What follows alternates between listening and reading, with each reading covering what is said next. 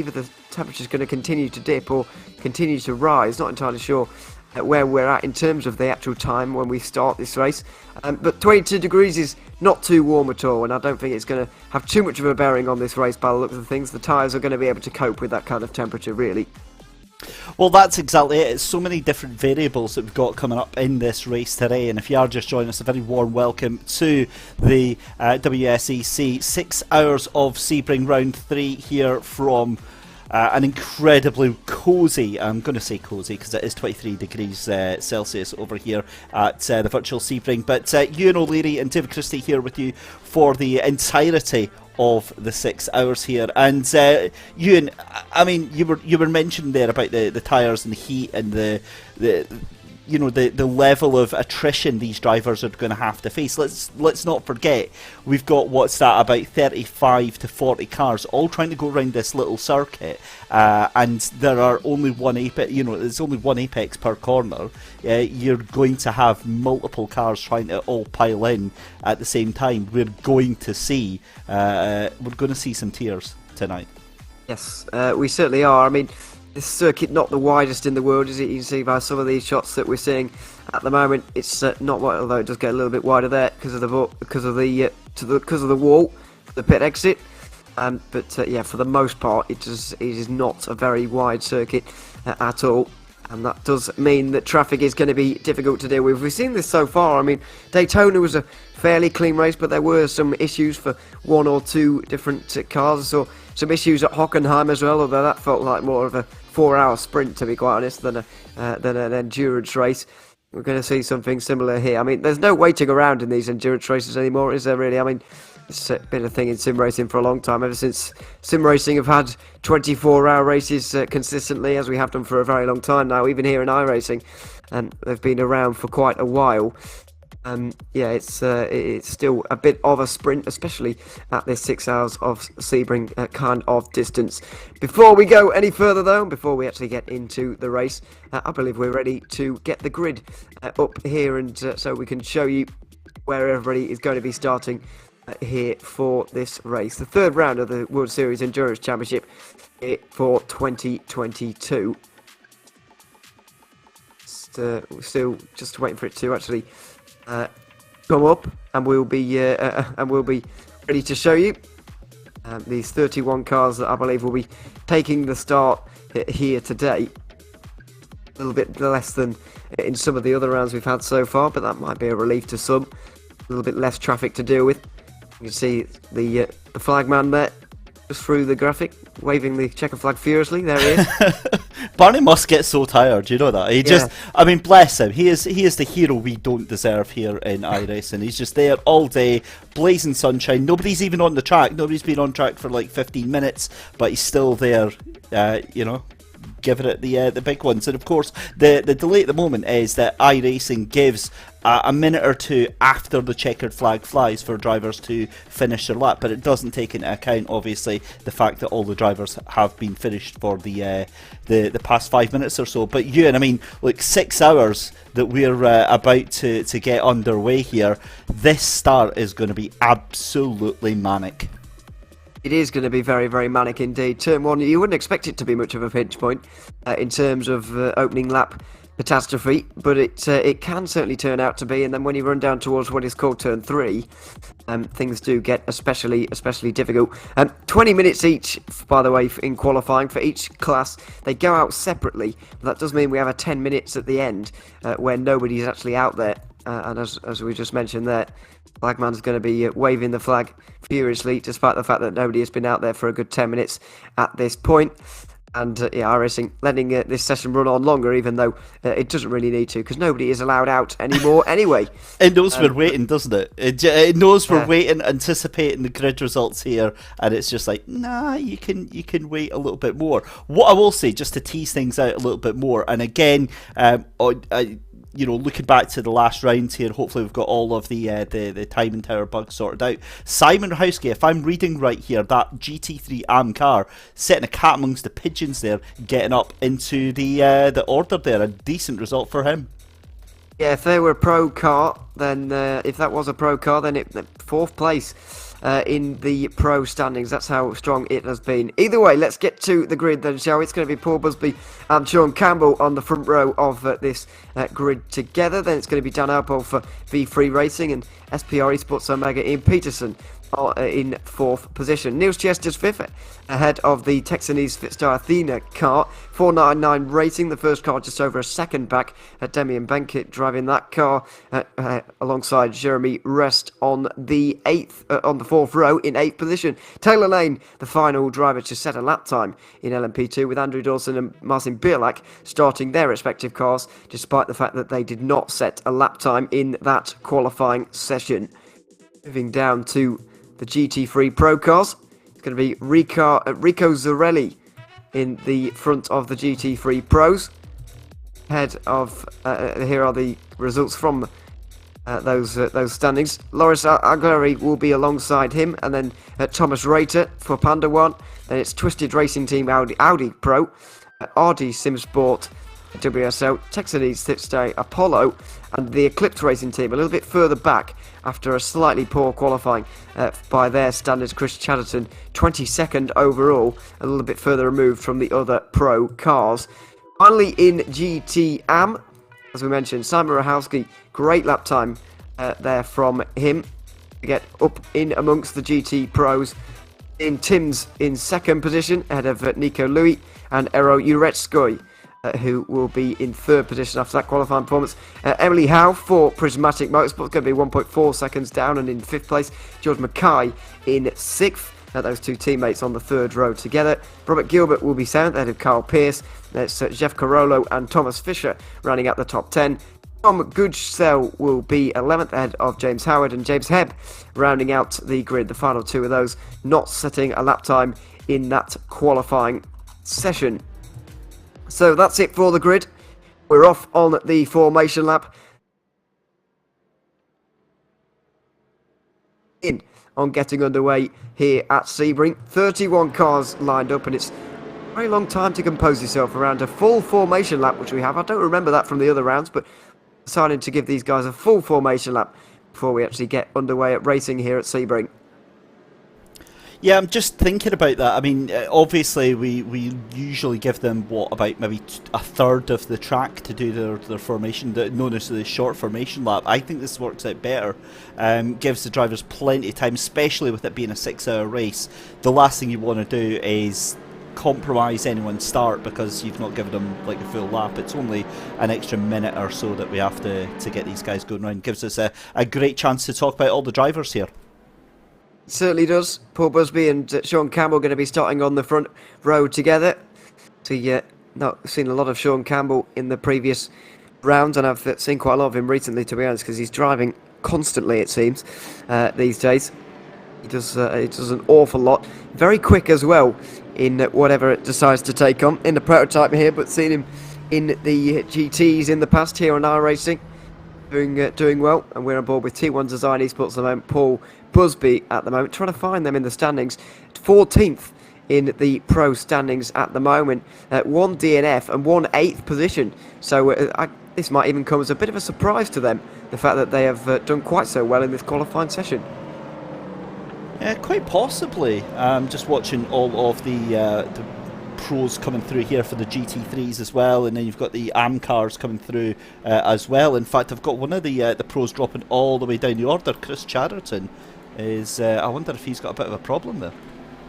I think just the qualifying performance for them just set them back a little bit. They were a little bit further away from the pro cars than maybe they would like. By the way, there's 4 cars going to be, I believe, starting this race from the pit lane.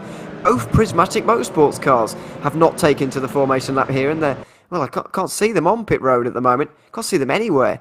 Can't see them bizarre taking part to see. in the race. Yeah, that's a very, very strange one for sure on that one, Ewan. Very, very bizarre to see that Prismatic Motorsports are staying in the pit lane at the moment, just not getting going here at the moment. Not entirely sure what that is all about, but either way, hopefully we see them in the race, because we don't want to lose them straight away before the green flag even flies. But for those who are out there at the moment, the 27 cars that definitely will be taking the start, is very much nearing. You can see these 11 LMP2s. They haven't made the 2 LMP2s that didn't qualify start at the back of the GT3s because that would be absolute chaos. So deciding not to do that and going for I don't know, I quite fancy that, Ewan. That'd be quite fun.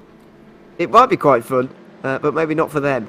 They're quite glad that they do not have to do that because it is going to be pandemonium anyway. Never mind starting at the back of the GT3s. Either way, T1 Design Esports and RSR by Bookkicker are going to begin this one on the front row together, and they are going to have the clean road right in front of them. Sean Campbell very much giving the squeeze to the left-hand side of the line there as they run out of Sunset Bend, and we get ready. The green flag hovers and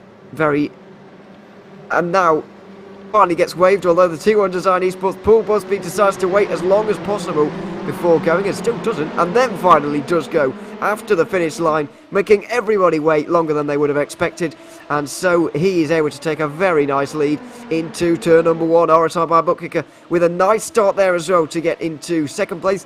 V3 Racing going to be third, SPR Esports Omega fourth, not really being challenged for that position as well, as we go back to the GT3s. Lipo Esports Red getting off to a great start in this category to take the lead into turn number 1. Panda 1 pressurising for that second position as they go side by side, and it's a nice move to put the Lamborghini up into second position. Celeritas Sim Racing Invictus pushed down to third as a result of that nice start. Luckily though, it's very, very clean from everybody. Brilliant start from the GT3s and from the LMP2s. That's all you can ask for the first couple of corners, and that's absolutely mugged by RSR by Bookkicker. You saw him just intent on that one, Ewan. What a move by Sean Campbell.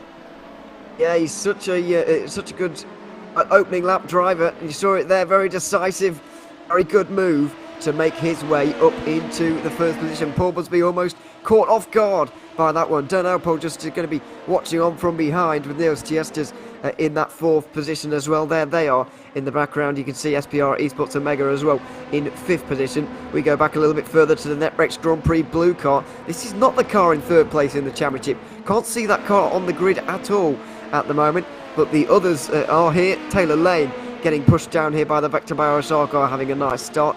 That is Andrew Dawson having a good start here. I don't believe he was allowed to qualify actually for this race, but already up to 8th position from the very back of this field. Yeah, that's all you can do really, is this sort of disaster management. That's exactly what it's all about as they go down the start-finish straight then for the second time of Askin, going very, very defensive on the inside line there. Great little move up the inside from the LMP2s. Back with your GT3 Pro leader though, Rico Zarelli for Liper Esports Red ahead of Panda 1. Look at just how much that car bobbles under that final corner there. You know, it's almost a bit of a meme here, Ewan, that Sebring is you've got to respect the bumps, but that shows you exactly, you know, they're not kidding. This is like really difficult to try and keep your foot in while going full pace here. It certainly is, but the Lipo Esports car is on very high on confidence right now after a victory at the Hockenheim. Not finished off the podium yet this season either. After third at Daytona, they will be fancying their chances very much so heading forward in this race as we ride on board with RD Simsport and Paul Walton going down towards the hairpin. One of the better overtaking opportunities, and it is imaginatively called hairpin, by the way. We haven't got great corner name, particularly on that occasion. But we've got some famous names coming up, like Fangio 8 and 9. Not really corners these, but they have been named because we are in America. So just name any sort of bend in the road at all, as opposed to the actual corners. Moving down now towards turn 10, which is just turn 10, and then Collier, and then we get to Tower Corner, where you can run out a little bit wide and out towards Bishop, the higher speed end of the circuit. Don't really want to clip that curve on the right hand side because it just spit you out onto the grass and the dirt quite often. But on this occasion they've all gotten away with it as they come through the high speed part of the circuit into the famous Le Mans chicane. I was rather enjoying that there, Ewan. That was a really nice drive on board there with the RD Simsport WSL there of Paul Walton just behind Simon Rahowski in that Kuppenheim yellow machine up in front. And again, it just shows the pace that Kuppenheim yellow machine has got up in the mix with the GT3 Pro cars. But then again, you know, we said this last time, or rather I heard you guys saying it last time, was the fact that just because they're Pro cars doesn't actually indicate anything to do with their pace or performance at all. Not really, it's only down to the I rating really that separates the Pro cars from the AM cars as we go back up to LMP2, and Will Lindley, who's in a bit of a sticky situation, trying to attack and defend all at the same time. Netrex in front, RSR behind. Two of the bigger names in terms of global sim racing at this World Series Endurance Championship. Netrex more practiced in the open wheel business, but it's starting to branch out into the prototypes and doing a good job with things. Not entirely sure, as I mentioned earlier, not entirely sure where the other Netrex Grand Prix car is, and it is a shame because they're third in the championship. We've seen the likes of Colin Spork in contention for that race win earlier on. I know they had a late penalty which set them back and almost guaranteed them a fourth place finish as opposed to a podium, which very much could have been the case, but you never know what might happen for Netrex in the future. They've got a very strong team, but a strong team, you're looking at one right now, vectored by RSR, despite the fact they, I don't believe, weren't allowed to qualify, up to 8th place already and already challenging for 7th within the first 10 minutes of the race. Down the inside for Andrew Dawson into turn number 1, and at this early stage, going side by side through there is not top of the priority list for any of these teams.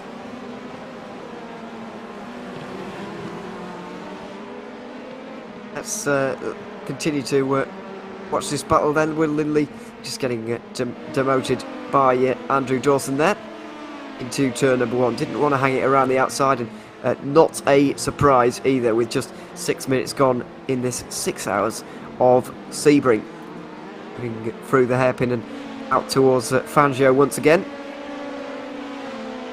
But don't forget, by the way, if, as a team and driver, obviously we're early on in the race at the moment, but it'd be nice to speak to some teams and drivers throughout the day. So yeah, pop yourself in the broadcast waiting room if you want to have a little bit of a chat, and we certainly can do that as the race moves on. Just want to update you on stuff that's gone on down the order, because I can see the prismatic cars and so on actually out there again, although I can't see any information relating to them.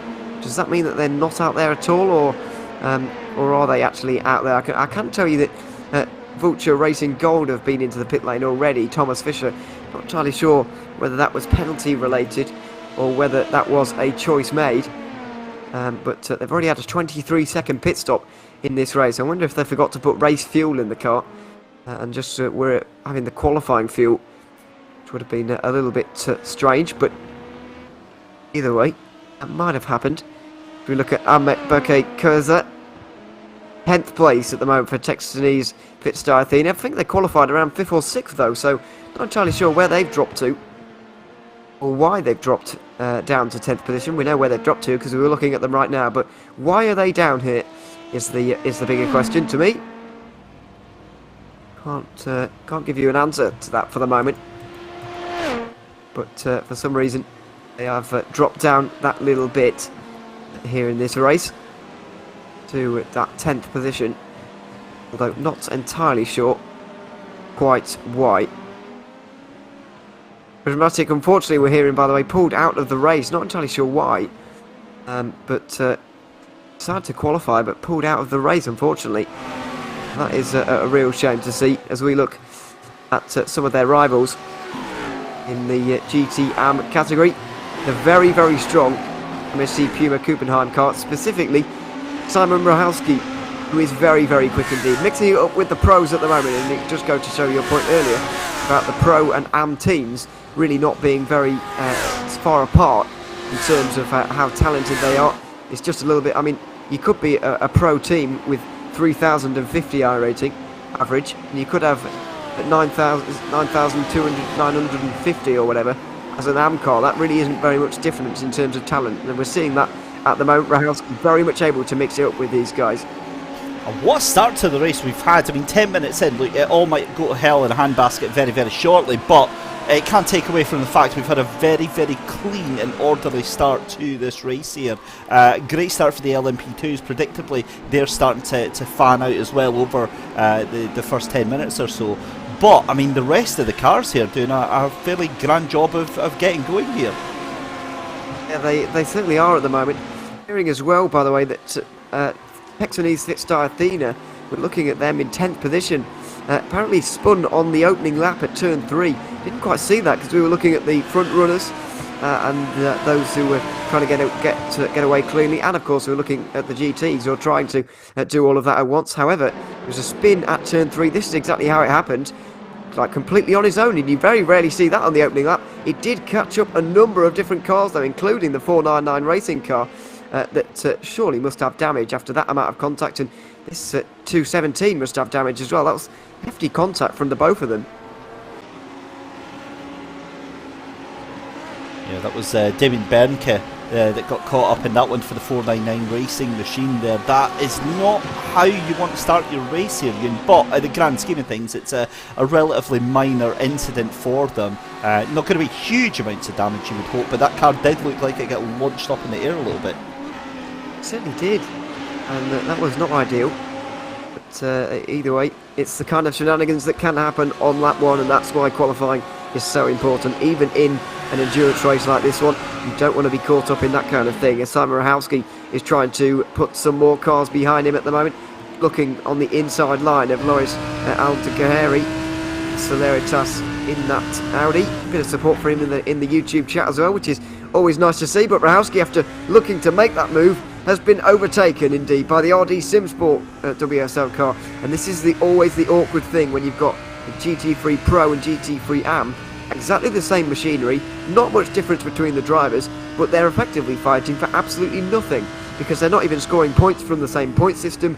They're literally just running on the circuit together, so it's very difficult whether to know who to fight, when to fight, and if to fight them at all.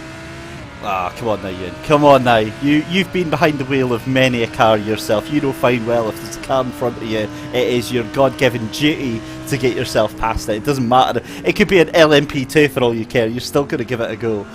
Or maybe that's me. Maybe that's why I don't finish the races. That could be actually a very telling thing here. But Simon Rahowski here for MSC Puma Kuppenheim Yellow doing a ridiculously good job of keeping that car up in front. The great thing is as well is because he's mixing it in with the GT Pros like the rest of the GT3 AMs right now, is the fact that he is going to have a wee bit of traffic that he can use to help himself get through there. Yeah, I mean, you are right, but you've got to think about the logic part of it at some point. I know all these guys are racing drivers, and they will try to make a, well, not try to make a move at every opportunity, but they'll try and fight with every car that they can. But you've got to think about the logic at some point. You do have to get your head screwed on. Just forget about that for a moment, because you're not scoring points in the same system. You're not fighting them in the championship. You're not fighting them in terms of the race, and you don't want to end your race because of a fight with one of these cars that's not really relevant to you. So you do have to get your head screwed on at some point. As we see the Vulture Racing Gold car of Thomas Fisher out there at the moment, having had some issues earlier on, already made a pit stop this car, which has set it quite far back. LMP2 interaction as well. That was a misjudgment, the first of the day, and that's the Texanese Fitstar Athena car that's already had problems today, making another one for itself there, because I reckon they'll get a penalty for that.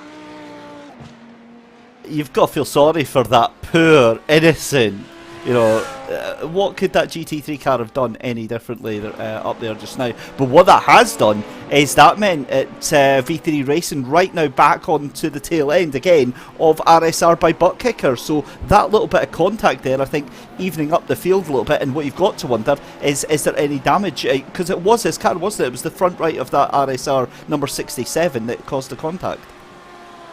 Yes, I believe so. I mean, we're very much in the thick of the traffic at the moment. There's a big train going on, especially at the front of GT3. So, some very nice battles going on towards the front, kind of for the lower podium kind of positions. And now the LMP2s in their leading battle are going to have to fight their way through. Sean Campbell there choosing the smart idea of not going through into Tower Corner and deciding to stay behind for now. Doesn't really want to make it 3 wide and duck and dive his way through the traffic, but eventually decides that he's going to have to, because Dan Alpo is right behind him in this V3 Racing car, going into the Le Mans chicane arguably one of the most important corners on this circuit. It's a big dive on the Audi from Dan Alpol there, but he makes it work, and just under a quarter of an hour of this race gone, and we have a very much exciting leading battle to watch. RSR Bamboo Kicker here, V3 Racing as well, and even T1 Design Esports have closed in over the last few laps, last few corners really. I'm not going to lie, Ewan, that speedometer at the bottom right, that could quite accurately portray my heart rate monitor right now, because it's just going through the roof as I'm watching them dive and carve their way through all these GT3s. That was insane. That was absolutely nuts. And you think that's, what, 15 minutes into the race? They are going to be doing that 10, 15, 20, 30 times during the race at very least, man. This is just... That was absolutely bonkers there.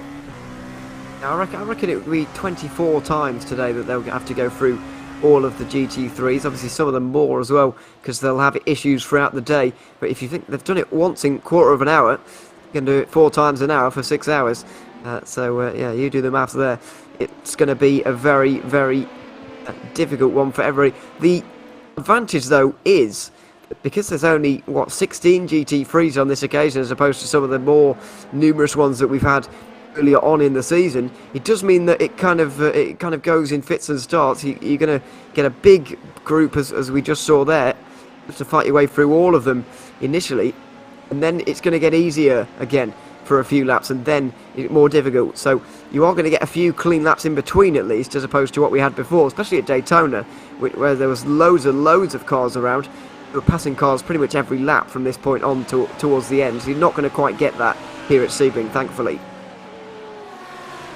Absolutely. I'll be honest, I'm completely mesmerised by this little battle for GT3. You've got at least 3 different groups all over the place right now. You've got MSC Kuppenheim Yellow. This is the lead for the GT3 AM right now, but Rahowski on the back end of Ethan Bass. So Bass is fighting for the GT3 Pros right now. But my goodness me, this is an epic start to the race here. The other thing as well is with the WSL community, the last things that we've been doing over the past couple of weeks has been their NASCAR series. So I've got to say, seeing some of these names and not being involved in like 8-lap yellow flag caution periods is an absolute joy to behold. I'm sure I'm going to regret my words saying that, but for the most part, it's great to see 20 minutes of actual full-on racing here. Yeah, clean and green flag racing, which is exactly what we are here for. Yeah, unfortunately in NASCAR can be few and far between if the yellow flags keep coming out, as they have done on occasion. I mean, the one I did at Daytona actually was not too bad in terms of yellow flags at all, but I've been hearing that it's not been like that every round, unfortunately. So, yeah, either way, it's NASCAR racing for you. The weird thing with that as well, Ewan, the weird thing with that is that you were doing the EU, if I remember rightly, and you would think, again, you would think, oh, and we've got a huge moment for Jeff Carollo, let me get him on track there. That is going to be big damage for the GT3 AM car of Vulture Racing Gold. Yeah, another Vulture Racing car having problems, I'm afraid. Both of their cars look like they have had issues here today. I'll say both of them, 2 of them, because Vulture Motorsports are up in 5th position at the moment. Not sure if they're any relation. Also, that Audi as well looks to be involved. There they go. A contact between the two. Comprime Motorsport Audi getting involved. Oh no, I heard that. You heard that as well, you, and that sounded like a horrible rejoin. It did. Didn't. It was just off the camera, but let's have a look. Here is Jeff Carollo. We're going to focus in on him. Goes for a move here at turn 5, which is not really on. It's a bit of a late one. You don't often see moves made there. That Ferrari gets through nicely, but that one doesn't. A big slam into the side of the Porsche. And yeah, Jeff Carollo not doing himself any favours after the incident itself, which I would probably mark down as his fault. That rejoin certainly was. I want to see him hung, drawn and quartered for that one. That was absolutely unforgivable. You cannot do that. Plenty grass behind him to reverse on and get the car pointed in the right way there, Ewan. But look, at the end of the day, I'd be an absolute liar if I didn't say that would be my probable outcome of that one as well. I would have been just foot straight on the gas, because the thing is you're going to feel hard done by it as well. So yeah, it is what it is. We'll just have to see what comes of it. Yeah, absolutely. I mean, it's everybody's done it at some point, surely. It's yeah, rejoining always very, very tricky. Actually, some parts are better than others as well for doing it. I know that particular part is quite open and you can't see what's coming, but sometimes it is very tricky. As we go back up to the leaders again, RSL my bookkicker with V3 Racing and T1 Design Esports. The two Vector by RSR cars are not too far away. There they are in the background, you can see. And then SPR Esports Omega and Netrex Grand Prix all in one camera shot. We're 20 minutes into this race here now. We're halfway through the first stint of the race. And yet, all the top 7 cars all within about half a straight there. In the battle for the lead of this race. That is very, very promising for us, continuing on with this one. And from what we saw at Hockenheim as well, very promising for us. We have 4 cars in contention for the win in the race in the final half an hour.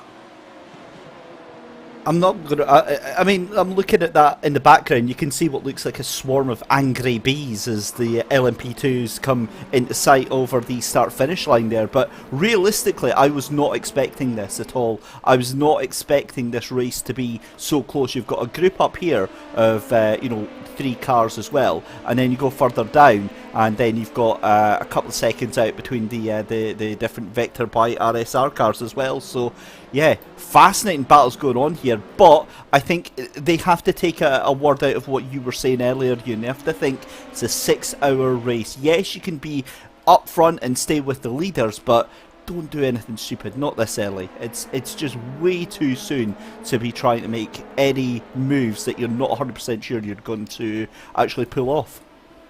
Yeah, exactly. I would certainly be exercising a bit of caution at this stage in the race. By the way, Jeff Carollo's back out there on the circuit once again. Carl Pearce still getting some repairs for that Audi, I'm afraid. But let's not forget, every team gets 1 fast repair per race in this series, so you can get away with an incident and still you can kind of get away with it if you like. As we look at Dom Goodsell, I should say. In the Ferrari Sim Racing Party, not entirely sure, Sim Party Racing I should say. Looks like they've got damage as well, not sure where they picked that up though. I didn't hear of any incident or see of any incident. It does look like they've been involved in one as well. Not entirely sure where that will be, but we'll find out, hopefully, at some point. Because, yeah, fairly hefty one for him, I'm afraid. RD Sims will move out of the tower corner. Just a little bit of dirt being kicked up in the background, and quite a train being formed here with Twisted Racing Team. Now here is the Ferrari Sim Party Racing. Ah, that was the car that was, unfortunately, the innocent bystander in the Porsche's rejoin there. So a shame to see for them that they have to go into the pit lane because of that. But it does look like they'll be able to get that repaired soon enough, and hopefully get back out there again soon. Yeah, you'll notice that I very quickly skipped by that replay there as I move up the inside by the Audi side by side into what looks like the final corner there, and that is going to be surely done and dusted because the Audi is going to have the inside line. Lamborghini doesn't really have anything to answer with so far, and Solaris, Sim Racing Invictus newly moved up, of course, to this pro class as of this race here, getting sent down into 5th position, but a decent start for them so far to their new home. Yeah, absolutely. That's the thing about doing this, or splitting the pros and the AMs the way that we do, because the iRating, but iRating changes, and the average will do that over a course of a season, especially when you've got 3 or 4 drivers in a team. Some of these will do for the longer 8-hour races that bookend the season. Does mean that you may change category in a GT3. In LMP2, meanwhile, you need 2500. Otherwise, you can't get into this category at all.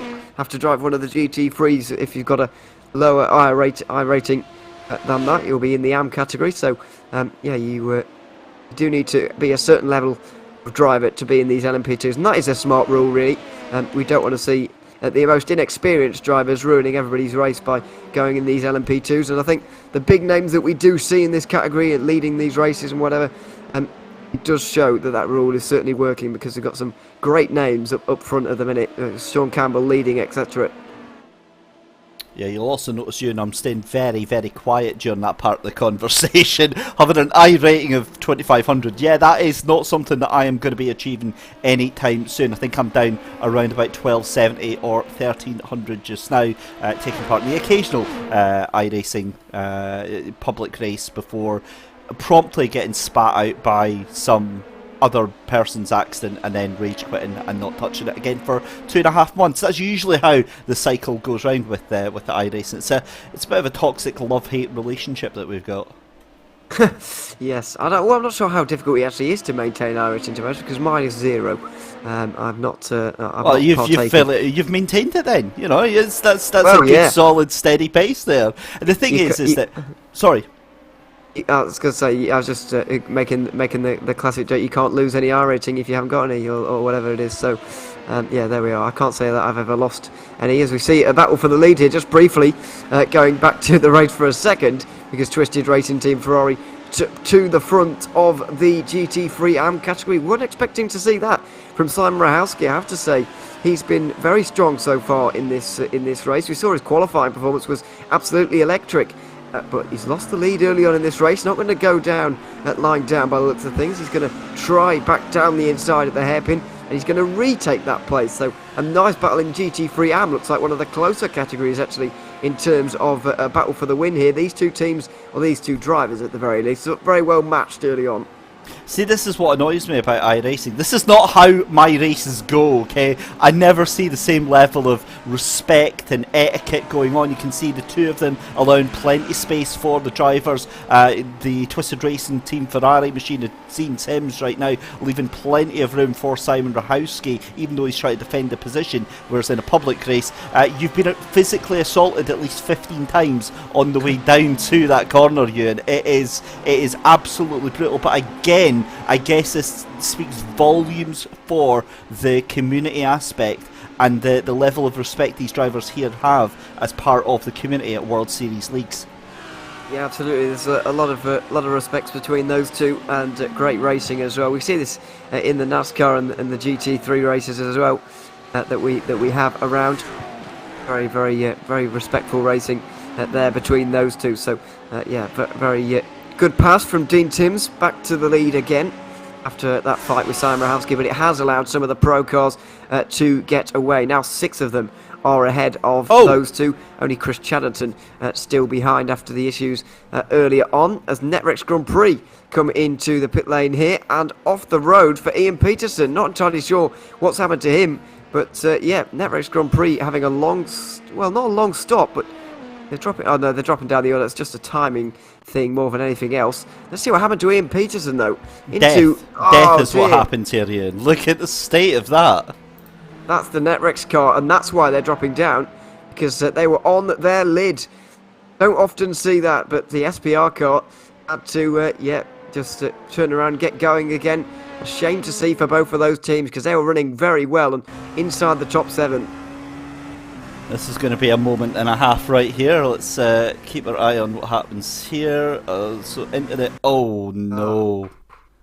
Yeah, well, that's... Yeah, there's nothing you can do. I mean, the car's spinning up in front of you. He's got nowhere to go. It's a complete passenger, but that's so frightening. Imagine being in that car of Mikolaj Ponisi. Yeah, that's an F right there. Yeah, it's a real shame. Just tried to go through on that Ferrari, got a little bit out of shape, got onto that curb on the left-hand side, and then spun in front of Peterson, who had absolutely nowhere to go. And that Ferrari is going to be very glad that they got out of the way of things here. This is the dive made. The Vector car get through here. Oh, Ponisi just misjudges that, doesn't he? It's a pure misjudgment. I don't think he doesn't mean to go down the inside of that Ferrari there, does he? Into the first part of the Le Mans chicane, because he's way too far back and he knows that, but he's just missed his braking point, and unfortunately the consequences were huge.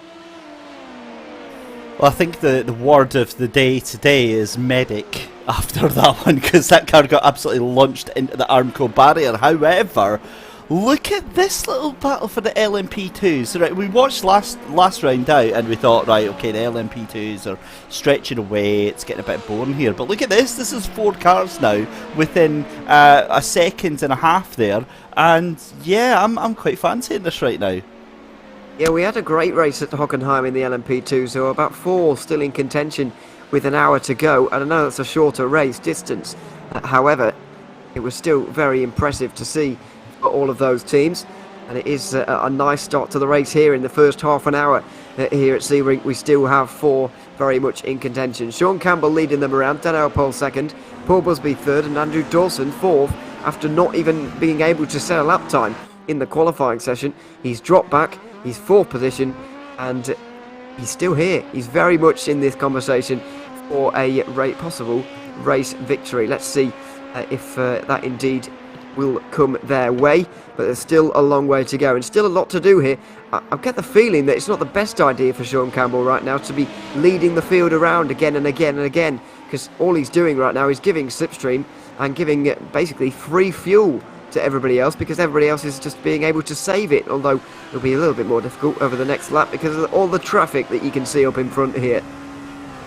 Yeah, let's jump on board with Sean Campbell for V3 Racing then up in the lead of this race, and yeah, doing a fairly grand job here, Ewan, of splitting himself through all this order.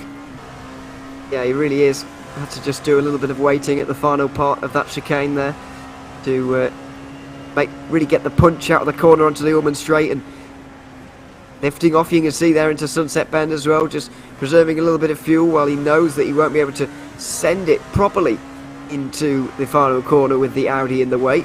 So does that rather cleverly and goes over the line again with a nice little bit of an advantage, as Andrew Dawson gets himself up into 3rd position ahead of the pole sitter Paul Busby, who's dropped down from 1st to 4th in this stint. Unfortunately, Sean Campbell got through immediately in that little battle. So has split into a couple of pairs though by the looks of our timing at the moment. Sean Campbell obviously making his way through the traffic nicely, but you can see those two in the background. Wonder if their fight has just cost them a little bit of time, or if that's just the natural bit of traffic really that's taken away from them this time. I think it's the latter there, Ewan, just watching how they've struggled to get past some of the same cars. I think some of the cars have maybe just fallen into some of the braking zones as well. It's cost them a little bit of time. I think they'll easily get back up, because I think that Dan Alpel for V3 Racing there is a little bit faster than Sean Campbell in lead for RSR by butt kicker. The problem is how do you take advantage of that? That is the key aspect here. And we've got another crash out on track as Paul Walton was into the wall. That is a fairly damaged, fairly scuffed looking Rd3 sim sport machine there, all the way down in 7th place in class. That's a real shame to see them drop down to 7th, because they were very much involved in a fight for the podium. Let's see what happened. It's the LMP2s coming through. There you can see them heading down the inside. Oh, just a little bit of contact. I don't think is he going to hit the barrier? No, he's going to get out of the way. Luckily for him, there's an awful lot of runoff out there. It was a former airfield, of course, so it does mean you can't find the barriers too easily on occasion. But yeah, I can't really work out quite what happened. It was with this car, wasn't it? The T1 Design Esports car that just stayed alongside a little bit longer than they were expecting. And I think Lamborghini was just hoping that this car would tuck to the inside a little bit more so that they could maybe get their line in a bit more nicely. Unfortunately, contact was made. They got onto the grass and spun around. Thankfully, didn't hit the wall though in that RD Sim Sport car. Just saying there, what's happened to the Twisted Racing team let's see, Taylor Lane's scheduled to be in that. Have they retired from the race, and that's just his car finally actually going through? Because they were at least one lap up on the rest of the field, so it would make sense now if that's the case of why they're going backwards. I think it might be a disconnection, because looking at the timing at the moment, he got about 2/3 of the way through the lap, and then just timing stopped scoring him. And that doesn't often happen. If you escape back to the pit lane and retire with an incident with actual damage, then you do actually you go back to the start of the lap you were on. So he was on lap 16. He would go back to the start of lap 16 in terms of our timing. So I think there was a disconnection out there, which of course is sim racing equivalent of a mechanical failure, as we say time and time again. It's very unfortunate, but sometimes there's not a lot you can do about it.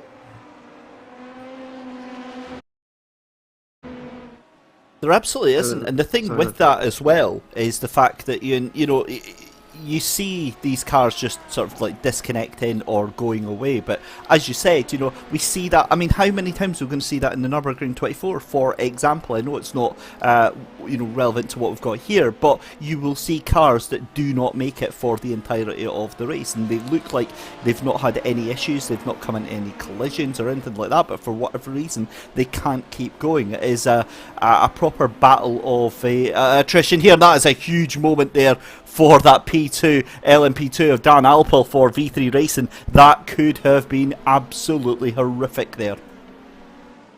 Certainly could have been, but these are the kind of risks that they will be taking for 6 whole hours in this race here today. We're getting down towards the end of the stint, the fuel really getting burned off at this point, and these might be some of the fastest lap times that we see in traffic all day long. Paul Busby just set the fastest lap of the entire race on that most previous lap, because low fuel for him, minimal traffic out there at the moment. Traffic's not going to be as much of a factor today as it certainly was at Daytona, and to an extent Hockenheim as well. We also saw a fastest lap of his personal race for Andrew Dawson with a 45.2 there on that lap. The top four still very, very much together. 35 minutes gone in this race. We're expecting about 40 minutes in terms of a stint for these LMP2s, as we so often see. So we're very much getting down towards the end of the fuel. And you might be thinking, well, surely this will just happen every stint. Well, not quite, because we're going to see the tyres not changed at this pit stop. So in 40 minutes time, when we're on low fuel again in stint 2, we're not going to see these lap times, because the tyres are going to be in a lot worse shape than they are right now.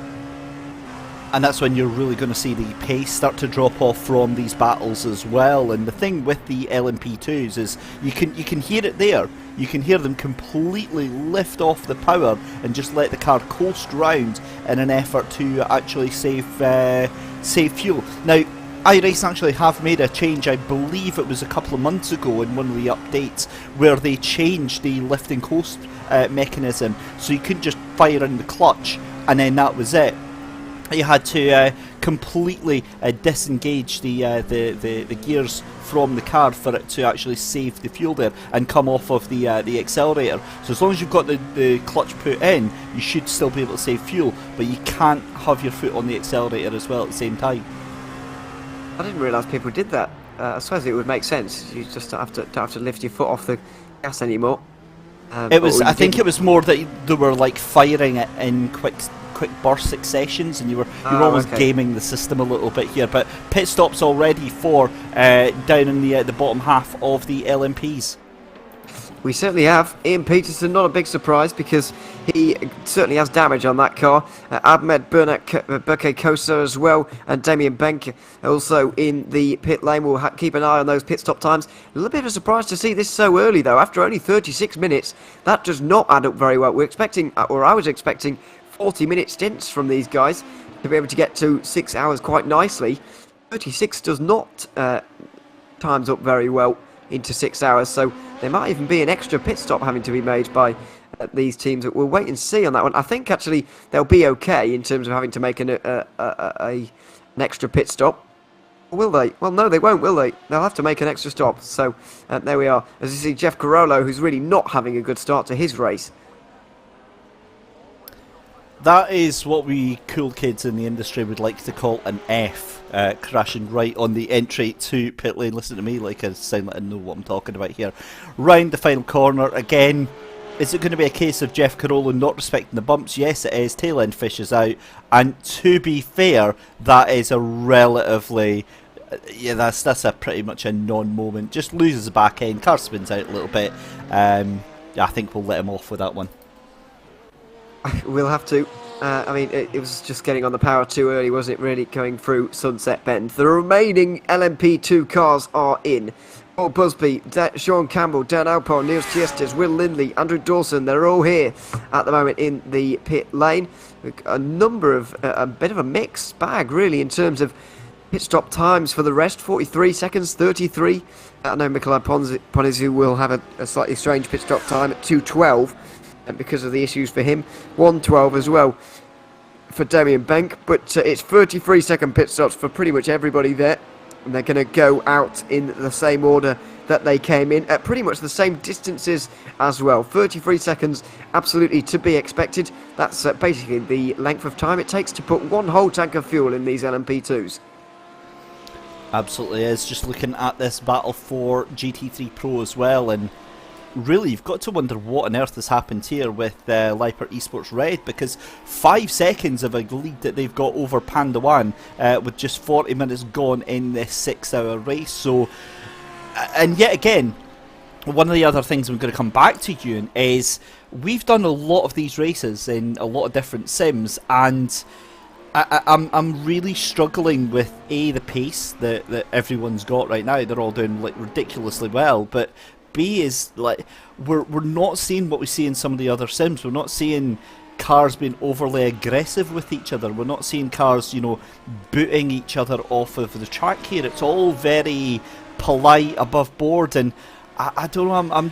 I guess I'm loving it. I'm just so not used to it. I'm so used to seeing like this hyper dominant macho kind of esports way of racing.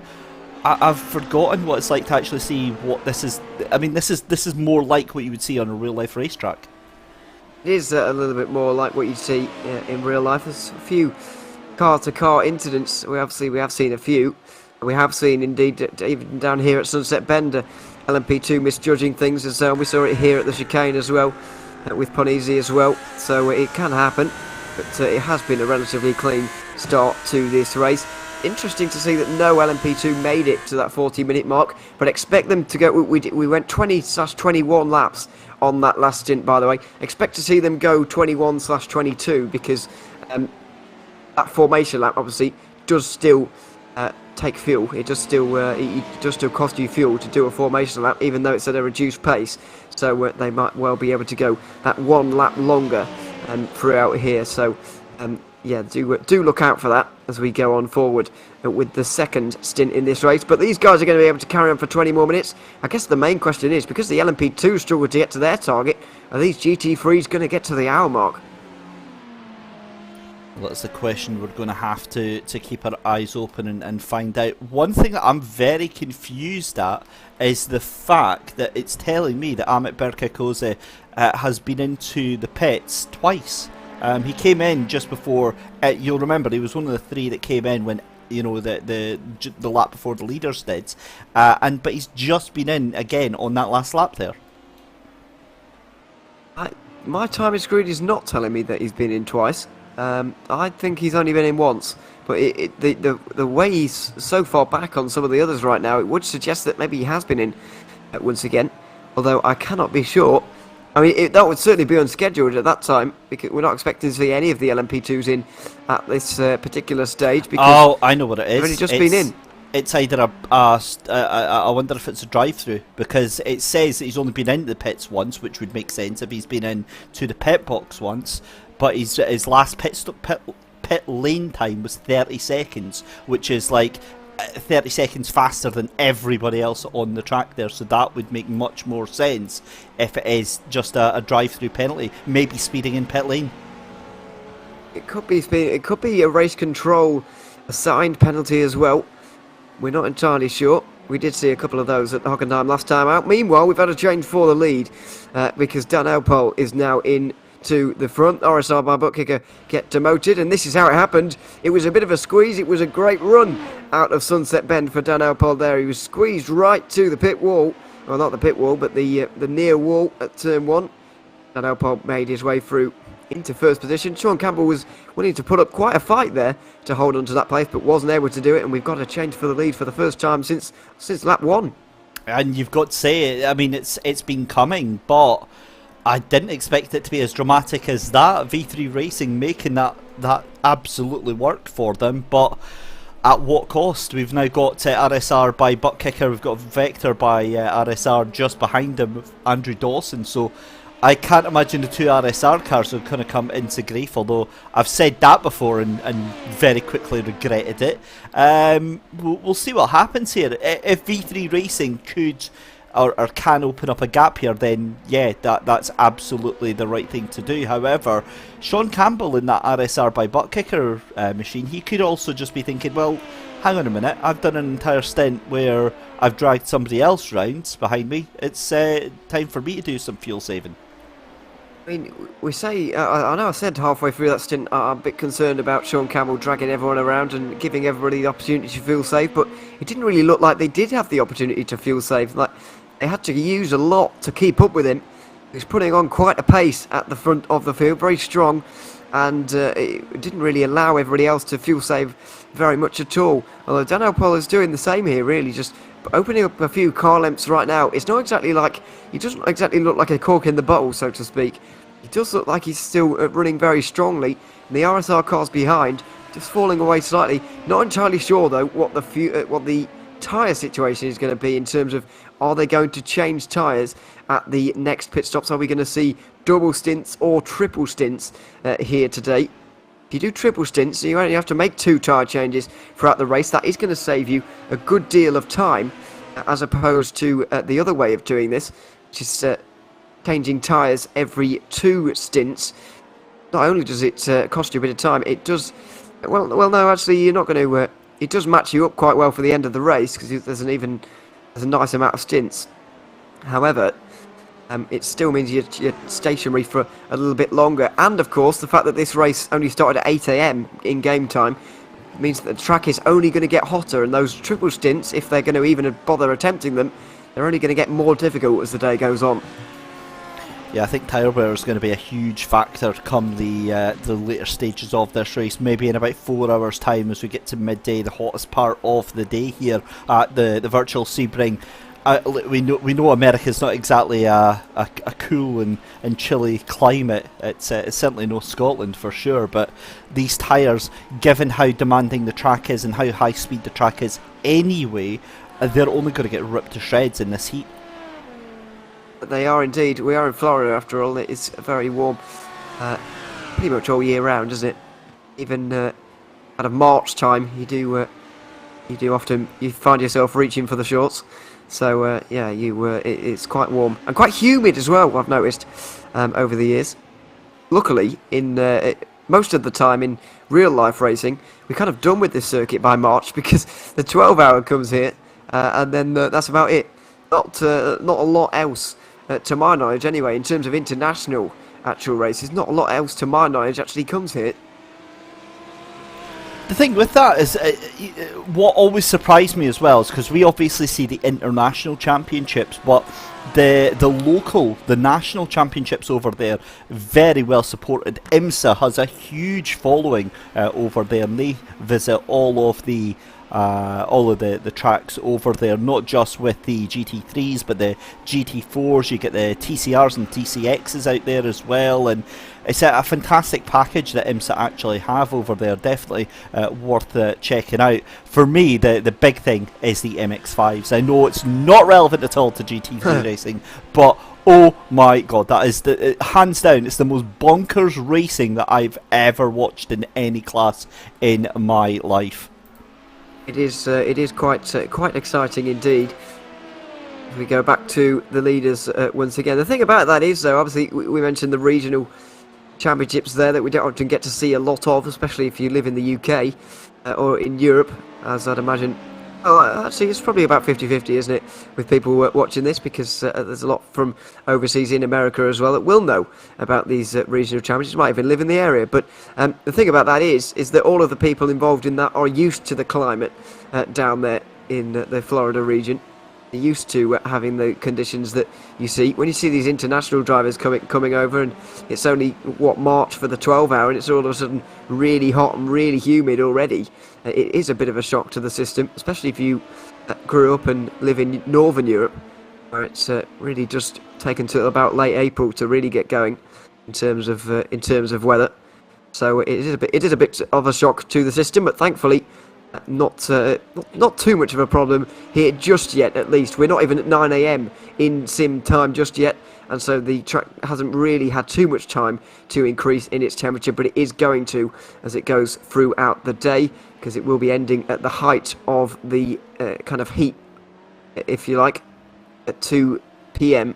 in the afternoon, which is certainly going to be very, very toasty indeed for these tyres, and those final stints of the race are going to be very tricky indeed. Dan Alpol's having a fairly tricky second stint though here as well, isn't he, because he's being put under pressure by both RSR cars, although he's standing up to the challenge very, very well. In the first stint he looked like he was hanging on a little bit at times, but this time around it's him who's putting the pace on, and Sean Campbell is struggling at times to keep up here.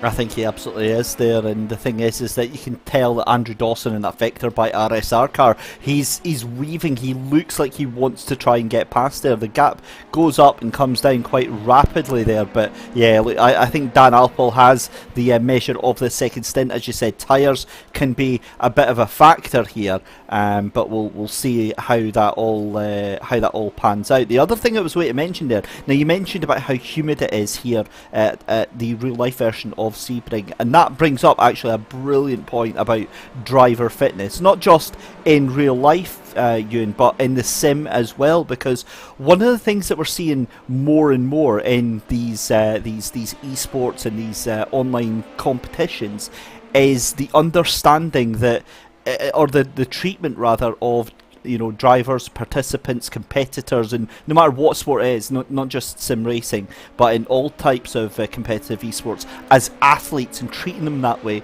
and then starting to look at every single aspect that you would do with a real life athlete. And what they're noticing is that you're actually getting the same sort of real life gains that you would earlier on, as we see Dean Timms into the wall. That is a huge hit into the wall there. From the lead in GT3 we were seeing a great fight between them and MSC Puma Kuppenheim, but unfortunately Twisted Racing Team have got things wrong coming out onto the Ullman Straight, and it's damaged this Ferrari badly, I'm afraid to say. It's a real shame to see for them. Just going wide onto the grass. Oh, did they get hit by the Lamborghini there? Did they get hit by the Lamborghini? Not entirely sure. I don't think they did. That's the... It just looked very strange how they just lost so much time. Just lost it on the grass, yeah. Not entirely sure if there was contact, but either way they were going round anyway. Whether there was contact or not, just might have sealed the deal there, Simon Rahowski, although I don't think there was contact. I don't think they came in either. Dean Timms did not come in. Here it is. No, so they'd already lost it. My goodness, how close was that for Simon Rahowski? Yeah, very close indeed, very, very close, and probably did have to just lift off ever so slightly to avoid this one, but very surprised to see Dean Timms not coming in there, because there is damage on that car, and you can see that bodywork is completely out of place, and I bet his steering is not straight right now either, so that is a real shame to see for him. He's going to be frustrated with himself, because as he said, it was a strange mistake, kind of a strange incident, where he just got into the inside wall. And he'll be very disappointed with himself after that. Yeah, he certainly will. Just to finish off the conversation that I was telling you about there, about esports and them being treated like athletes now, one of the things that you're starting to see is the likes of nutrition getting looked at, the likes of fitness being looked at as well. I mean, it's... How do I put this politely, Ewan? We're not exactly being known, us gamers, for being at the peak of our physical prowess, shall we say. You would associate more Cheetos or Doritos and some Mountain Dew with gamers than say going down the gym and having a protein shake. But that is another avenue that is being explored by some of the big teams here. And it's paying off dividends, because what that does is that allows you to have heightened focus, heightened pace, and all that sort of stuff as well. It just allows these drivers and these cars to perform at that extra 1-3% that they were not able to do before for a consistent amount of time. And it is those 1-3%, as you well know, Ewan, that win you championships. Yeah, absolutely. It certainly is. I mean, I think we've seen this over the years with all kinds of sports where you don't have to be particularly mobile. Just people getting fitter generally, more being understood about the relationship between just being healthy at the very least, and kind of healthy physically and healthy mentally. The two kind of go hand in hand. And obviously, the sim racing, very mental game. You do need to have your head screwed on. So it's more and more is being understood about that kind of thing. Yeah, well, as I said, we've seen it over the years in all sports where you don't have to be particularly mobile. People just getting healthier, if not completely. They're not bodybuilders, but they are healthy, at the very least. In these in all sports these days. I mean, speak about even F1 drivers, much more focused on the fitness than they used to be. Not least because the G-forces are higher and the speeds are higher these days. But you just have to be a bit fitter these days to do these sports, even if it's not a sport that where you're not running and jumping and whatever. They're not going to the Olympics, or at least not yet. It's sim racing, so but either way, you do have to still maintain very healthy indeed, and that side of thing, obviously, being publicised more these days as well, because obviously everything's on social media, and all these teams will have social medias and whatever that do publicise these kind of things. So yeah, everybody's just getting that little bit fitter by those 1 or 2%, as you were mentioning there, in terms of this championship, and needing those to obviously go all the way. Just to give you a real world example of that, so when I've been doing racing, I prefer doing my endurance racing, especially here on iRacing. I prefer endurance races to sprint races. And what I was finding is I would get in the car, and you're supposed to do like an hour stint or a 55-minute stint.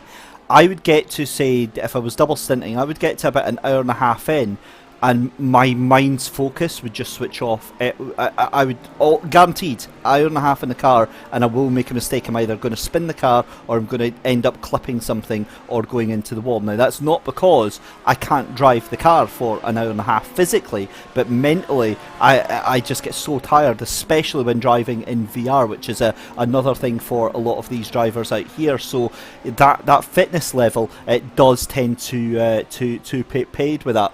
But it looks like, Ewan, we've got quite a few drivers into pit lane already.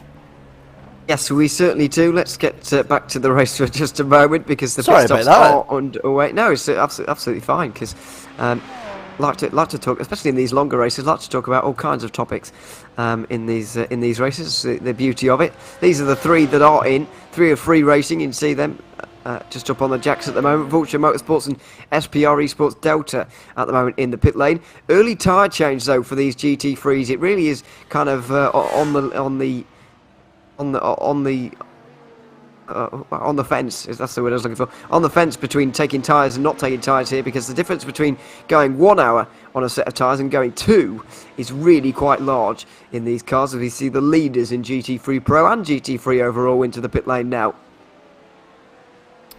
Yeah, so this is going to be key now, because of course LMP2s are a law unto themselves. You can kind of let them do their own strategy, but the GT3s, regardless if they're pro or regardless if they're AM, they're all going to be in around about the same lap or two, because they all have the same fuel tank. So realistically, there's a limit to how far they can actually go. So if anything, for the AMs and the pros, you can see just how busy pit lane is as Rico Zarelli comes in for Leipert's Esports Red, and likely handing over the car to his one of his teammates. Looks like he's going to stay in for the moment. He's been there for a good 30 seconds and hasn't changed yet, so it looks like he's going to stay in there. Not too surprised about that at this stage, but certainly expect to see one after this stint in a few moments' time. No tyres taken on by Vulture Motorsports there. Michael Kalaga's decided to go for a second stint with the same tyres. So is Rico Zarelli, who's already out there at the moment. He's already leaving the pit lane. So is Ethan Bass there of Texanese Fitstye Apollo.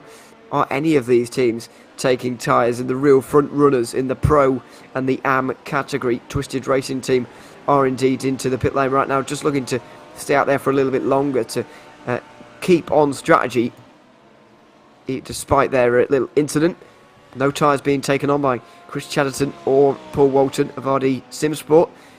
Loris Algahari has 56 seconds. I think that's 2 tyres for him, quite possibly. And Jeremy Littleton, who's getting in that Twisted Racing Team car. Team Tim's deciding not to go on any further in this stint with that car. He does indeed change tyres, and indeed will have a fast repair. We'll take that now, so they will obviously have a longer stop there, but for the most part, no tyres being taken on by the front runners in GT3, so some long stints ahead for some of these guys. We see 2 minutes short of the hour, the final 2 pro cars coming into the pit lane.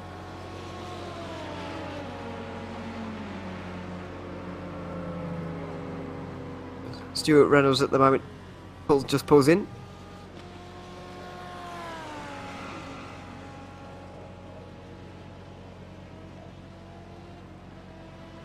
Just pulls in front of the Audi there, and of Panda 1, and the two of them take service. So Sam Rachowski still stays out there, so despite the formation lap, he's been able to go 30 laps on the fuel on this occasion, which eliminates the need for him to do a splash and dash in this race a little bit later on. That's going to be particularly helpful. Into the pit lane they both go. Thomas Reiter and Stuart Reynolds heading towards the end of their fuel fill now. But are they going to go up onto the jacks and take tyres? No.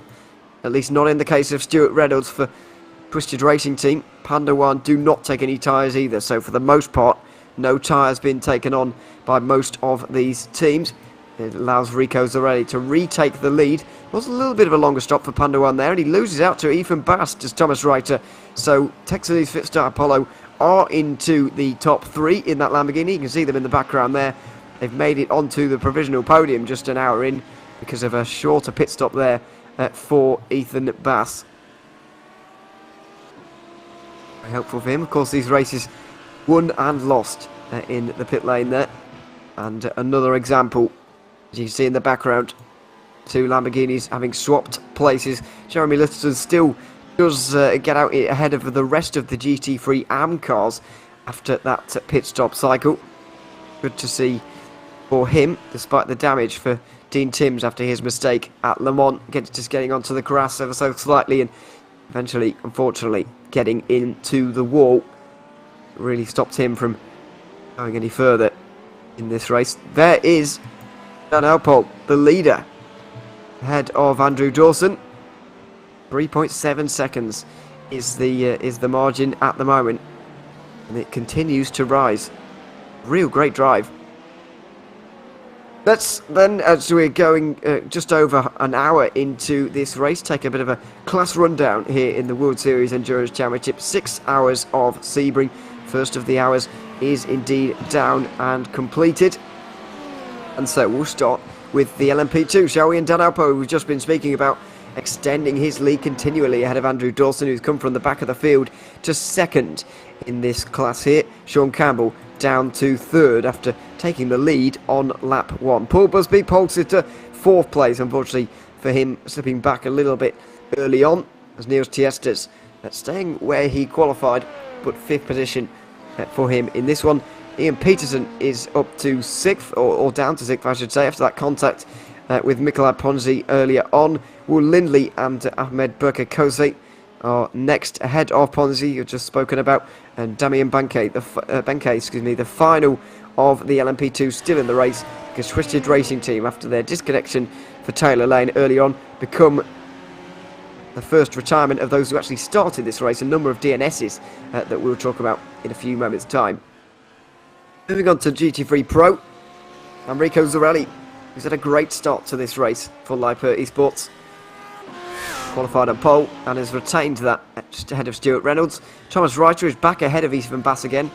He's done that overtake in the last couple of moments on the circuit after coming out behind in the pit stop cycle. Eclipse Racing Team and Chris Chadston up from last position in this order to the 5th place now, put ahead of Paul Walton for RD Simsport. The team that we're getting a bit of support in the YouTube chat earlier, which we love to see, of course. The Celeritas Sim Racing Invictus with Loris Algeri. 2 tyres on the last pit stop for them, and so they have dropped back to last place in this order, but where are they going to get up to by the end of it?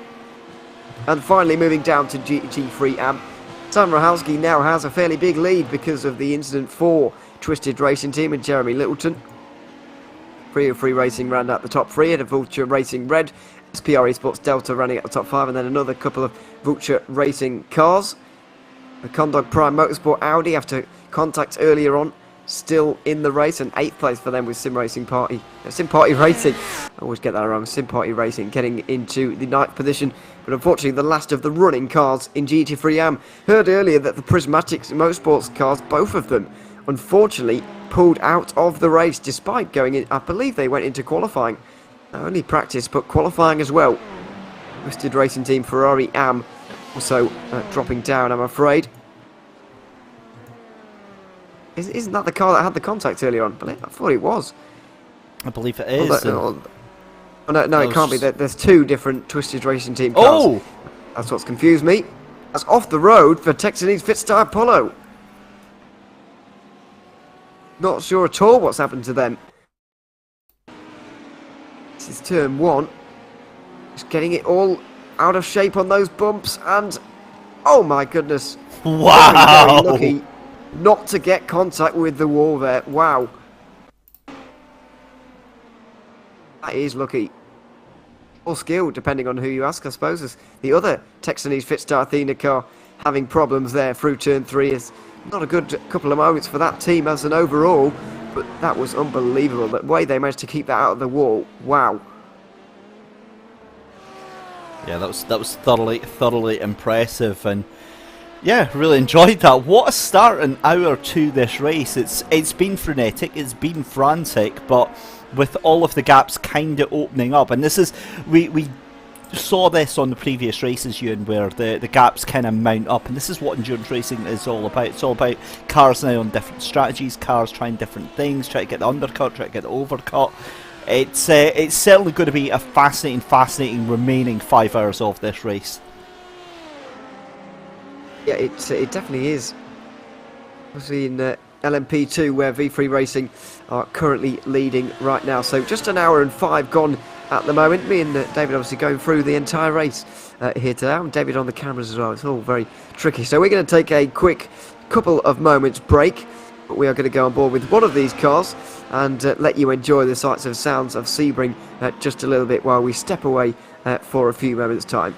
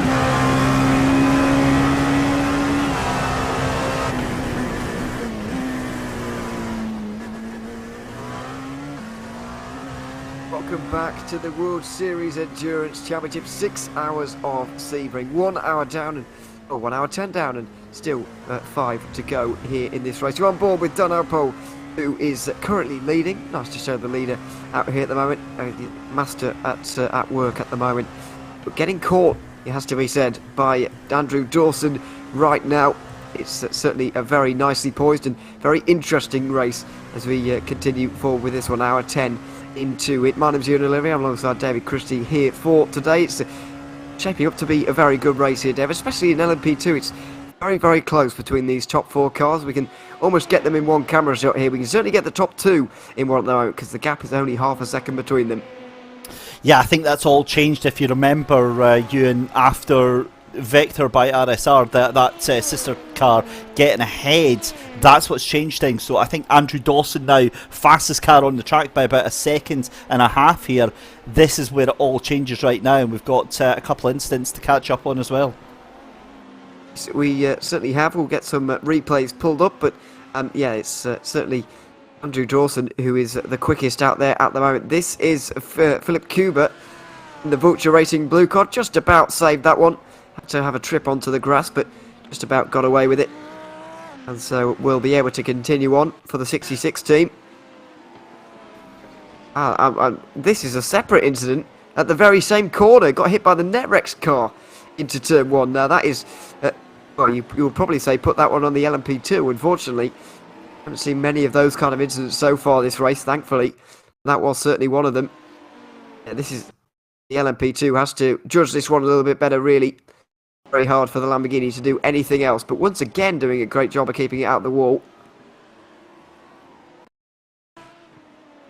This is the Netrex car we were speaking of there, getting things wrong on its own on this occasion. And no, a bit of contact on the wall with the rear end, although not too much damage by the looks of things, thankfully.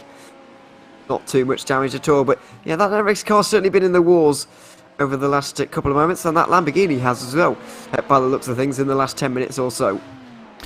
It's seen better days, and I think that's the one thing that we can take away from that.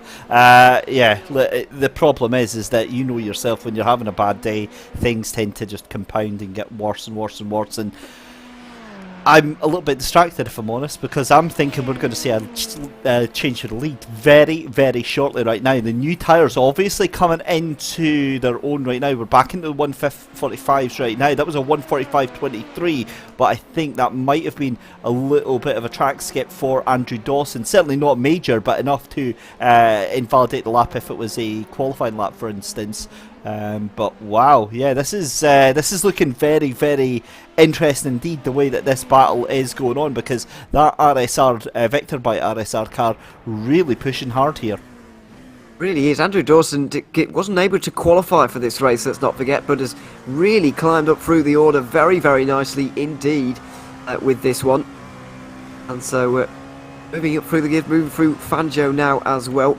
We've got to think about pit stops here as well. We're on lap 41. This is the 20th lap of this stint. They did 21 last time. I'm expecting 22 from this stint though. I was expecting them to come in on lap 43. There you can see the positional change, up from 10th place, which was the first of the 2 cars, the Netrex car being the other one, that didn't qualify here in this race. It's been all Andrew Dawson. And of course, looking at the lap times at the moment, David, they're still in the 45s, which is a 45.7 is the best that Dan Alpole has done all day. He just did a 45.8 on the last lap. These tyres are really not wearing off very much at all. I would not be surprised to see a triple stint maybe from somebody, as we see the first pit stop of the day for, the second pit stop of the day, but the first of this round of stops, Texanese Fitstar Athena kicking us off. And yeah, I mean, what do we say about that? The pace, I wasn't expecting it to light up, but again, I wonder if Dan Alpole was maybe just measuring the gap. Now that RSR by butt kicker machine of Sean Campbell is kind of fallen away from these two right now, he was thinking, oh yeah, well, I'll be fine, I can just sort of ease off a little bit. He wasn't expecting Andrew Dawson, I think, to get past and absolutely charge up and bring that gap right down. So he's had to respond, he's had to light up the times himself as well, and what a decent job he's doing right now. Absolutely, more than decent. It's a very, very good job from both of these. To say a little bit further down, we are seeing lap times drop off, so I'm expecting to see tyre changes for some others, like we are seeing now for Texanese Fitzgerald Athena at the moment. These are the GT3 battles going on down the order. This is Robert Gilbert and Michael Kalaga battling away. Kalaga took tyres on the last... did not take tyres, whereas Robert Gilbert did, so I'm surprised to see this battle really happening, because Kalaga, after all, the one with no tyres, or no new tyres on, he's applying the pressure here in the first quarter of this next stint for the GT3. Still got a fair amount of time until they come in once again, as we go up to Pandawan as well.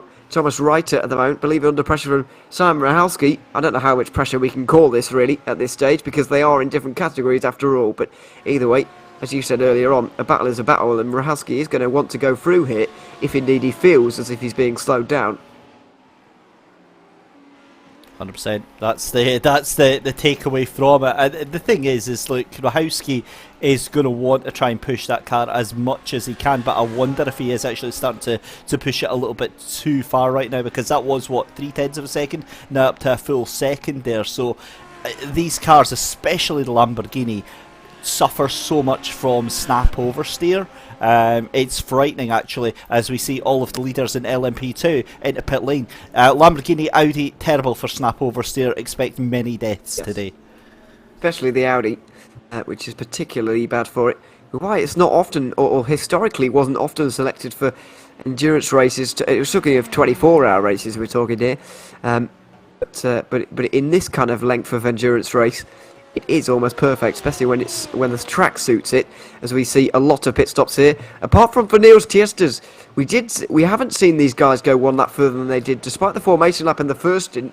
21 laps looks to be the limit for these guys, and that does mean they'll have to make a splash and dash late on, unless your Niels Tiestas may be able to do this stint after stint. Will this allow them to take one less stop in this race compared to everybody else?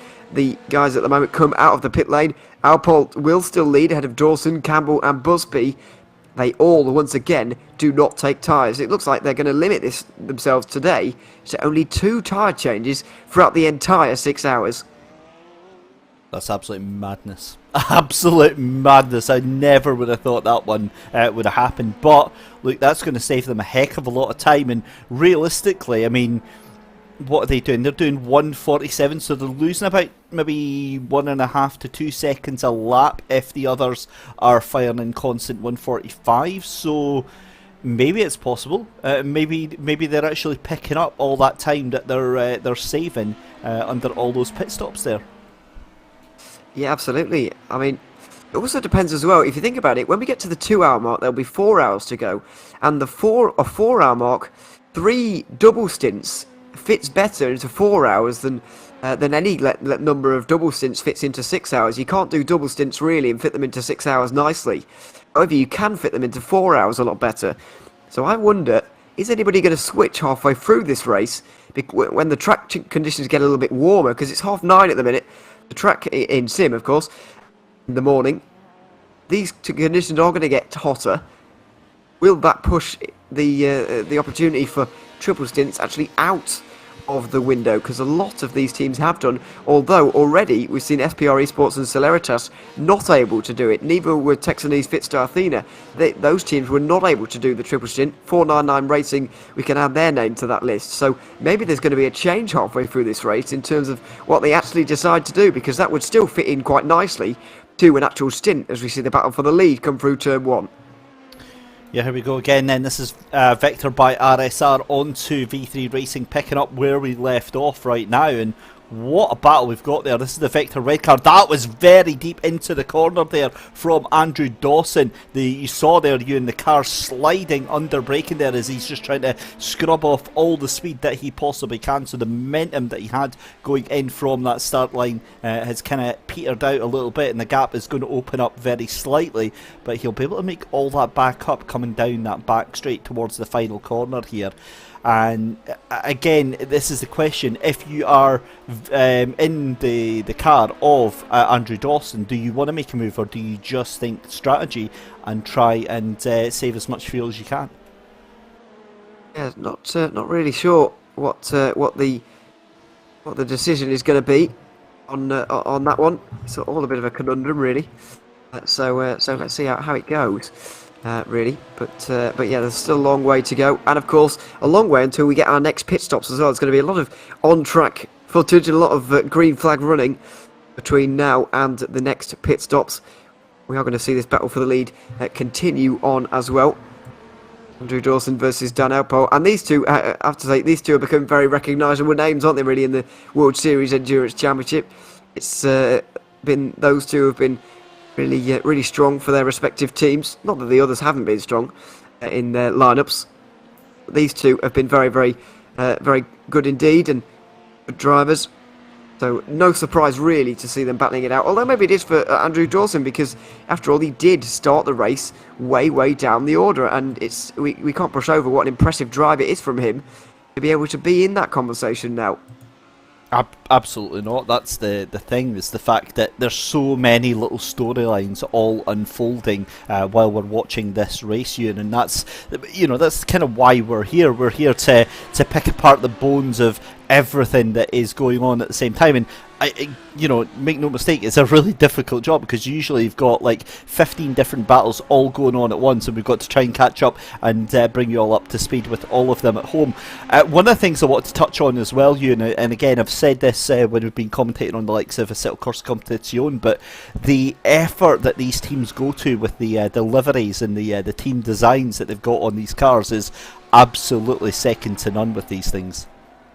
Yeah, absolutely. There's some very nice designs out there indeed. As we look at some battles further down in GT3, I want to talk about GT3 AM just briefly. We know Sam Rahalski is leading by a long way, but we do actually have an interview lined up here at the moment for the Vulture Racing Red team.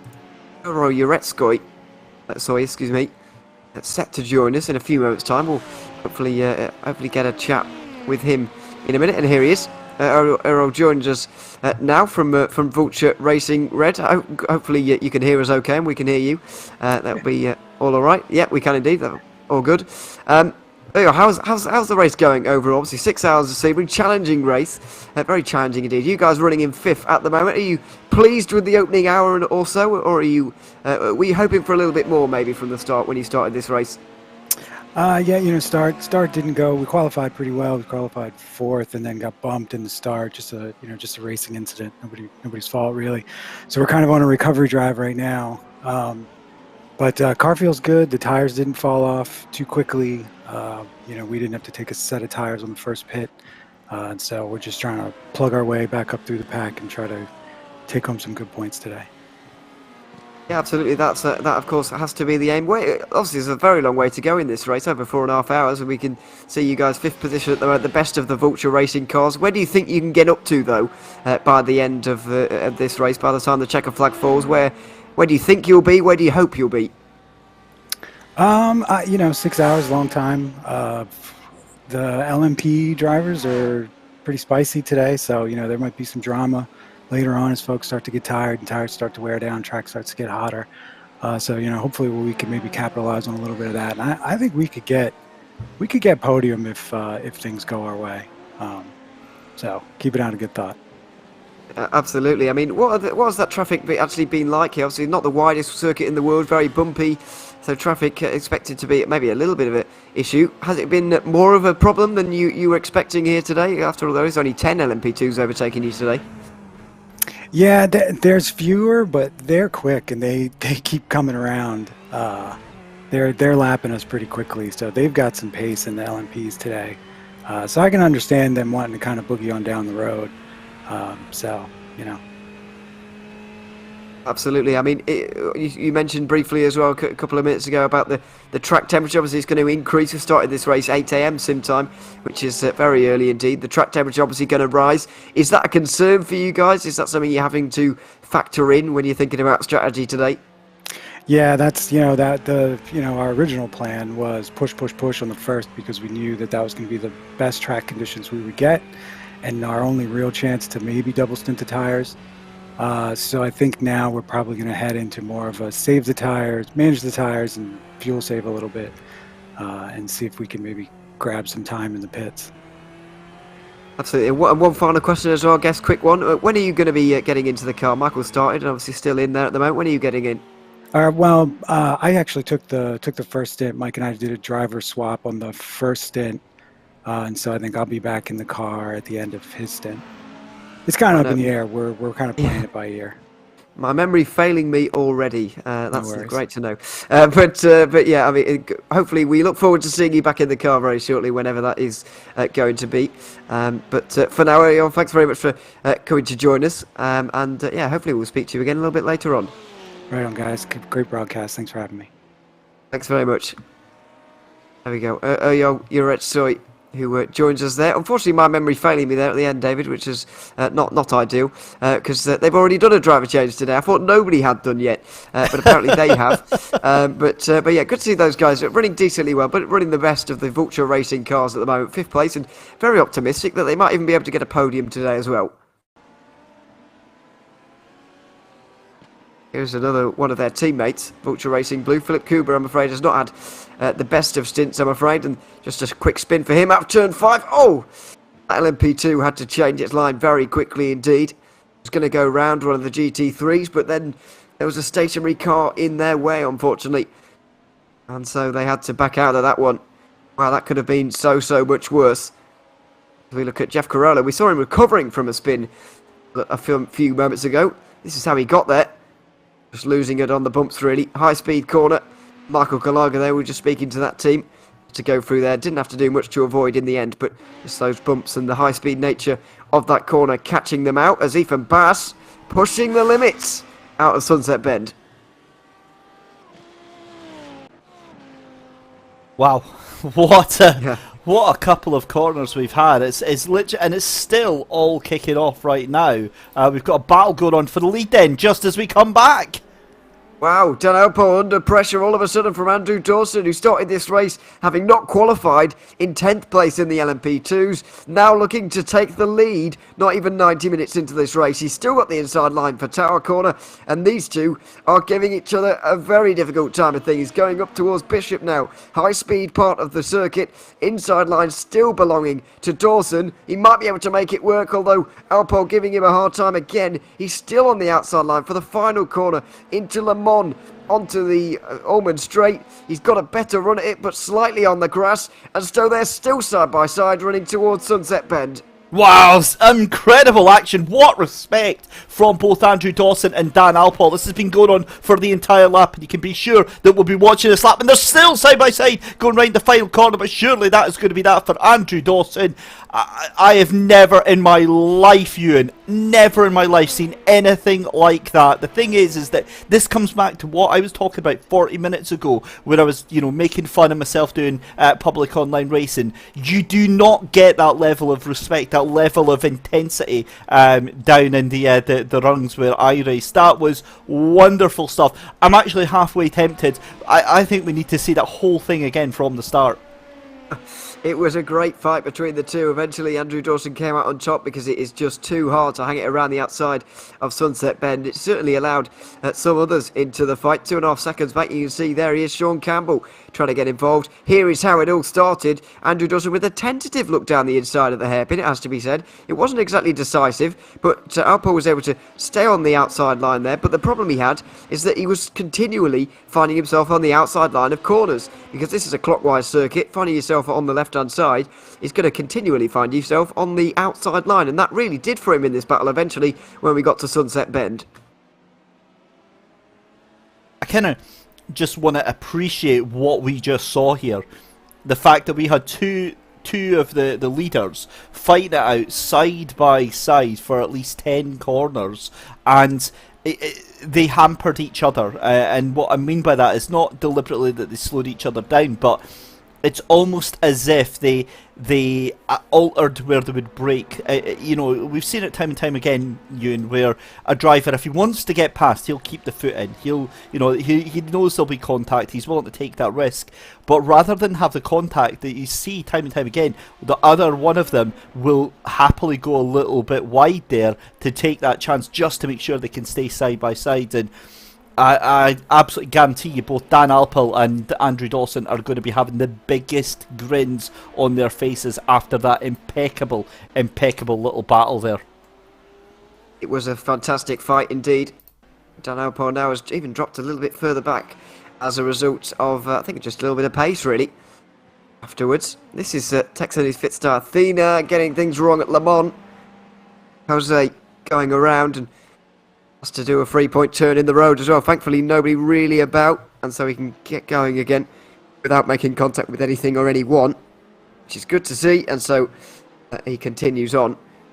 But Dan Alport did look almost unbeatable in some parts of that second stint. He did bring out a 4-second lead at its widest point, but now that gap is well down to down, and he's not even in the lead anymore, is he? So yeah, I mean, Andrew Dawson obviously now the leader. I just wonder if Alport is struggling on those tyres a little bit, because 47 for him last time around.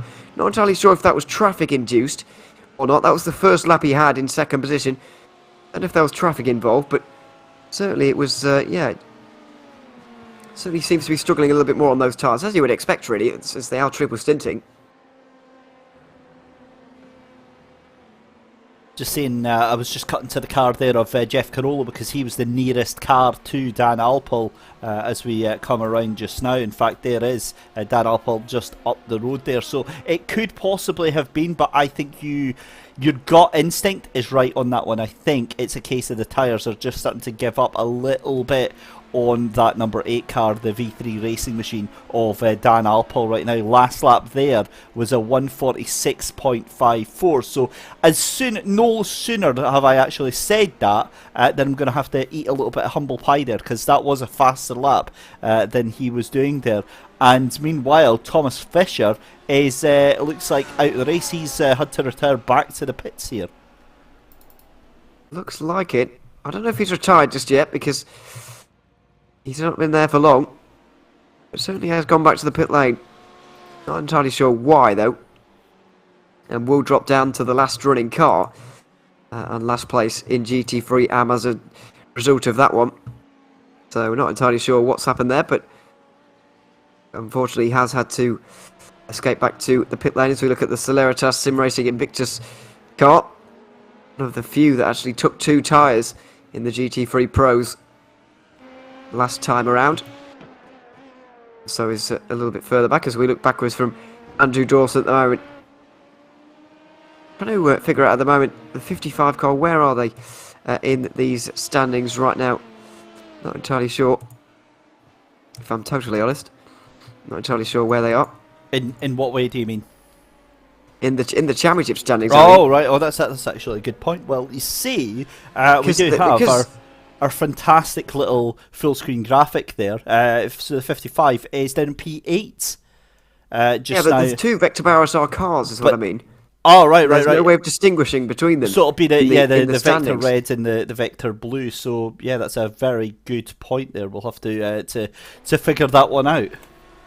Yeah, that's absolutely. That's why I paused there for a second, because I was getting a little bit confused.com, but.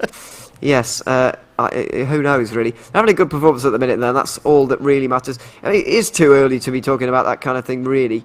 We're not even halfway in this season yet, but by the time we get towards Le Mans, of course, for our final round, who knows where we will be in terms of these standings. I mean, V3 Racing and RSR by Bookkicker running, second and third at the minute? They're first and second in the championship at the minute. It looks like it might well be between those two, and it's going to go right down to the wire. There's only 5 points between them at the moment, and they're because of penalty points. I think you say that, though, because of your gut feeling. You know from your experience that one terrible round is all it takes to put you out of contention. The mental damage that does to your team as well. Seeing the difference between seeing yourself in the top 10 at this early stage of the championship and seeing yourself, like, say, P15 or something like that. That makes it very, very different, because you know you've got to work really, really hard. Not just work really hard, you've got to hope all of the other teams have some sort of an issue as well. So it makes it so difficult, and having one bad result is, that can quite easily drop you down quite a lot, Ewan. I mean, even finishing low down in a race like this, you can finish. The worst you can finish today, 11 LMP2s, 32 points, so you lose out on 28. That's quite a lot of points to be losing out on. It's difficult to gain that back, especially when the difference between first and second is only 3 points. And the difference between the positions in the top 9 or so are only 3 points per position, and then they go down to 2. So, yeah, it's difficult for you to make up points, and that's why you do just need solid results, really. That's what we've seen from the likes of V3 Racing, RSR, Netrex Grand Prix as well, but Grand Prix car is the one that's in this race, is it? Because the Netrex Grand Prix blue car is the one that's in this race. They're 11th after having finished, kind of lower part of the top 10 kind of region. So, not sure why the Netrex Grand Prix, the car that's running really well, not attending today. Likewise for Full Send Racing. Not entirely sure why they're not here. But either way, it's going to really damage them in this title race.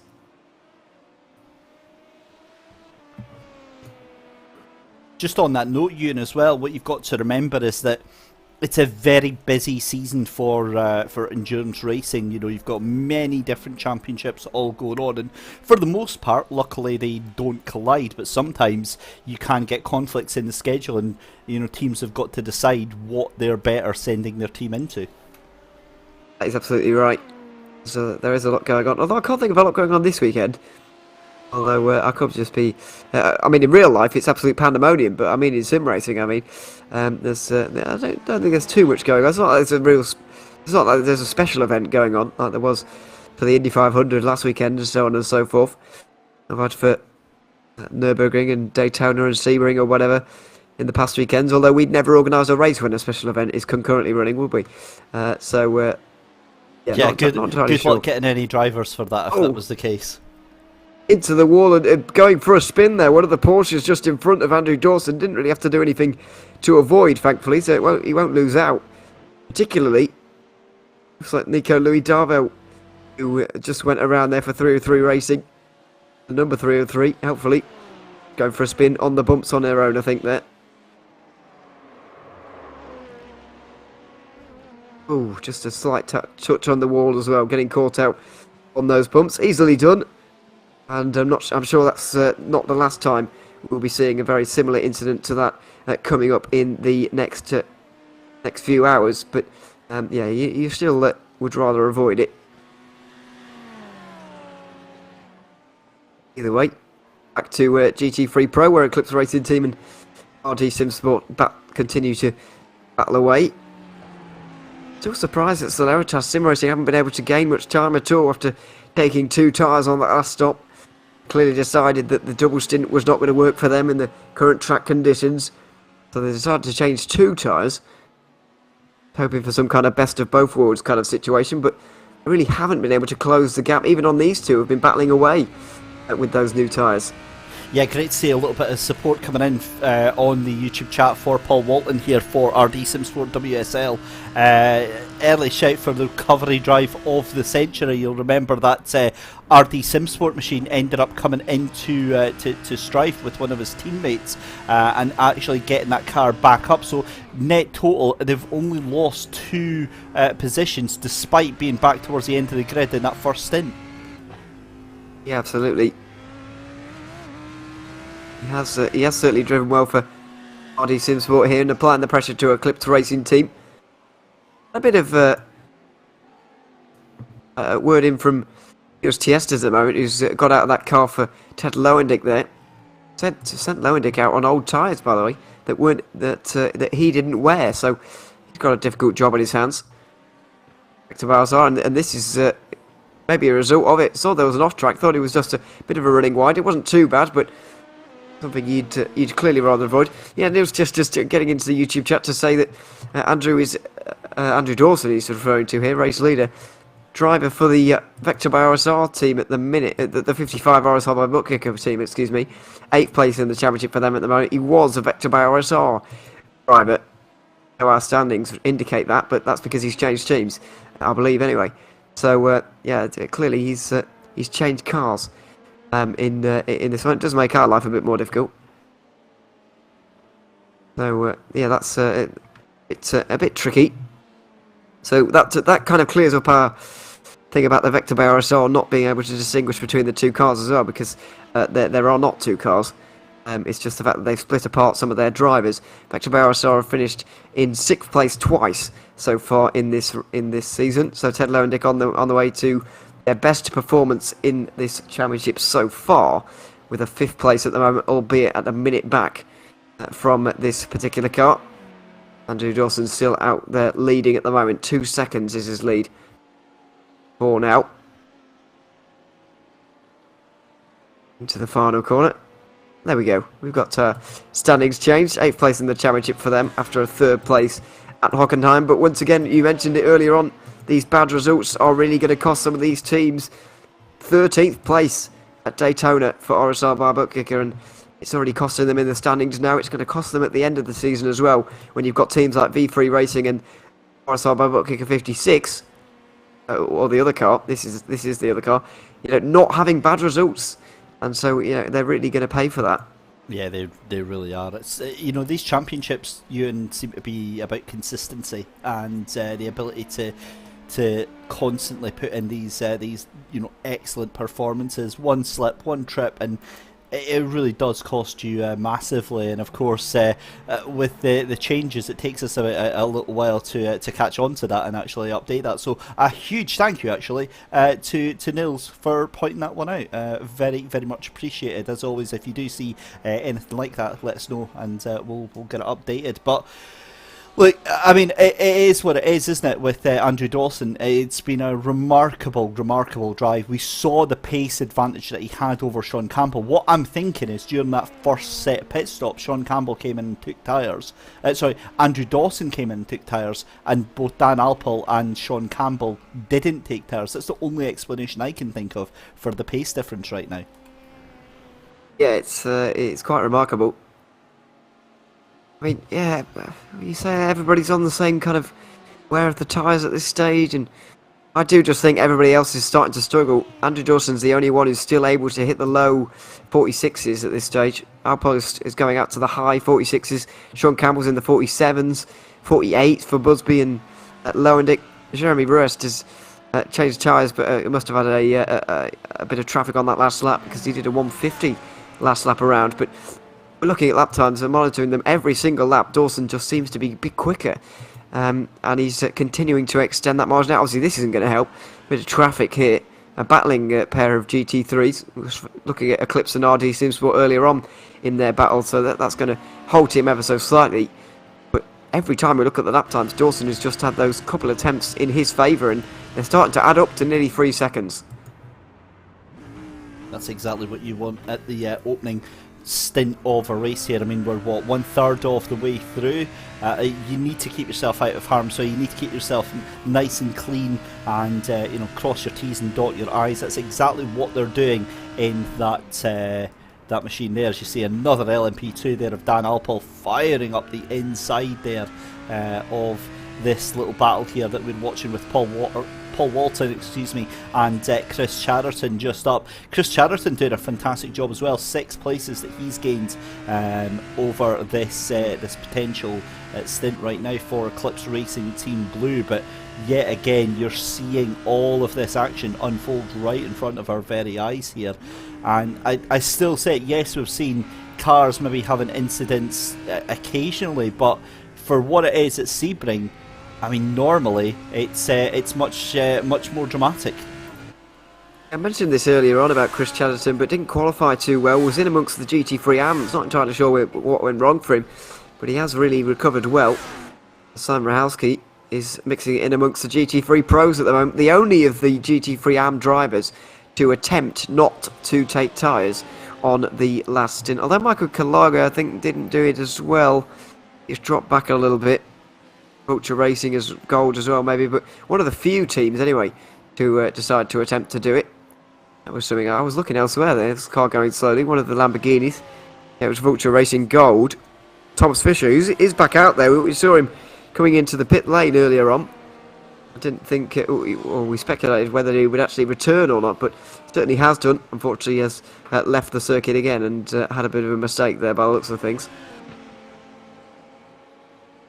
You hate to say it, don't you? It's an awkward one for sure. I think all it is the one we've seen time and time again. Just too much speed through turn 1. The back end washes out, and you either snap oversteer into the wall, or you just lose the back end completely and spin the car. So I think it was the latter of the two. Very, very small incident. that happened there, and nothing really to write home about. Not really. As we look at the gap between the front two again. About nearly 10 seconds between the two RSR cars now. Really is extending, and Andrew Dawson, despite overtaking all of these cars, despite being so quick, has managed his tyres expertly as well. Just 15 minutes, probably less than that now until he can take those off. Or is he about to complete lap 58? Expecting to see him in on lap 63, so 5 more laps to go when he crosses the line here. And some of these guys, especially behind, some of these guys are going to be very, very glad they can take these tyres off now and change them. I think this might be the last triple stint of the day we see, though. Some of these teams really struggling towards the end of the third stint, and as I mentioned earlier on, 3 double stints from here on in does work out quite well in terms of matching this up to the end of the race. So I do think we'll be seeing more frequent tyre changes throughout the remainder of this race, not least as well because the track is getting warmer. Yeah, just on that note, I mean, I don't know, because I mean the pace that Dawson and Alpil have got, bear in mind we might have seen one of them, I think one of them got tyres. Everyone else has dropped off to the 47s, 48s, but Dawson and Alpil still able to do 46.5s and 46.8s. That's not what I'm not sure about. Is Mikolaj Ponisi goes a little bit wide there at the final corner and decides, totally meant that, guys, I'm just going into pit lane here. You never saw anything. Styling that one out as best he can. He was in 8th position before that mistake. Not entirely sure how it came about, but either way, into the pit lane he goes. Now, let's see what happened to him, shall we? Well, this is going a little bit further back to Ted Lowendick, who once again is having big problems with turn 10 and getting it slowed down.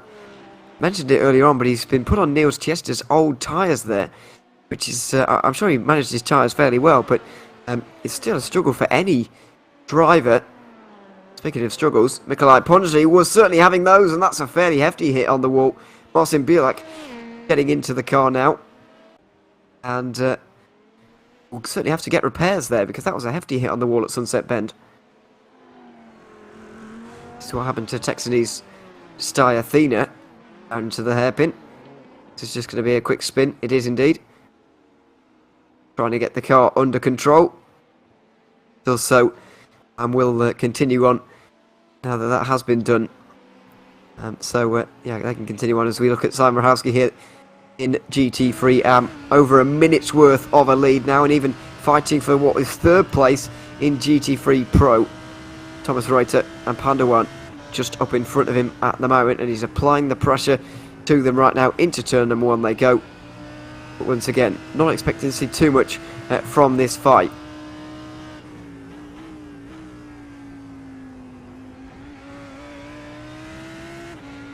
Ferraris, 2 Lamborghinis I should say. Right, this one getting distracted about the Ferrari just up in front there. Laps down at the moment. I think that is Michael Kalaga at the moment. It is indeed. He's a lap behind these guys, but still running fairly well. Into the hairpin. Nice dive from Reiter, who gets his way down the other side, and Rahowski's going to try and do the same with a nice exit off of the hairpin there. He makes his way through. 8 and 9 Fangio and into turn 10. Big braking zone for this 90-degree corner, and indeed a LMP2 down the inside as well. The pole sitting Paul Busby, T1 Design Esports. Through into Tower Corner as well. There is Michael Kalaga. Only 5th place in GT3 but already 1 lap down, not even 2 hours into this race. That is the pace of Sam Rahowski and the MSC Puma Kuppenheim car. Race winners from the first 2 rounds. Looking to become race winners here at Sebring as well. Could be a remarkable achievement for them to get all 3 of those race victories. Just straight in.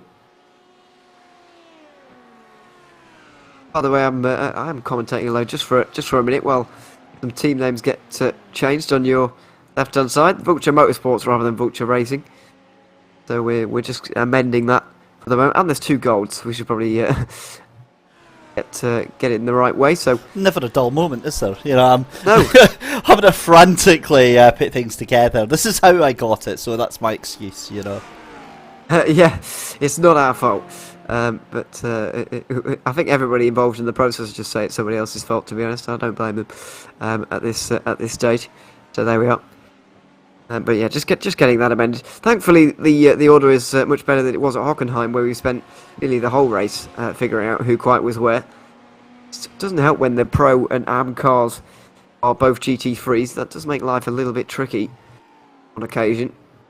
But there we are.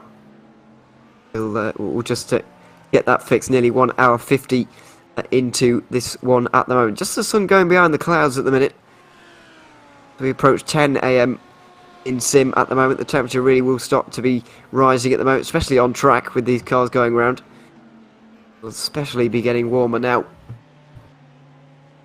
So we'll...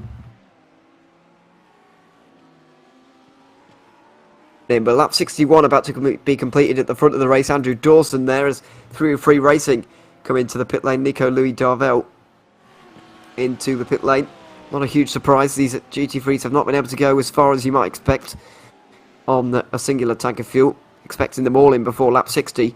They're on lap 55 at the moment, so not too far away from that. But of course, they will all want to get to the magic 1 hour mark in this race, the 2 hour mark, so they don't have to splash and dash fuel a little bit later on. So all of our issues are resolved by the looks of things, and David Christian will rejoin me now. But yeah, I'm having a break after that. That's my work done for the hour. Yeah, you sit back there for a second. But no, it's we're coming towards the end of another hour. Very important for these guys to make it to the hour. But people have been struggling to do that so far. I have to say, when I came in today, I wasn't expecting Sebring to be a fuel-thirsty circuit, but it does appear that it's been that way. Not sure why I've got to be honest, that's exactly what I thought. I mean, look, we knew the LMP2s are going to be thirsty machines anyway, but the GT3s have been very well behaved in terms of fuel economy right now. I think it's because they're not having to fight all that much, but saying that, it's a bit of a huge moment for poor Thomas Fisher, who, it's safe to say, for Vulture Racing Blue, what's awkward is I literally just took the camera off him and he decides to have a monster accident there. Yeah, unfortunately, turn 1, no small incidents here. And so we're about to see quite what went on there. Oh, just over the bumps, too much speed, spinning around. Thankfully, those 2 battling cars, we've been monitoring those throughout the day a little bit. Thankfully, they did not collect Thomas Fisher. He started this race, I'm pretty sure, earlier on, and he's had quite a few incidents, I'm afraid, since. Only on lap 52 at the moment, while the leader, Sam Rahalski, on lap 57, already 5 laps down, I'm afraid, from the leader at the moment, which is a shame to see. And there is your leader, Rahalski, just behind this Panda 1 car, which won't be too far from coming in the pit lane as Rico Zarelli kind of kicks us off, although he was one of those who went quite short on his first stint. Another 28 lap stint for him. That has got to be a worry going on later on in this race.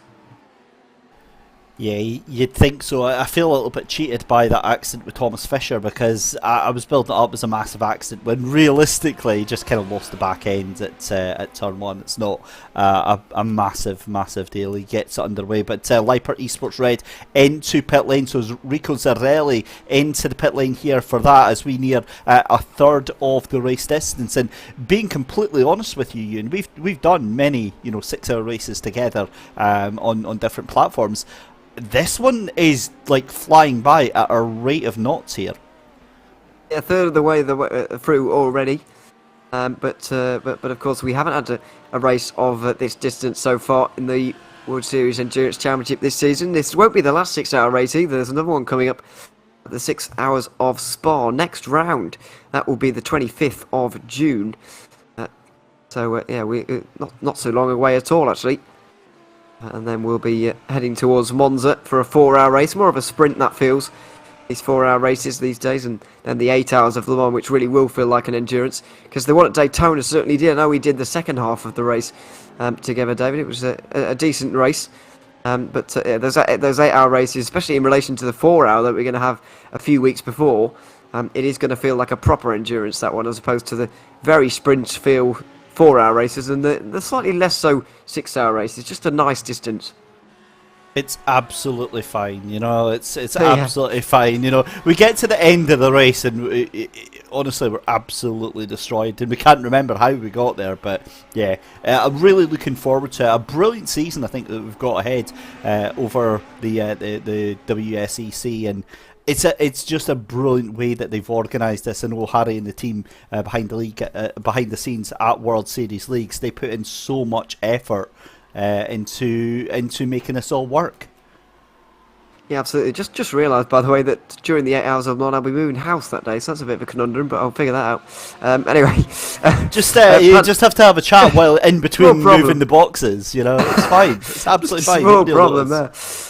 So I'll figure that out. Anyway, Thomas Reuter has retaken the lead here as the pit stops are well and truly underway in all 3 categories, actually.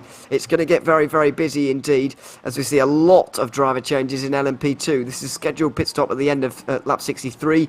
Tyre changes very gladly accepted by all of the drivers at the moment, although Ted Lowendick surely isn't. Oh no, he's just gone an extra lap on fuel, don't worry about that.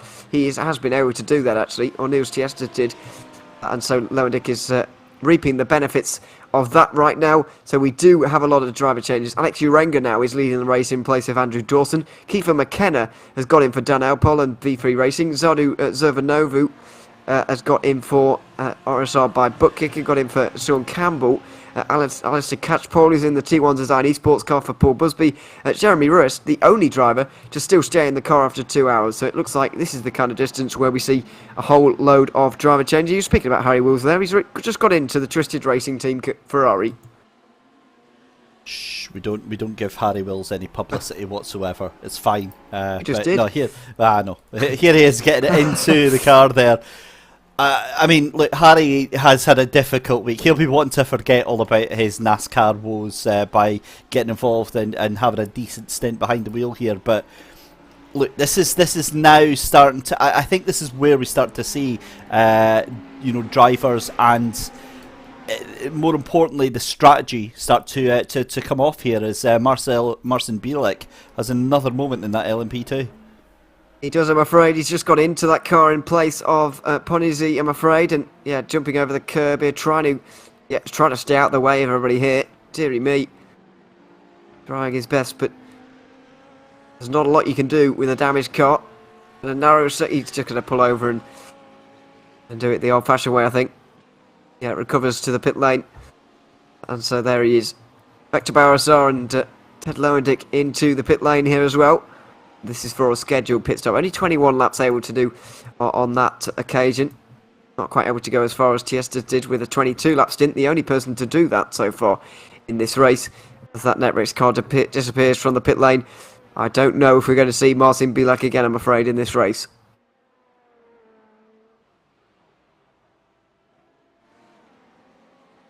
Meanwhile, the MSC Puma Kuppenheim car of Sam Rahalski leading the GT3s overall after going a little bit further on the fuel here. He might even be able to make it to the hour mark. One of the only drivers to actually do that. Paul Walton is also out there at the moment, but they're the only 2 drivers yet to make a pit stop here in GT3. Not only is Rahalski very quick in relation to the AM cars, he's able to go longer on the fuel as well. It's an unbeatable combination almost.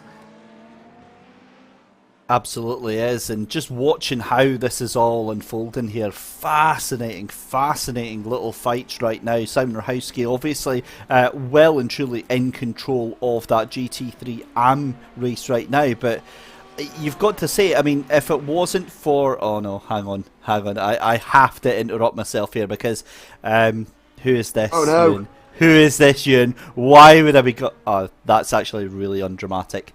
So obviously my little broadcast software tells me driver has done this or driver has done that, and it usually says has gone off track, and 9 times out of 10 it's really interesting. They've normally had a bit of a mistake, but obviously if they put all 4 wheels it triggers that, and that's all that happened there. Yeah, that's really disappointing.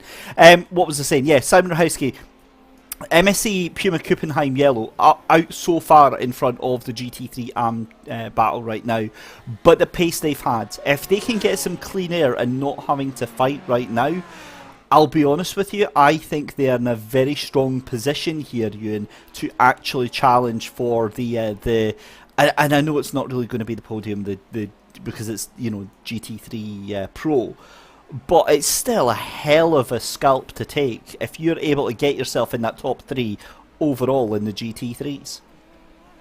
Yeah, I think you're absolutely right. It does sound a bit ludicrous, but it actually really is coming into effect at the minute. Paul Walton is into the pit lane, leaving for Rd3 Sport, leaving only Rahalski to make his second stop here. Managed 30 laps on his first stint, unlike anybody else, and he's doing it again here, which means with 2-minute lap times, doing 30 laps a stint, he is making the hour.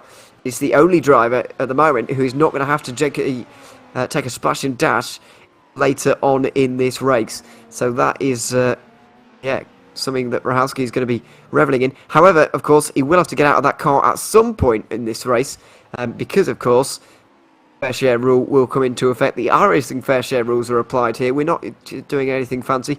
I believe means you can only do 75% of the race as a singular driver in a multi-car team. So Rahalski realistically will only really be able to do whatever 75% of 6 hours is, but in realistic terms for a GT3 driver, that's 4 stints and 4 hours is what he's going to be able to do. What is the pace of his co-driver going to be like over those 2 hours? That's the real difference between them actually being able to contend for that victory overall or not.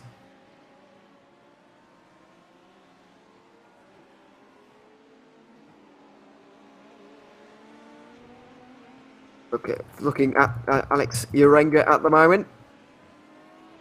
Swing out of turn 5 here for RSR by Bookkicker. What's his lead at the moment? Just about 7 seconds as we see Simon Rahalski into the pit lane right now, finally making that pit stop from the lead of GT3. And we'll see, really, whether he'll get out of the car. 2 hours seems kind of like a nice distance for everybody to get out of the car. I can't see too many drivers who've been in there the entire time now. Thomas Reiter has been, so is Rico Zarelli. But other than that, Loris Alguereri, he's been there as well, but not too many remaining. The interesting thing about Zarelli, though, here, David, only 23 seconds of a pit stop there. Have they done their splash and dash just now? Have they accepted that they're going to have to do one? So why not take a shorter pit stop and get off strategy right now? It makes sense. Try and sort of eat into the strategies of everyone else and have a look at that. I mean, that's a minute and 15 that they've taken out of, Panda 1, second place, a minute 24 over Twisted Racing Team. So, they've done really, really well to make that work for them. They really have, because already still out there at the moment leading this race.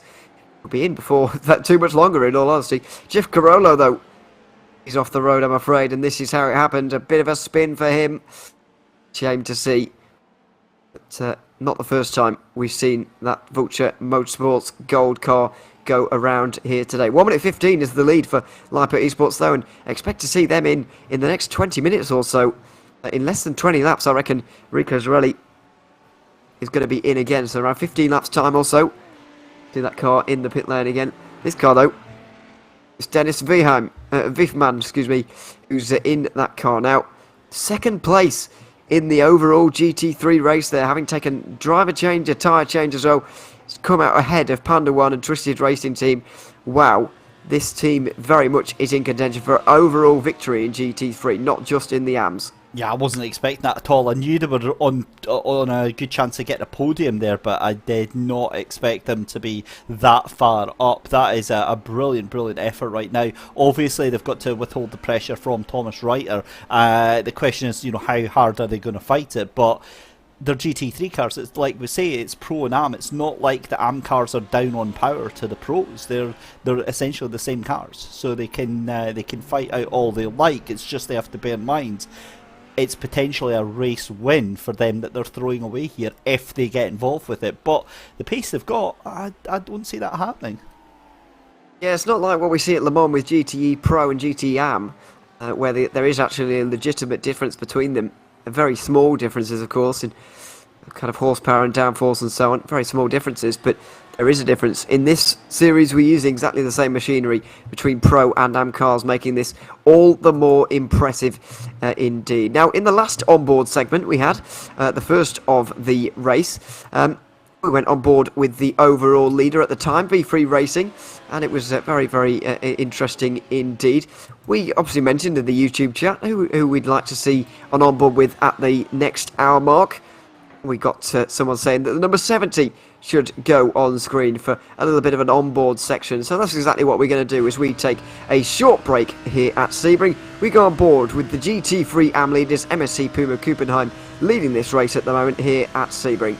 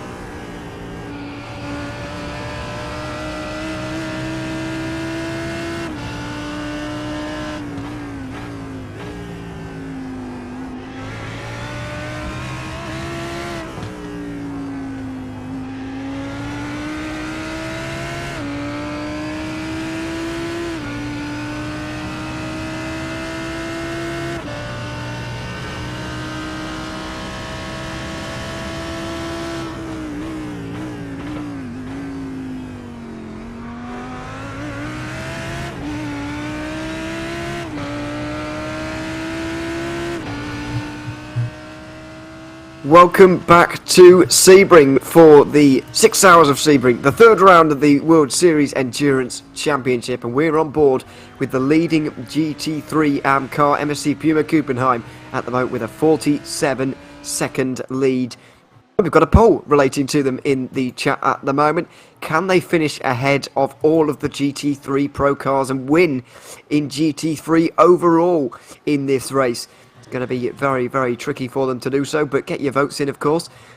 Everybody watching at the minute, and get involved in the YouTube chat as well. It would be good to see everybody in there having a bit of a chit chat about how things have gone so far. We can have a bit of a chat about it as well, David, here about the poll. We'll have a bit of a poll between ourselves. Do you believe that they can finish ahead of the GT3 guys overall? They're second at the minute. Zarelli is quite a long way in front of them, but that's because he's gone for this kind of short fueling strategy, or we believe anyway, to try and take his splash and dash early on in the race. I think there's a definite possibility, given the pace that we've got going on from the likes of Veeman there. The last lap's certainly faster than Rico Zarelli. 50 seconds, I believe it was. Sorry, yeah, just under 50 seconds is the difference in the pit stop timings here. That for me brings it way too close for comfort with this Lamborghini right now. It's doing incredible work here, and yeah, it's fantastic to see. Also great to see we went on board, as we said, with the break, and because it is myself and Ewan, we're going to be taking breaks at the top of the hour, just for like 2 or 3 minutes or so. But yeah, keep them coming in. Let us know who you want to go on board with, and we'll do our best. We certainly we'll go on board with the most popular teams, and we might even be able to switch them up as well. But yeah, look, Dennis Veeman getting a lot of support here. There's not much that you'd think that car can't do right now. Absolutely, yeah. We'll try not to go on board with the same car twice to just shake things up a little bit. Trying to line up an interview at the minute as well with Sam Rahalski.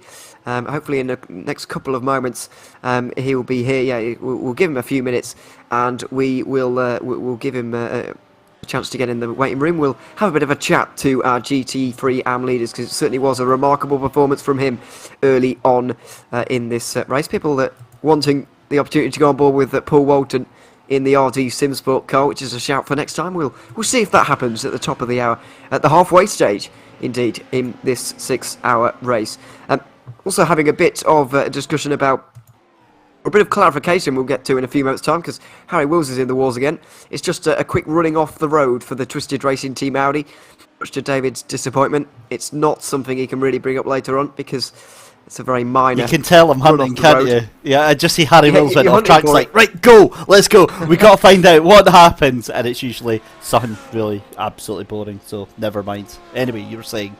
It's a disappointment for you there. No, yeah, I was just saying about the Andrew Dawson kind of switch over there between RSR by Bookkicker and RSR. It says it used actually the word, I was promoted to RSR from Vector, as if the Vector is kind of a lesser or secondary team. Not entirely sure if he means that or quite what well, I think what that means. I think what he's meaning is it's Vector by RSR, so it's quite likely that it's maybe a feeder team. So maybe that that they use that to develop their drivers, and then the better that they do, they'll maybe get a chance at doing like the RSR team. So they've obviously got 2 RSR teams, and as he mentioned there, it had changed, so we have updated that. So if he does jump in the car, although I think he's done both his stints already, hasn't he? I think he has anyway. But either way, yeah, so great to see that Andy getting promotion into the main RSR by Butt Kicker number 55 team, I think it is, or is it 56? Can never remember with them. 55. Yeah, 55. I was right. I should just trust my my gut instinct on that one. But yeah, great to see him getting the promotion there, and great to see that this race getting a lot of support from the community as well. Yeah, RSR, of course, a big team to have him involved here. Yeah, sorry for not responding there. It completely took a mouthful of food as you stopped talking. That's nice. This is just to break the walls here. Here we are. This is the glamorous lifestyle that we lead. You know, you've done that. I've switched on the oven to go and put in the pizza while we're doing this. We've got to kind of go about our day while we're broadcasting this race. It's a lot of people think that it's glamorous, that we've got this wonderful studio, whereas in reality, we're sitting in our bedroom on quite a nice actually Saturday afternoon while there's all this motorsport going on, and we're doing all this commentary as well. I don't think people think it's glamorous particularly, but yeah, it's certainly certainly if you hear one of us just not talk, sometime we're definitely we haven't just gone, we're doing something else to do with daily life. But anyway, it finally looks like we can stop talking about this now and bring in Simon Rahowski, because he looks like he is now ready to have a chat with us. Simon, joining us at the minute for MSC Puma Copenhagen. Good to have you here. How was that first stint for you? You came out of the car with a huge lead. 50 seconds is the lead as things stand right now. Are you pleased with your opening stint in this race? Yeah, the stint was great. I mean, the start was a little, let's just call it fun. But after that, after a few laps, after everything calmed down, it was smooth sailing, basically. Certainly looked like it. I mean, what is the plan in terms of this race now? Obviously, you went double stinted on tyres there, mentioning a few things earlier on about, or speaking to another GT3 team earlier on, saying the double stinted tyres is going to be really, really difficult, especially towards the end of this race. Is that something that you feel like you're going to struggle with as well, or do you think that double stinting is going to be fairly easy throughout the race? Well, obviously I can't tell you the entire plan, but I mean, currently it's looking pretty good. Let's just stay with that. Absolutely, don't want to reveal too much. In terms of this race, obviously you guys lead in the GT3 AM category, but we've been speaking about a little bit over the last half an hour or so about the prospect of you possibly even beating all of the GT3 pros as well. Do you think you'll be able to do that, or do you think that is a step too far for you guys? Well, I mean, ambition is never a bad thing, but I mean, currently I'm pretty sure that Leipert is ahead. Speaking about that category, but you never know. It's certainly a thing we'll take a look at. Absolutely, yeah. We'll be monitoring that throughout the day. One final question, one final quick one, I guess, from me. When are you going to be getting back in the car? Obviously, Dennis in there at the moment doing a good job, but when are you going to get back in? Most likely, we're currently looking at Dennis doing a double stint, and then I'll probably hop back in. But to be honest, it's not 100. We're not 100% sure. Absolutely. We look forward to seeing you back in the car either way, whenever that was going to be, and we'll keep an eye on your car, obviously, out there at the moment. Simon, thanks very much for coming to join us. Good to have you here, and hopefully we'll catch up with you again a little bit later on in the race. Sounds good. Awesome broadcast as always. See you guys. Bye-bye. Thanks very much. Simon Rahowski there from the number 70 team. MSC Puma Copenhagen leading this race by quite a distance at this stage. And Simon, obviously, as you would expect, very pleased with his opening stint in this race. Meanwhile, the goings on, while we've not been looking at that, a bit of a car-on-car incident with one of the Vulture Motorsports cars down at Tower Corner. That was a bit of a weird interaction. It really was, wasn't it? I think, and again, I might be completely wrong here. Let's see. I think it was definitely wasn't Simon Dodds. I'm trying to see what car that was that he got into there. 24 was it? Just in the back of Paul Walton. Yeah. So, oh dear. Oh, that's just a seemed bit to drive awkward, into the side of him. Yeah. That's not the best. There was plenty of space on the right-hand side for me, but Walton just seemed to drift into the left-hand side there and into the Ferrari. A bit of a very strange incident as Behrman goes very, very wide indeed through the final corner. The two of them, though, Rahowski and Behrman, look like they are the only two drivers for that team here today. Have they got anybody else helping them? No, they are actually a two-man team, so That does explain a lot, as the Panda One car is now right behind. Thomas Reuter right behind here at the minute. Took 7 tenths out of Dennis last time around. Now the battle really is on. These are the kind of battles that they will need to actually fight if they want to win the GT3 overall race. I can't imagine it's really top of their priority list. Obviously they want to do as best as they can, but the GT3 and win is far more important to them.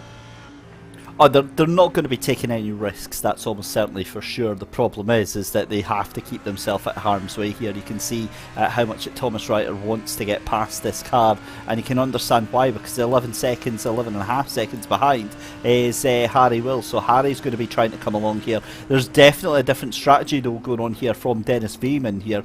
You can see either it's fuel saving or the tyres or whatever it is, but that Lamborghini just not able to keep up with the pace of Panda One right now. Doesn't look like it to go through Tower Corner. One of the RSR cars. I think is that the leader or not? Not entirely sure. But one of the RSR cars anyway, making their way through at Tower Corner. Oh no, Alex Urenga is miles in front of that. Must have been Zernovino, possibly. Could have been Sid Lowendick actually. No, it was Zernovino. There he is. In third place at the moment. Pretty much more spread out in the LMP2s at this stage, but after all, we did see this in the 4-hour race. It did end up very close indeed. This kind of thing does happen in the endurance races, and the longer they are, the more stretched apart the field gets. If you think about it, it's kind of as an elastic band. At the halfway stage, it's as stretched as it can possibly stretch. And then by the end of the race, by minute 1 and the final minute of the race, it's kind of just normal, if you see what I mean, using the elastic band analogy. So the longer that race is, the more stretched apart the field actually gets. A 6-hour race, they are going to get a little bit more spaced apart than what we see in the 4-hour races that we have in this series, of course. But let's see what is in store for us in the remainder of this race. We're going to look at all 3 categories and the class leaders. RSR by Bookkicker leading overall. Leiper Esports Red leading in Pro. MSC Puma Kubenheim leading in AM. Still waiting though for Rico Zorelli to come into the pit lane. I'm still very puzzled by his 23-second pit stop that he made last time around. Trying to figure out actually what happened there for Rico Zorelli. It was a super quick pit stop, but it was still a pit stop. I've got a feeling that it's just going to have been fuel. He's surely not taking any tyres on that thing. Took about half a tank there, which leads to about 15 laps, and this is his 15th lap on this stint. So he might be able to go a bit further than this, but he might also be at the end of this lap. And then clearly he believes that for the remainder of this race, 4 more full stints will get him perfectly to the end of the race. So let's really see on that one. But we'll just hold off for a moment and look at Alex Urenga for a little bit. Now a 20-second lead of Kiefer McKenna, who does not quite seem to have the pace that Dan Alpole did earlier on. I think it's going to be double stints for LMP2s from here on in, as we do see now Rico Zorelli out of Tower Corner. Where is what is in prospect for the remainder of this race for this team? Reports that they've not changed tyres at all yet. It's technically a triple stint, or 2.5 stints on a set of tyres. Some teams were struggling to do 2 stints. They've taken that a step further by going for 3. And the Ormond Straight, are they going to be in here? Is Zorelli going to be in? To the final corner now. Over these bumps. Once again, is he going to stick to that right-hand side very sharply and come into pit lane? He is indeed. So half a stint it was, 15 laps. He's done his splash and dash early. He hasn't even changed any tyres yet at all yet. That is possibly the most remarkable part of all of this. How the length in which he's been able to take these tyres. Quite astonishing. But now comes into the pit lane after nearly half of this race. Might finally change driver. Well, he might stay in. Let's see. He does finally get out of that car. And it's going to be Yannick Burkhoff who gets into it. 4-man team, by the way, here for Leipert Esports Red. They've also got Marcel Leipert and Danilo Hoffman as well.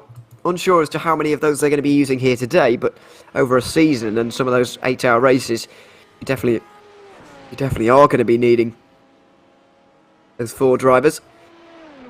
As I referred to earlier on, 75% is the limit for one singular driver to do in one of these races. You can't go any further as the car does go up on the jacks, and there will be a tyre change. There might well be a lead change. Although I think Yannick Bukov is just about going to retain the lead here, ahead of Dennis Veerman and Thomas Reiter, who are battling over second position in the overall race right now. There is the standings. There are the pit stop times for the most recent stops for all of these teams. Lipa Esports having their longest stop of the day because it's their first tyre change. They finally do now leave the pit lane, although we are going to see that change. There they go on the left-hand side. Veerman and Reiter go to the lead. So we've got a GT3 AM car leading this GT3 overall race. How remarkable is that? That's a bit awesome, isn't it? I mean, we did ask it, and it's happened. I mean, obviously strategy is going to be a huge thing here because they're slightly at strategy now. However, I don't think it's going to be in the favour of Yannick Botkov taking the number 5 Liper Esports red car. I do think they've kind of shown their hand too early. Is that going to be a move up the inside there? That looked like from Pandavan. To be honest, if you're Pandavan though, you need to get moving now because that Liper Esports red machine has got the fresh tyres on, and there you go. That's going to be a move surely up the inside, and the Lamborghini doesn't fight it too much there.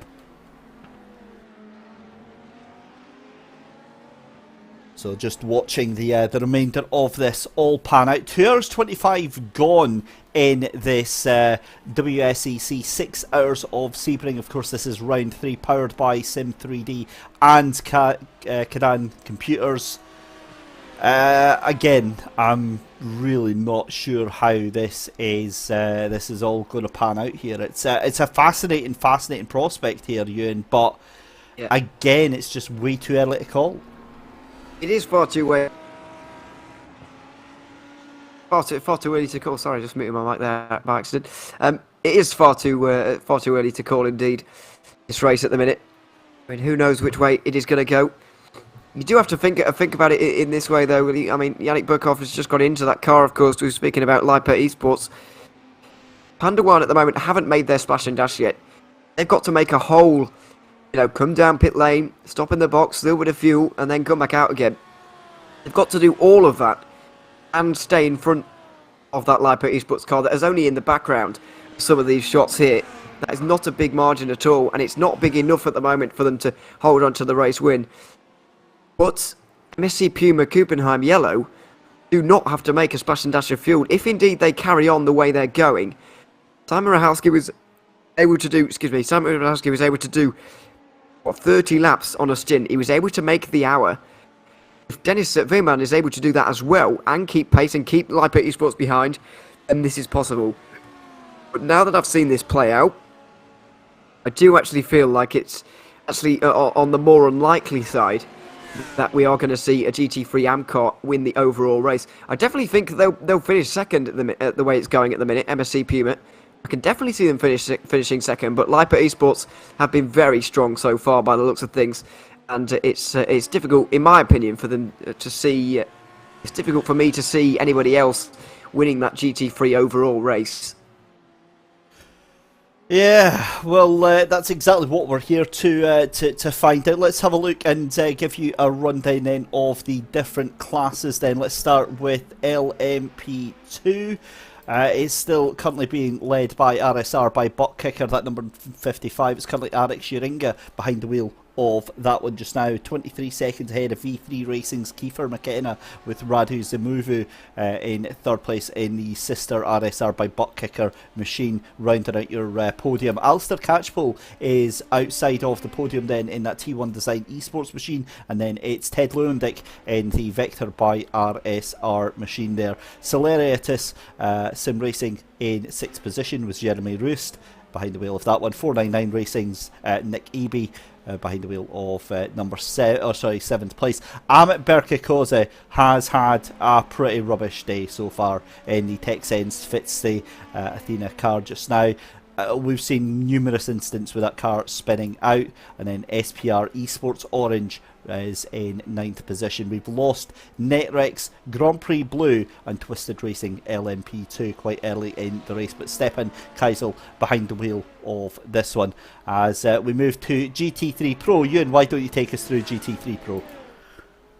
Absolutely. So we're a little bit in a strange situation, obviously, with the way this strategy is working, but it is all forming into a very nice race indeed, with Panda 1 currently leading. Thomas Reiter on your screen, currently driving that car with Yannick Burkhoff in the background. Second place for Lipa Esports Red. Our very own Harry Wills in the Twisted Racing Team Audi, just in behind there. That's the pro version of their car. And you can see the 4th placed Gareth Messam just behind for Texades Bixty Apollo. Just further behind from that is Celeritas Sim Racing Invictus. They've managed to get up into 5th position after dropping down to 7th throughout the second stint of this race. They have at least improved to the top 5 now, with RD Sim Sport behind them, and Simon Dodd for Eclipse Racing Team a little bit further behind. Not entirely sure what's happened to that car. I feel like something has happened, because they were battling with RD Sim Sport and Paul Walton earlier, let's not forget. So yeah, I feel like there must have been a problem for this car that I'm either not... I think that's all it is. I think it's just an extra pit stop for them. You're right. In fact, yeah. So they've had 3 pit stops, and in real terms, I mean, they're still in a good position. Yeah, you're absolutely right there.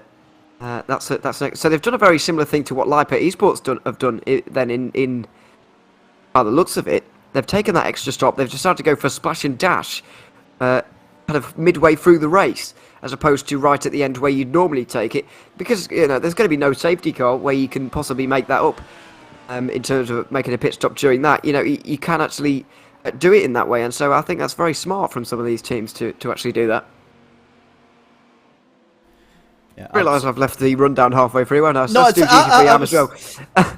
I was just going to say, it absolutely is. It's the problem is I've got to press a button to unmute mic, and then I've got to press a button to speak as well. Yeah, so sorry about that. I promise I'm not leaving you hanging there, poor Ewan. Yes, but, no problem. Back to this, back to the rundown then. So the GT3 AMS then, MSC Puma Kuppenheim Yellow. What an effort by them. What an effort by all of the GT3 AMS. Again, we have to stress this, the AMS aren't any different in terms of the cars that they're driving to the Pro class. It is purely all to do with the I-rating of the drivers. So MSC Puma Kuppenheim Yellow in the lead of that one. Dennis Riemann behind the wheel there just now in 1st place. 2nd place is currently Jeremy Littleton in the Twisted Racing Team Ferrari AM machine. And then it's the 303 Racing's Jerome Rains, who is doing a decent job of holding on, kind of on his own actually down there in 3rd place right now, with Michael Fairchild a fair bit behind in the SPR Esports Delta machine.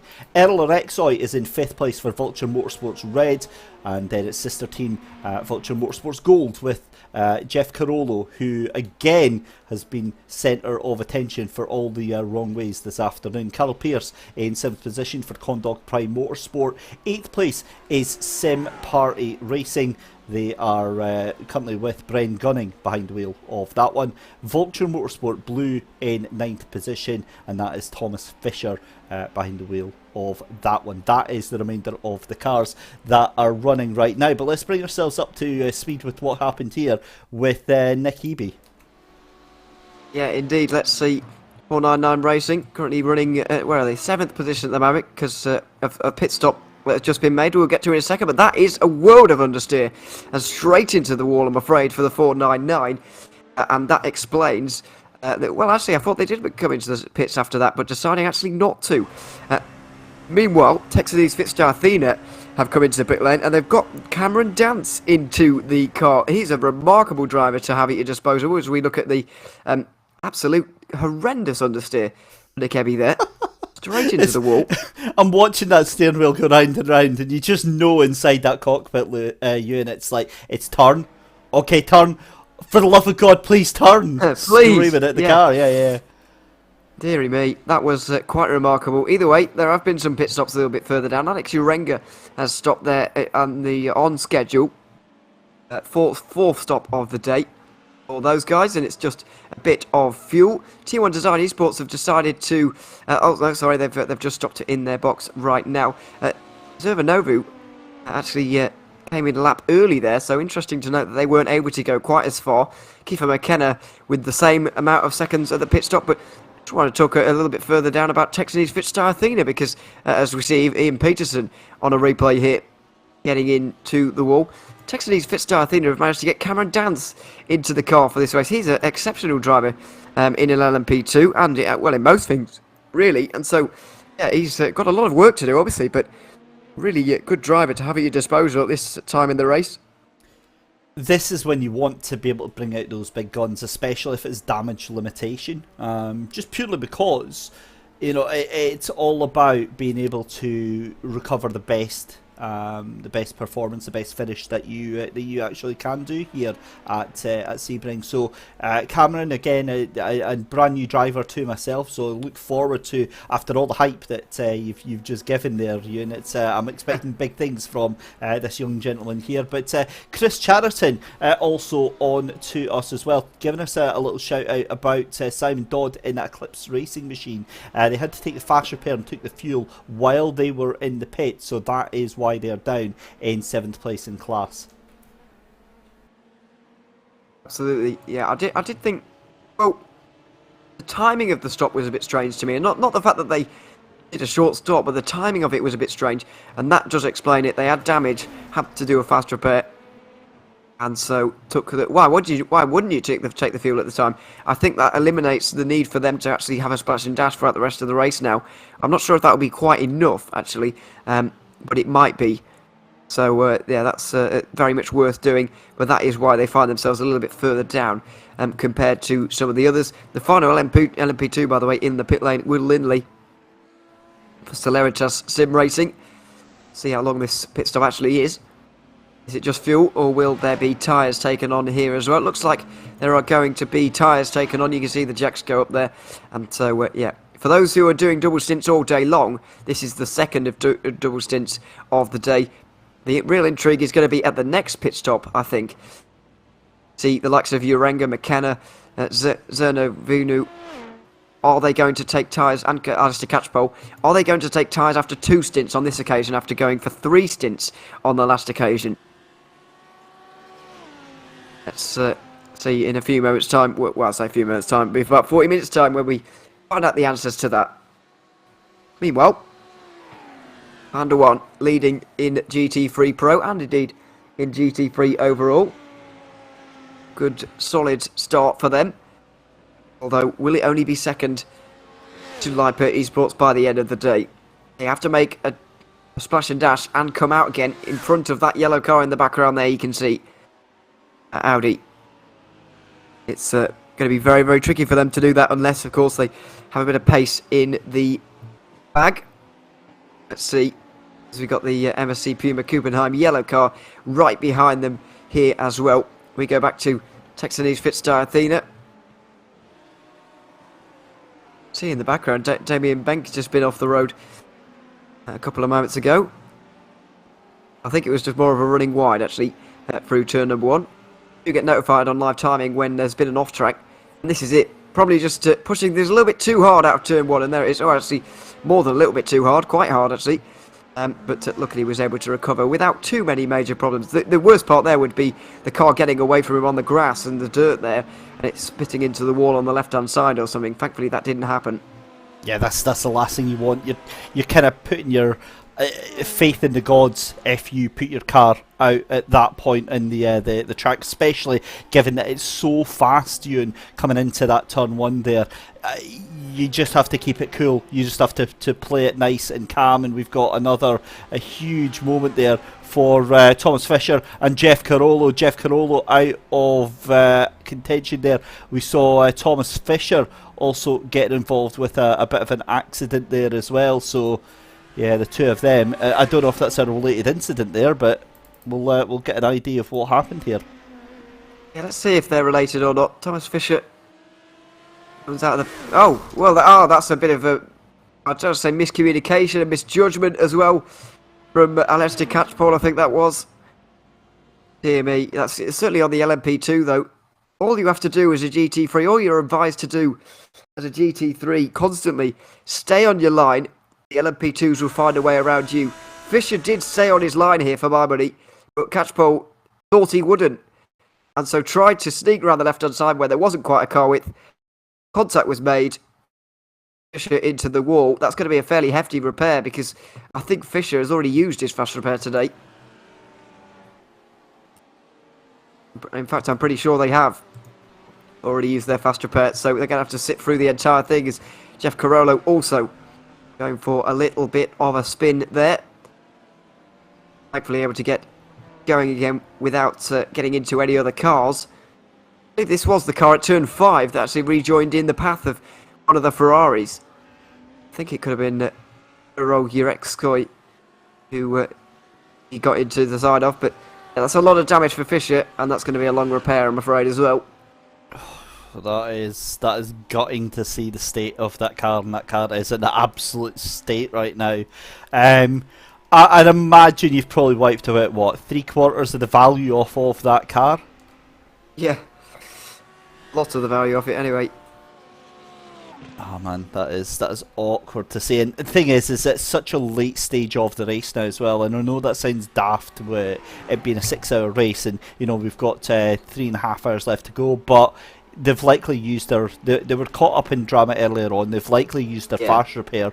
That car is going to be going way down the order if it isn't already right at the back. I think it pretty much is already the final running car. It is indeed, because Marcin Billack and Taylor Lane won't be emerging again, I don't think. For those cars, retirements from the day. So 4 non-starters, despite their presence in qualifying, so that's a shame, but we do seem to be down to 25, and that car, the 25th of them, as we look at the 2 Lamborghinis running 1 and 2 at the moment in the GT3 overall race. Panda 1 leading in Pro, MSC Puma Kuppenheim leading in AM. It's a big AM lead for them ahead of Twisted Racing Team at Ferrari. Opening 2 rounds, by the way, MSC Puma Kuppenheim. I can't see another car in the championship standings until 6th position that is attending the race here today. That's the Condor Prime Motorsport car. Already coming into today 50 points behind. Not having its best day either. Running, where are they? They're down in what will about 6th place. It's not been the greatest day for them. Already a 50-point championship lead going to extend to over 60 points. They might even feel it's possible for them to wrap this title up before we even have to go to Le Mans. That's how dominant this team have been. It's a nice position, it's a nice problem to have, you know, settling it all before we even get to the halfway point in the championship, but that's exactly what you kind of want to do as well. You want to make sure that you've got it done nice and early, and you know, if you can, absolutely go for it. A lot of people moan that, you know, it makes the championship boring, but at the end of the day, if you're racing in this championship, do you care if it's boring or not, Ewan? I don't think you do. I think you just care about whether you've won or not. Exactly, if you're winning, you absolutely do not care if it's wrapped up halfway through or whenever. You just want to win the title. And it looks like Dennis Veerman and his teammates are certainly setting themselves in the right direction to do that here with their their performance over the first half of the season. And quite astonishing from them. So these teams are the ones that we're going to be seeing down pit lane next. We've seen the LMP2s in not so long ago. It'll be the turn of the GT3s before we get too much further into this one. Last time some of these guys came in, lap 56 or so. 28 lap stints for the Celeritas team. A little bit longer for some others. And indeed, we see Harry Wills in right now. Lap 80. It's a bit early. We're still good 17 minutes from the end here. And they definitely took on a full tank of fuel last time around, but Twisted Racing Team deciding to maybe do something a little bit different, or they got a penalty. No, they are stopping in the box. Puzzling as to why this team have decided to go for the early stop, as we see. A very unfortunate sight for Jeff Corona once more. Another issue for this team. Just going out of Tower Corner, getting onto the dirt ever so slightly, and getting into the wall. Tell you what, it's a good job these engines are sturdy, isn't it? You know, And in the back. Well, it doesn't look like it's at the back on that one.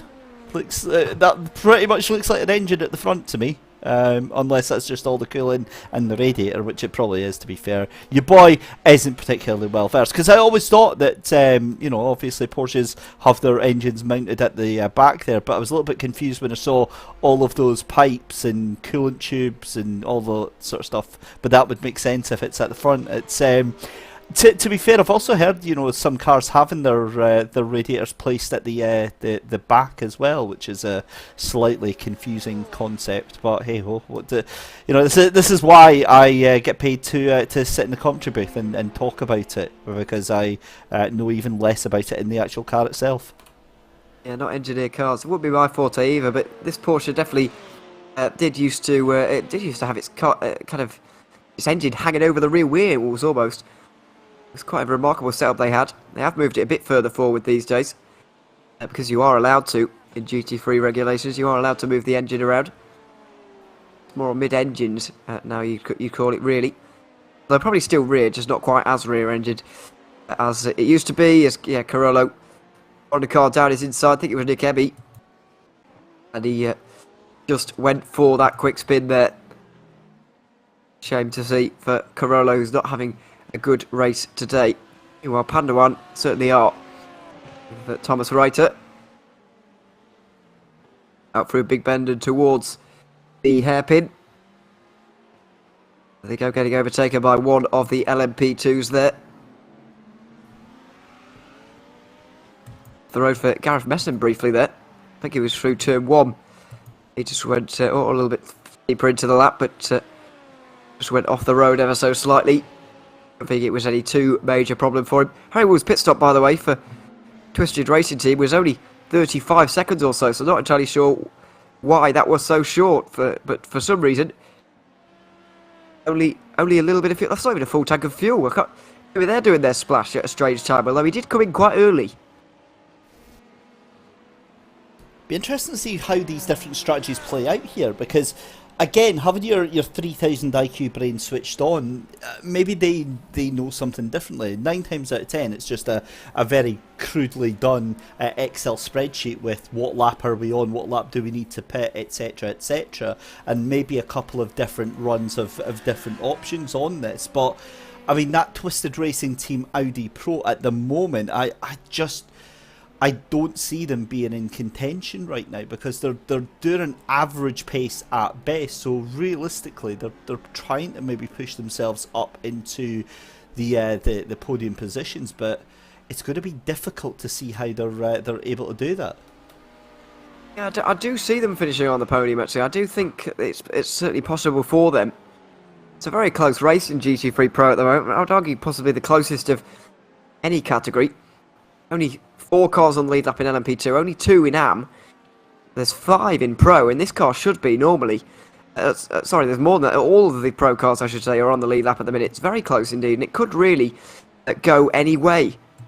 So, yeah, I'm not entirely sure what we're going to see, or where these guys are going to finish, as there's a big dive there, but... yeah, we'll... oh, goodness. Over the curb and all sorts for that Audi, which is... so easily gets away from drivers. Thankfully, staying within the control of Harry Wills there. It's some proper heart and mouth moment though when you see an Audi playing with fire like that. It's like, we know how temperamental you are as a car. Honestly, the Audi is one of those weird cars where if you even look at it the wrong way, it's going to be off into a wall. Certainly is. That's why, as I mentioned earlier, in terms of 24 real long 24-hour races, really didn't win that many when it was at its height. So when it was introduced alongside the Mercedes, as kind of a real push to add GT3 racing properly to iRacing. There really wasn't much about at the time, but then the Audi and the Mercedes got added in. There was a World Championship for GT3 cars as well. It would obviously do very well, very strongly in the World Championship, because those races were similar distance to what we have here in this championship here, even shorter at times, which really does suit the Audi. But in terms of the long special events, really didn't win many at all. Has never won at Daytona, I don't think, in its class. Don't remember They must have won a Spa at some point, and I do remember them winning at Nürburgring as well. Obviously, they can't win at Le Mans because it's a GT3 car, but they've definitely won at the Nürburgring. It was the strongest car one year there, but you really do have to be very careful with it throughout the race. It's, as you said, a temperamental car is a very good word to use. Temperamental, very good word to use to describe it, really, because it can get away seemingly without warning and for no apparent reason at all. It can just lose its rag with you a little bit, and you can lose control of it completely. So yeah, it's a strange car to get a handle of. But I personally feel for a distance like this, in terms of a race distance, if the track suits the Audi, then it's a really good car to use because it will be quick.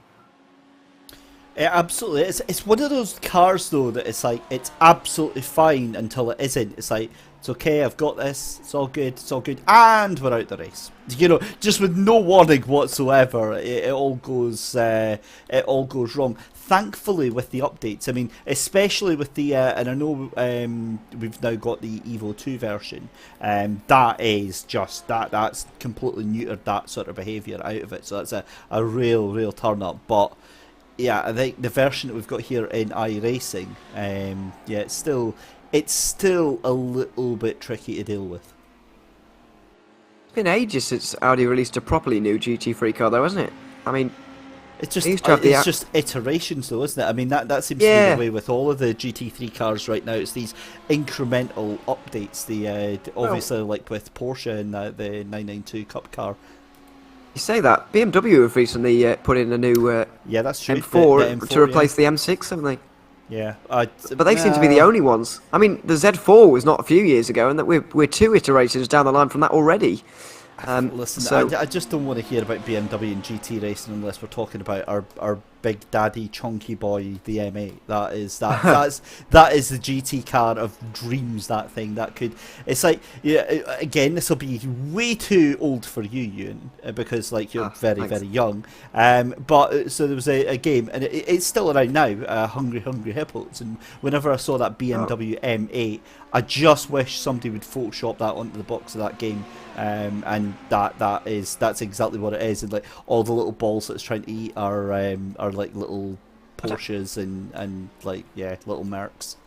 I don't know how young you think I am, but I definitely played that game as a kid. So I've never actually. I don't think we've asked you. How old are you, Ian? 19 years of age now. Well, that is ridiculous. Yeah. No word of a lie, Ian. You're literally half my age. There we go. That's no, I know, but still, yeah, I know it's still young, but it's older than I'd like to be. Any excuse for me to bring it back in my day, Ewan, back in my day, when I were a lad. Life used to be better back in the day when I was a lad. All that. Meanwhile, by the way, pit stops are very much underway in GT3 right now. Seeing the third stops of the day for most of the cars at this stage. Car Boss has just got into the Celeritas sim racing car. Your ex-Sawyer's gotten out for Michael Kulaga again. Another driver change being made there. They're alternating stint after stint, and Robert Gilbert is into the SPR Esports Delta car. A lot of tyre changes though being made here in these stints. It seems to be in GT3 that most teams deciding that double stinting, while it was possible for the first 2 hours maybe, from now on, because of the temperature, because of the humidity, because of the track temperature, I guess more importantly, it's not really possible to do that any longer. I don't know what to say. I'd love to have any idea about what they're thinking right now, but the problem is that, I mean, you heard from our last interview that we had to have a chat with from Simon Rahowski, how very guarded he was about mentioning anything to do with his strategy. Yeah. So all we get to do is have an idea, have a guess about what on earth is actually going on. And Carl Pearce, yeah, that day is going from bad to... Tell me that's not an Audi. Tell me that's not an Audi. It is indeed. Off the road at the hairpin. Let's see how it happened. There doesn't look to be any cars around as well either, unless one of the 2 cars in front here are going to be going wrong. Yeah, just a bit of a slide. Yeah, that's And a bit of a really spin. It's an uneventful. awkward place to get going again here as well. There's that wall there, but he doesn't want to reverse too far here because that's the racing line pretty much as soon as he gets on the road. So that's very, very tricky for him. But he does just about get it round and get going fair again. Play. Fair play to him. That was a really good rejoin, really respectful. Thought about all the cars coming around there as well, and man, it's awkward to see. But obviously that car's struggling a little bit there. But I when I first saw it, I thought that car had a little bit more damage than it actually has there. So yeah, grand scheme of things, he's lost maybe about 20-25 seconds there, but nothing really more than that. Here's the leader, meanwhile. Alex Urenga. Says here he's got nearly a 40-second lead all of a sudden. He's been really driving the pace on as V3 Racing's Kiefer McKenna has been struggling just a little bit on this second stint. These guys can't be miles away from coming in once again. Well, they are a little bit further away. We've got to deal with the rest of the GT3 pit stops first. Still waiting for Thomas Reiter, Dennis Veerman and Paul Walton all to come down pit lane. I think Reiter is going to be in at the end of this lap. Veerman will still have 3 more to go after this, but some of these teams are edging very close to the hour mark, and some of them are really quite a long way off. Yannick Burkhoff as well is going to be going quite far here. Pit on lap 71, but I reckon he'll be edging towards lap 100 actually by the time he comes in. Of course, off strategy from what we saw a little bit earlier on, but we're approaching the halfway distance or halfway mark, and yeah, we've got Thomas Reiter leading for Panda One at the moment, but will he be leading by the end? I mean, the advantage certainly is with Liper Esports at the moment, but we'll see what they can do. Whether Reiter takes tyres here or not, Harry Wills, Gareth Messam, Simon Dodd have all decided to not take Simon Dodd, decided to not take tyres there. Only 2 taken by Cowboss and Michael Kalaga as well. So there is a little bit of scope for doing more than 1 hour on some tyres, but maybe with a 2 tyre change for one of these guys, we'll see.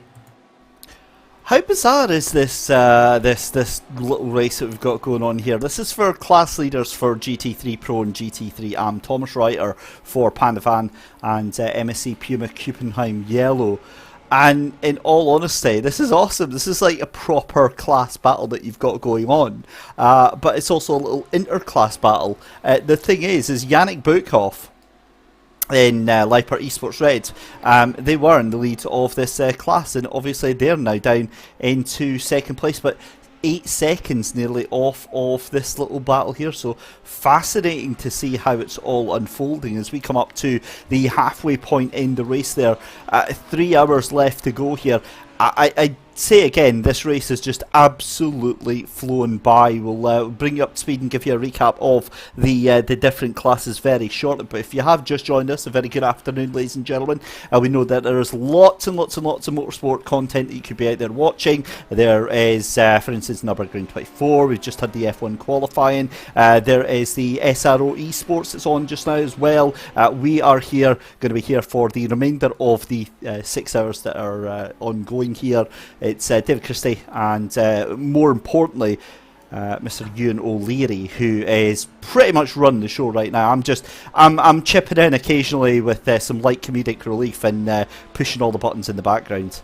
I was going to say, literally everything anybody has watched this afternoon has been because of you, not me. But anyway, there we are. We're trying to make things work. There's Panda One very wide there from Thomas Reiter going down into turn 10.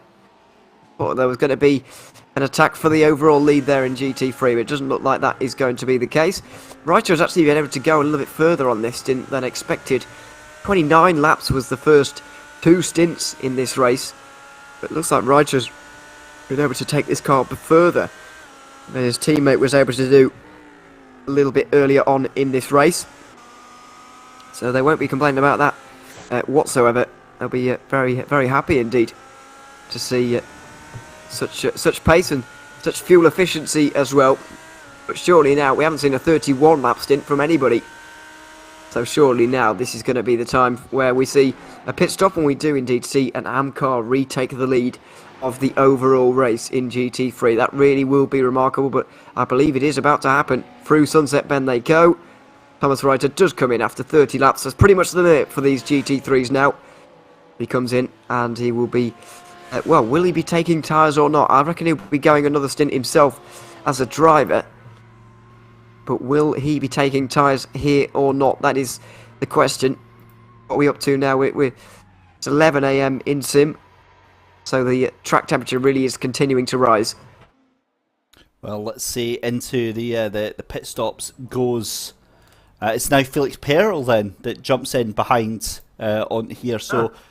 yeah, that's going to be interesting actually to see how that one develops. So we'll keep an eye on how long the pit time is. So there's a minimum pit time when you're swapping drivers anyway. Then you can do things like tyres and all that sort of stuff. So Pandawan then, although now coming up as Pandawan Y, Pandawan doing a fairly good job, but well, okay. We'll have to get them sorted as well, because I believe Pandawan are actually in the pro class.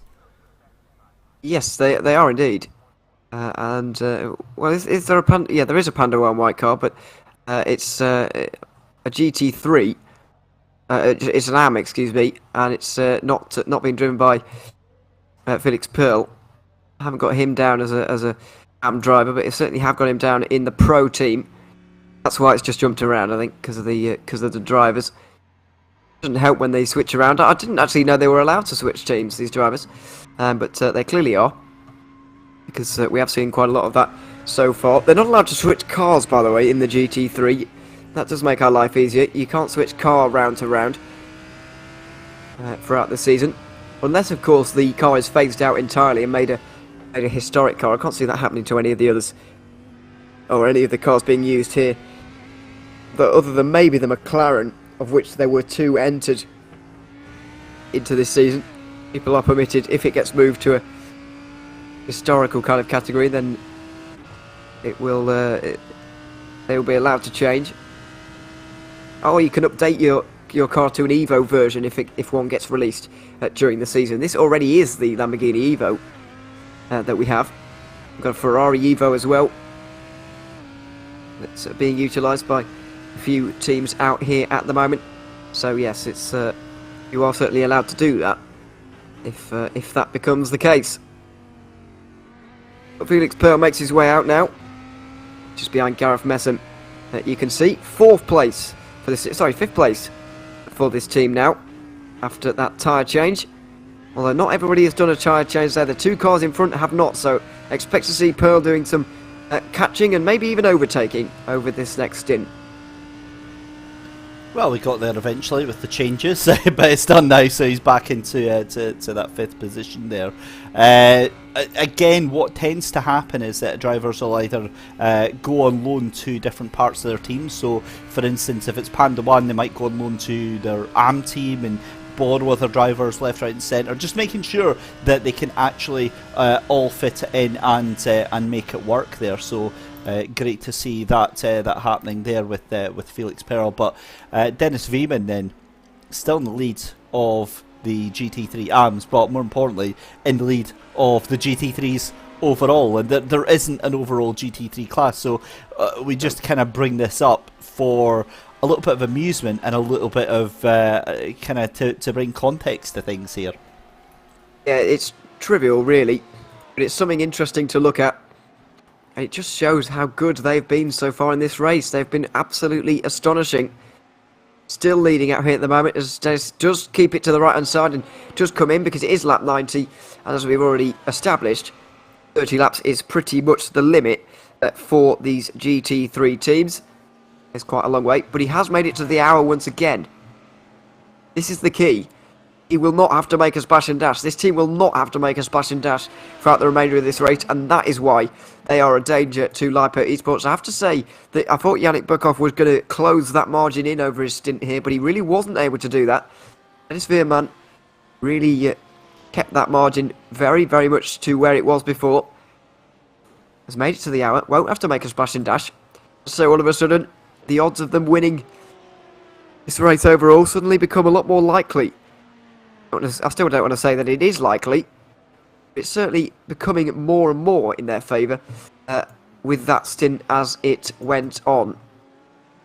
Currently looking at Yannick Burkhoff at the moment. We've reached the end of another hour here at the 6 hours of Sebring, so I think we're going to take just another quick break. We're going to go, as you will know, if you've been watching on from the start of this race, we're going to go on board and the comms are going to go quiet for a few moments so you can enjoy the sights and sounds of Sebring on board with one of these teams.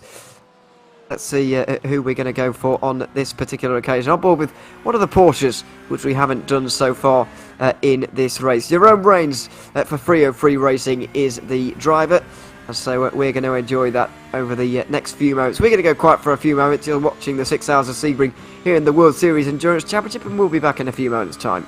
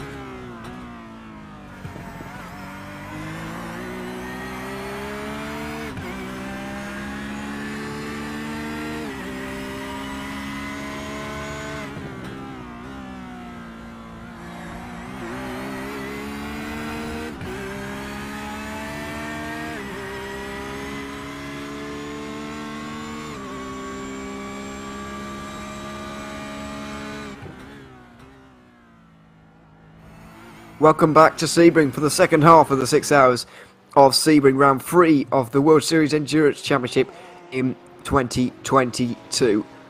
3 hours down, 3 hours to go as we return once more. That's the 303 Racing Porsche of Jerome Rains, who we were on board with there. Good to see him at the moment, chasing down, or trying to chase down Dean Timms in the Twisted Racing Team Ferrari. So it's going to be difficult at such a big gap. That is, probably around about a minute at this stage. Very tricky for him to close that, but he is attempting to do that. My name's Ewan O'Leary, I'm alongside David Christie here for this evening's race. And yeah, let's have a quick look at who is leading all three classes. We've not long since done a rundown, so I won't do the entire category. However, we'll just talk about the leaders briefly, and this is Alex Urenga, who now has over 40 seconds of a lead over V3 Racing for RSR by Bookkicker. Very strong pace from them here today to give them the lead there. Yannick Bukov for Liper Esports Red is currently leading in GT3 Pro. And those two at a very similar point on the circuit, which is a nice bit of symmetry for us. And GT3 AM still being led by MSC Puma Kuppenheim Yellow and Dennis Veerman, who now actually has second place in the overall as well. I know we had that earlier on, but he was battling away with Panda 1, but they took tyres at the last pit stop, and so Harry Wills and Gareth Messam have both jumped up the order. They're both not far behind Veerman, but they both jumped up the order because that 70 team didn't take tyres at that most recent pit stop. David, that's an interesting thing to note about the tyres here. Deciding not to bother with them. I think it's going to be exceptionally interesting to see what Yannick Bukov does here. Will he double stint tyres or not? Well, that's exactly what we're going to find out. The problem is that it's a double-headed coin, isn't it? It's the fact that if you don't take tyres, you're going to be more likely to kind of spin or to force yourself wide. You're going to be a little bit slower, but you're going to gain time in the sort of wholesale by not having to stay in for long during the pit stops there. Personally, I'm going to be honest, I fancy taking tyres where possible, just purely because I think the time and the confidence that you gain around all this traffic is going to really make its mark. It really is going to be very important as we see flying into the pit lane there is Alex Urenga. I hope he slowed that down in time, because that is going to cost him a lot of his lead if that's a speeding in pit lane, but hopefully not. Zedu Zernovinu has not taken tyres once again, so triple stinting tyres despite the temperatures once again. Is this the triple stint? It is indeed. So not deciding to go for the double on this occasion. It looks like he's staying in the car, whether this is going to be a double or a triple stint. It looks like, despite the pace that Keith McKenna and Zernovinu, I'm struggling with his name, Zernovinu definitely seems to be struggling towards the end of that stint, and I would have expected him to take tyres maybe, but deciding not to. Alex Urenga, I think, has done. He is taking tyres here, and I think that is the sensible call, unless he has a speeding penalty. Let's see, as we see this camera shot, he's up on the jacks, he's getting tyres, which is to be expected. Kiefer McKenna will probably do the same. So it looks like RSR by Bookkicker in the 67 trying to do something a little bit different, which you can't blame them for at all. Andrew Dawson gets into that car once again, driver change being made, and only a double stint, which I think is sensible at this time in the race. Yeah, I don't think there's any point pushing it too far. Dan Alpol get back behind the wheel of the second place V3 racing machine as well, but again, you're starting to see these gaps really starting to push themselves out here. I wouldn't be surprised to see Dan Alpol going to come out, maybe, in fact, actually, still in pit lane there. I think he's going to come out probably about 40 to 50 seconds behind that RSR by butt kicker machine when it does eventually come out. But look, halfway through the race already, Ewan, it's been a fantastic affair, and I'd say probably thankfully for a lot of the drivers now, they tend to be all split up. Obviously makes it a little bit more difficult for commentary, but for a lot of the drivers here, they'll be thankful that they're not having to fight. They're basically just, it's a strategy race. It certainly is a strategy race at this stage. I find that is the most interesting. Obviously you can't have on the track constant complete brawl between all these cars, because it's just not going to work. It's just not the endurance racing style. It's not logical to do that in an endurance race, but strategy races I find so interesting.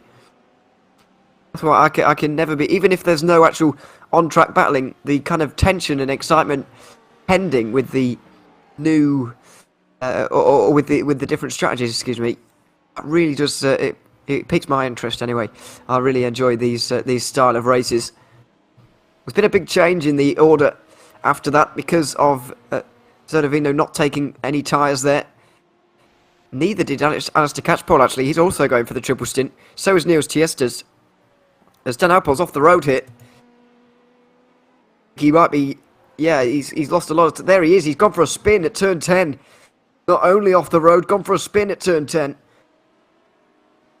His first lap in the car. This is not the way he wanted to start his stint.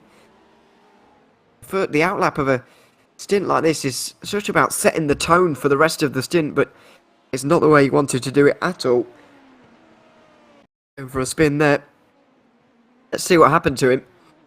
Oh, just losing it on the brakes completely. Getting it entirely wrong and then trying to get back onto the road again is a bit of a mission in itself. So, as I say, the outlap sets the tone for the rest of the stint, and that is not the way Dan Alpol wanted this lap to go at all.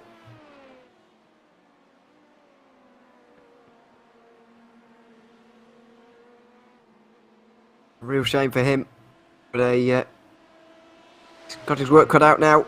He's going to have to try and catch up to the other RSR by bookkicker car and overtake it, of course. He's got the new tyres on compared to the older ones of Zernovino. And he's off the road again at turn 1. Dearie me. This is not a good start to the stint for Dan Alpol. Makes his way out of turn 5 and will hopefully steady the ship a little bit over the next couple of laps, but this is...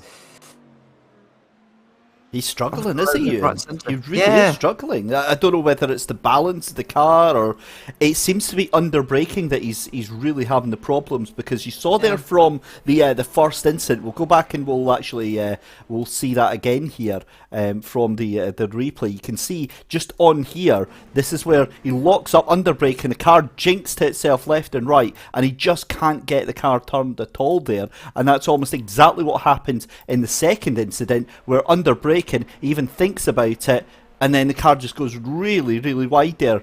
The problem with it is that is... How do I explain this? Right, for a driver mentally, Ewan, when that happens, right, your brain starts going in overdrive, thinking, "Oh my God, was that me? Was that the car? What's wrong with the car? What's wrong with me? Am I going to be able to survive this stint? I hope everything's okay with the car." It starts absolutely going into meltdown for like 5 minutes. That's why we saw that second incident there. He's pushing to try and recover the time that he's lost because of that. They knew that they were on a fairly solid stint there, but all he needs to do is just get 1 or 2 laps under his belt here, Ewan, calm that car down, calm himself down, and get back into the rhythm here. Yeah, certainly needs to get back into the rhythm. Will have been lost a little bit, and of course will have been lost by the fact he didn't drive the last 2 stints. You can't underestimate that. He will have obviously been following on with the race and watching it, but he will certainly have just lost a little bit of that rhythm by not driving. So he's just got to find that again now. That's exactly what he's going to try and do. With all respect to Kiefer McKenna, by the way, I think it really does show the importance of having a team of drivers to win a race like this. It's not just about the individuals. You need a team of drivers to win this one, because you saw the way Dan Alpol was able to hold on to the RSR cars very well in the first 3 stints of this race. He actually took the lead through the second stint of this race earlier on. He was very, very strong indeed, but Kiefer McKenna just didn't quite have that same pace, and it's given them now a lot of work to do. I don't think it's 120 minutes.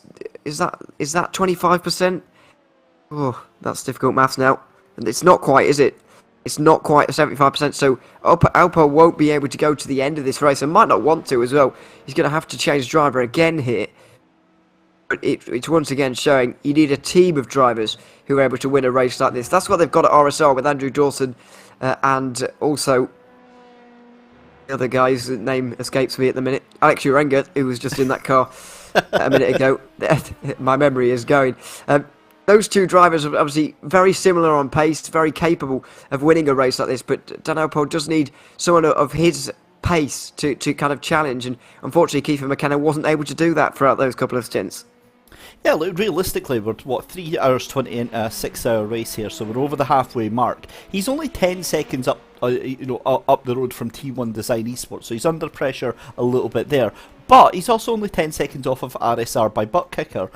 So that number 67 of Radu Zumovanu, he's lapping slightly quicker, but not all that much. In fact, actually, it was Alpol was 2 seconds a lap faster than Zumovanu last time round. So that gap could come down quite significantly.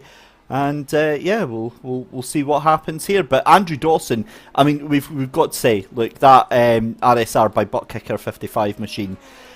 It looked scary because we thought V3 Racing was going to start running away with this. They've taken on tyres and obviously put themselves out. The problem with that is that the amount of time that they've sort of sacrificed to get the tyres, they've then lost even more time with those little bits of running wide. But looking forward, it's still a good effort. They still are in a very, very good position. So V3 Racing definitely not out of it as of yet. 50 seconds behind the leader. And T1 Design Esports as well, just a minute off the leader. But the real question is what's going to happen down here in GT3, because Dennis Veeman is going to be in the sights and in the arms of Harry Wills very, very shortly. It's going to be very interesting indeed to see this battle now. Wills is certainly catching hit by over a second last lap around. Although didn't take on a full tank of fuel there. He pitted very early on lap 80. I'm not entirely sure why. He didn't take on quite. He took on 3/4 of a tank. So I reckon he's going to be in about it could be 10-20 minutes until we see him come in here. And we're not even halfway through this hour yet.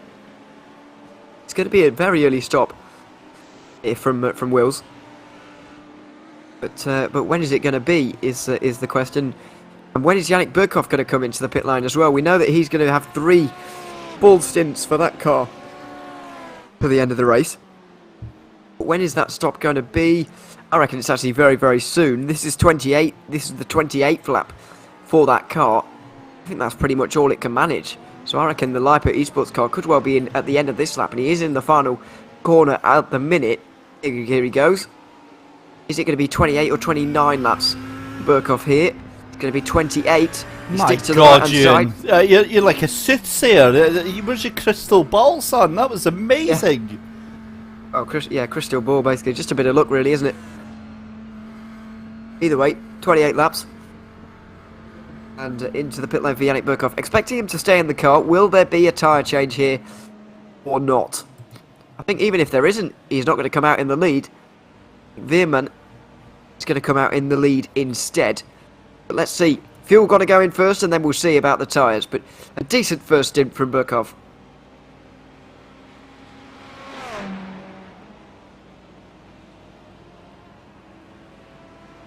You can see 20 seconds. The time continues to tick up. Just a reminder, you can see some of the pit stop times around at the minute. Just over 40 seconds indicates a full tank of fuel without any tyres. Around 55 or so, just under, indicates 2 tyres, and about 1:05 is 4 tyres. No tyres for Liepert though. And barely a full tank of fuel there. 40 seconds, just over 40 seconds. They didn't actually fill that tank to the brim. It's not enough. I think they wanted to short fill there just to get it out into the lead, but they weren't able to do that. Not at least in the GT3 overall. They were able to do it in GT3 Pro. We see Harry Wills right behind Yannick Burkhoff here. Both of them on older tyres, on double stinted tyres. So neither of them in an ideal situation, but they're only half a second apart, and it's going to be a very exciting fight to watch. Absolutely is. So out he comes into the pits then. So MSC Puma Kuppenheim Yellow moves to the front of that little battle, and yet again we're trying to see this little power play essentially going on here to try and hold on to this. So this is now a ridiculously close battle, because this is for position, if I'm not mistaken, because that's Harry Wills right behind him. And I'm sorry, Ewan, but if I'm Harry Wills, I'm absolutely going for that position come hell or high water. I think he is going to try and do that in this battle for the lead. Let's not forget, in GT3 Pro, 3 full stints to the end for Leipert. I think it's going to be the same amount of stops for Twisted Racing Team Audi, although it might not be. See, maybe not, but either way, I still think he's going to absolutely go for it here. Leipert in a very strong position in this race overall, it has to be said, but they are going to get challenged, especially by that GT3 AM car you can see just up the road. A little bit wide there from Wills, just onto the grass ever so slightly. Tipping those wheels onto the grass. But he's gotten away with it. He's closing in now into Sunset Bend. The slipstream coming into effect in these identical cars pretty much. The setup, of course, will just be the difference. So they're not identical at all, but you get the point. Same machinery. Come out of the final corner. And onto the front straight again. Oh, Will's really running that one right out to the grass. No way through for him on this occasion. But I reckon there is going to be a chance. At some point there's going to be a chance. We'll see how aggressive Wolves is going to be in terms of taking it. Well, he's not, that's the thing. You saw him having to back out massively going into that final corner there, and a flash of lights, but have a look at that. That's a little bit of a run wide for Leipert Esports Red now. Harry Wills on the gas as soon as he possibly can there. That last pit stop time there for Yannick Bukov, 40.83, so it's almost certainly that he, as you said, didn't take tyres and quite possibly didn't fill every single last drop into that engine, or sorry, into the fuel tank right now. Fascinating little battle here. You'd be hard pushed to think that this is a 6-hour race, given the way that these are fighting. You'd think that this is like a sprint race with only 10 minutes left to go. Absolutely. It's a great fight between these two Audis at the moment, down into turn 10. Big braking zone, a lot of bumps there to negotiate, but for what is basically a 90-degree right-hander, and then trying to get the power down around the couple of left-handers there at 11 and 12. This is 13, Tower Corner, that really sets up your run through Bishop and into the final chicane complex towards the end of the lap. Here we go through there now.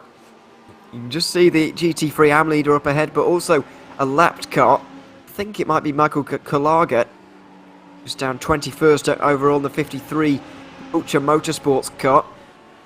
Out through Le Mans and onto the Ormond Straight. Very much tucked up within the slipstream now is Wilson. You saw him close in into the final corner last lap. Is there going to be a dive here? Well, nowhere near close enough for any kind of dive on this occasion. So they stay behind one another through another lap. A little bit of a tighter line there from Bookman to get through on that lap car, and Wolves once again through that final corner. He pushes very hard and onto the grass, doesn't he?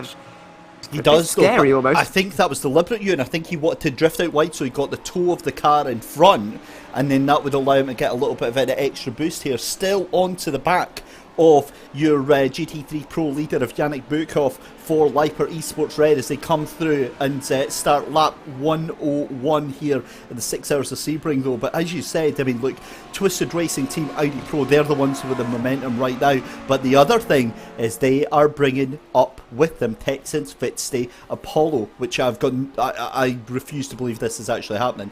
Gareth Mesham on the ultimate of recovery drives right now. Last lap 159.74, personal best for that team, for him just now. That gap now 7.5 seconds, and you've got to believe while these two are fighting, that gap is just going to come down and down and down.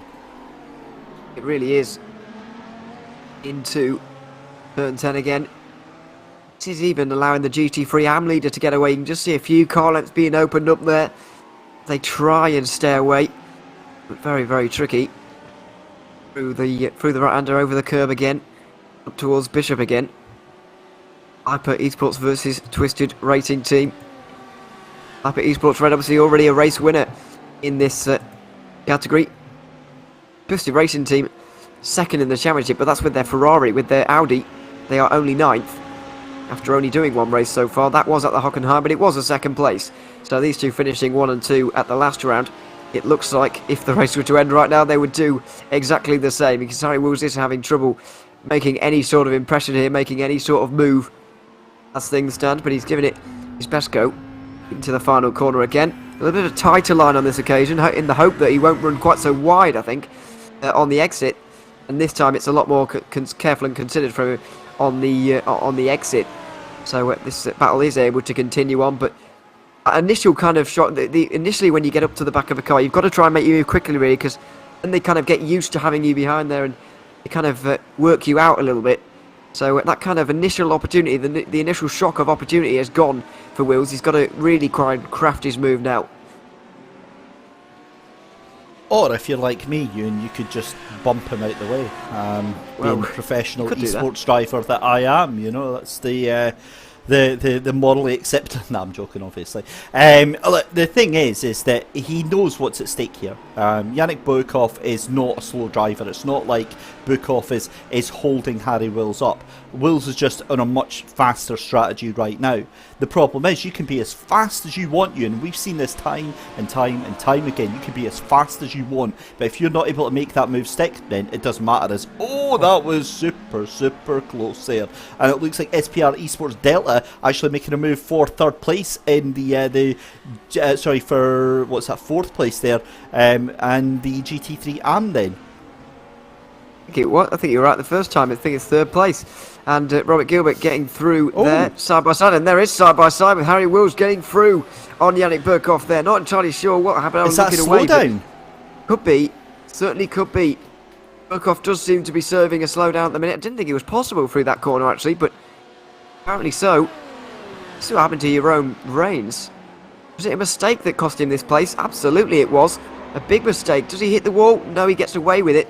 He does lose third place. It's the spin for Alex Bumberg. We saw that he was off the road at Condog Prime Motorsport. We're actually going to have an interview with one of their drivers in a few moments' time, Carl Pearce, who's waiting for us at the minute. But the battles going on right now, that were going on, were distracting us a little bit. But now that they have just extended out for a brief moment, we do have a moment now to chat to Carl Pearce. So hopefully we'll bring him in a few moments' time and have a bit of a chat to the Condog Motorsport driver. Here he is. Good to have you here, Carl. Good to speak to you. Thanks very much for coming to join us. Thank you for having me on. Thank you. Yeah, absolutely. Condog Prime Motorsport is obviously your team at the moment. Tell us a little bit about how your race has gone so far and whether you're pleased with the first half or 3.5 hours of this race now. So at the start, it was a bit rough in the first 20 minutes. We did have to go and pit as we had very minimal damage. So pretty much the next 3 hours is just catching up on the pack and just saving fuel. At the moment, we have game 2 positions in our class, so it's all going well. So absolutely, I mean it's a very tricky race for everybody, but it seems to be going well at the moment for you guys.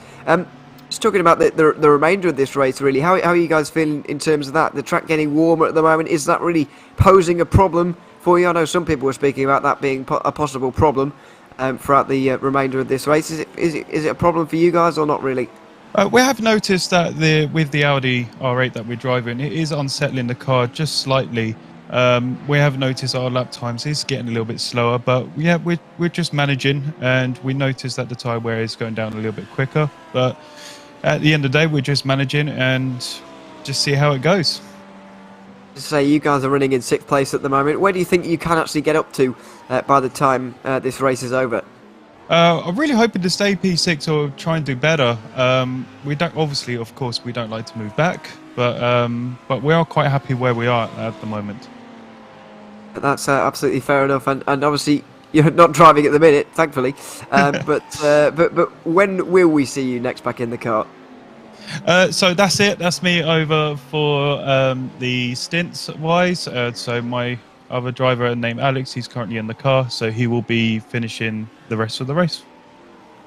Right, we certainly will be keeping an eye and having a look as to where you guys do indeed end up. But Carl, for now, thanks for coming to join us. Thank you very much. Good to have you here, well. and we'll see what happens for the rest of the race. Brilliant. Thank you very much, guys. Thanks very much. Carl Pearce there from the Condog Prime Motorsport Audi team. Ewan, they're joining us for an interview. Ewan, I've been waiting so patiently to grab your attention, but you're not going to believe what's happened. Harry Wills has taken the lead, and well, this happened to Harry Wills. Yeah, absolutely, I did notice it while we were just chatting there. I didn't want to interrupt, or I didn't want to mention it at the time, but there we go. Harry Wills spin at the hairpin.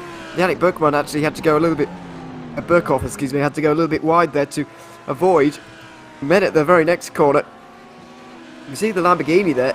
That's Gareth Messam, who was in second at the was in third at the time, and he had a unmistakable opportunity to go up into second, and here it is into turn 10, driving down the inside on the brakes and straight through. Well, I say straight through. It was a bit more complicated than that.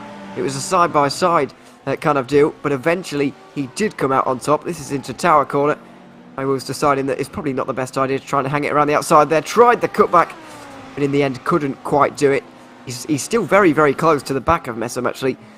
But yeah, Will's mistake there, very costly mistake as well.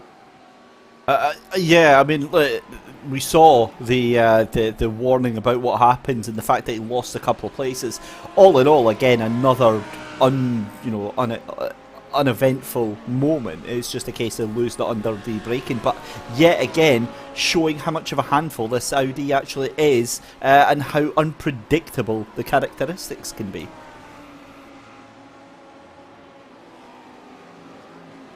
Absolutely, it's not a predictable car, as we've spoken about before. This fight certainly is going to continue on. It has allowed Lipa Esports to have a bit more freedom, if you like. Nearly 4 seconds worth of a lead as things stand.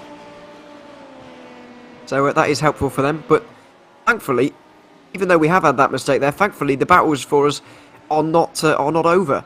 We've still got this one to watch for second position in GT3 Pro. But the only problem is now is that they'll be less incentivised to fight, in my opinion, because we don't want to let Lipa Esports get too far away. They'll still have that eye on the lead, even though Lipa Esports are in a very strong position now. 100%, and what this has also done is this has helped open up the gap between Dennis Veeman and Yannick Burkhoff to nearly 6 seconds right now. So this is a very, very curious turn of events for that Lamborghini in the lead of the GT3 AMS, and a very fortuitous, I think, turn for that car as well. Yeah, it's certainly turned in their favour. They'll be very, very glad about that. Out through Le Mans and onto the back straight. The GT3 AM leaders, are they going to be overall winners though? Still 25 minutes until their next pit stop, by the way. Still a fair amount of time away from that. But yes. Is it going to be a race win or not? Harry was going to be the next driver in, by the way, I think, in the GT3 AMs. In the GT3 Pros, but in the GT3s overall, he's going to be the next car in, I believe. So that will be a relief for him, quite possibly, but he's not going to be pleased with that spin there.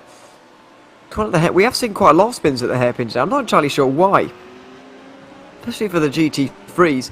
They should certainly have the mechanical grip to work well round there into the hairpin. It shouldn't be too much of a problem. It's not like they're losing it under braking. It's just as they could. I'm just wondering, Ewan, if it's brake bias, perhaps. Maybe as the one thing that we spoke about earlier, the track is getting warmer, the day is getting warmer here at the virtual recreation of Sebring, for sure. I mean, you can see here coming up for lunchtime, so 24 degrees air temperature and the track temperature 43 degrees. I'd imagine that is up significantly from when we started here. Oh, that's contact! Oh, contact made, and that's Porsche again. One of the Porsches in AM. I think it's, well, not the last running car. Who was that? Could have been. I'm not entirely sure. I couldn't tell you. But there we go. Yeah, here we go. Gary got Brown. there eventually. Yeah, we got there. Gary Brown. Oh no. Let's see if there's contact there. I wasn't quite looking. Oh no. In the right direction. This is a replay of something else we saw for Harry Wills using a lot of that. Oh the dear! Rejoin, and he's Not done. the first time that car is is broken. Yeah, it looks like it. They were running third. I said that they were going to have to make their next pit stop very soon as well, but it wasn't expected to be in these circumstances. A disastrous end to Harry Wills' stint here. Unquestionable suspension damage on that car. Don't think they've used their fast repair yet, so that's going to be helpful for them, but either way, it's not the first time we've seen that Porsche rejoin in a way that has hindered other cars, I'm afraid to say. Oh man, look at how much it's crabbing as well. The thing is that he is going to be coming into the path here of your LMP2s as well. In fact, there you go. There is one of the LMP2s. The rest of them are going to be coming through very, very shortly indeed. And thankfully manages to keep himself out of harm's way. The problem with that as well is that trying to keep that thing going in a straight line will go on board on the cockpit. You'll see the steering input. Yeah, that car is absolutely broken. It really is. And it doesn't look... front suspension damage is a bit easier to deal with because it's quite uniform in the way that it behaves. Rear suspension damage, very unpredictable. Going down the straight there, I would have said it might have been rear suspension damage, but actually I think it's possibly more front because he wouldn't be able to go around at that speed with rear suspension broken. But either way, he's in now. It doesn't really matter what kind of suspension is broken. It's still broken and it will need repairs. It's going to be a fast repair here, surely. You're going to have to use it. Otherwise, you're going to be there for minutes.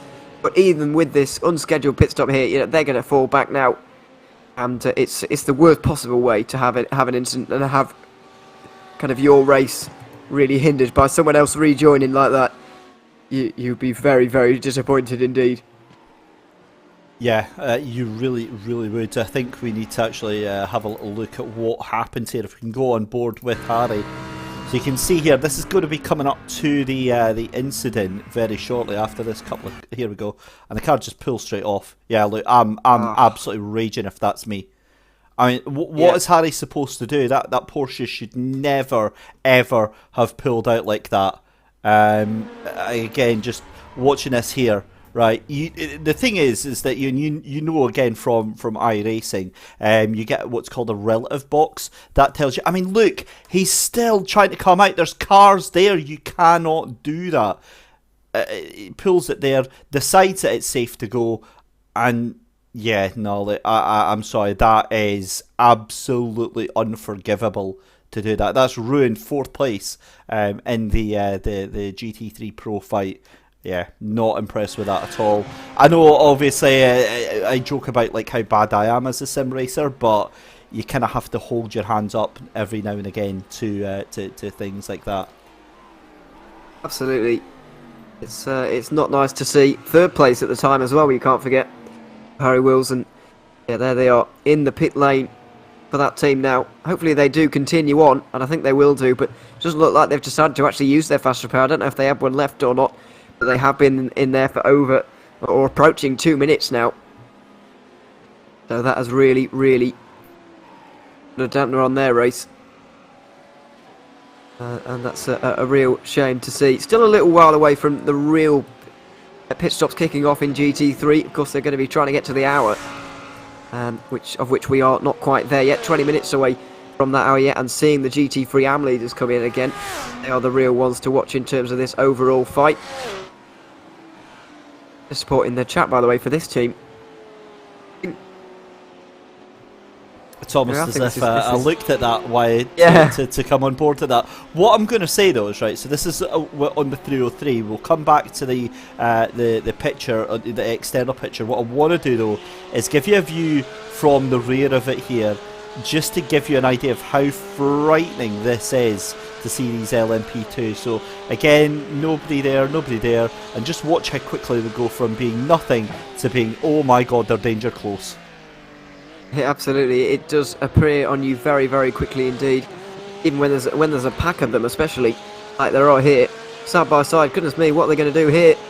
Looks like it's going to be a bit of a squeeze 3 wide. Hang on, is that one of the second RSR and by third place? cars?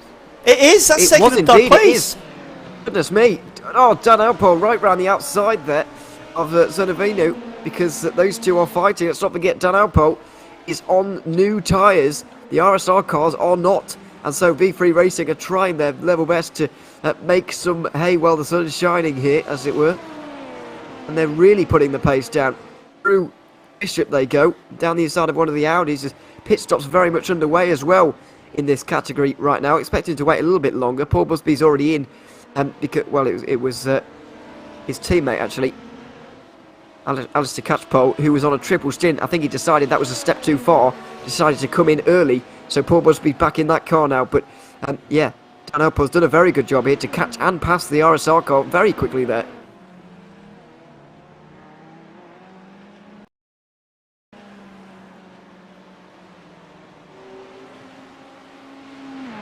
More laps at the line for Andrew Dawson, who's about half a lap in front of all that, as we look at Chris Chatterton, who's gone for a bit of a spin there, I'm afraid to say.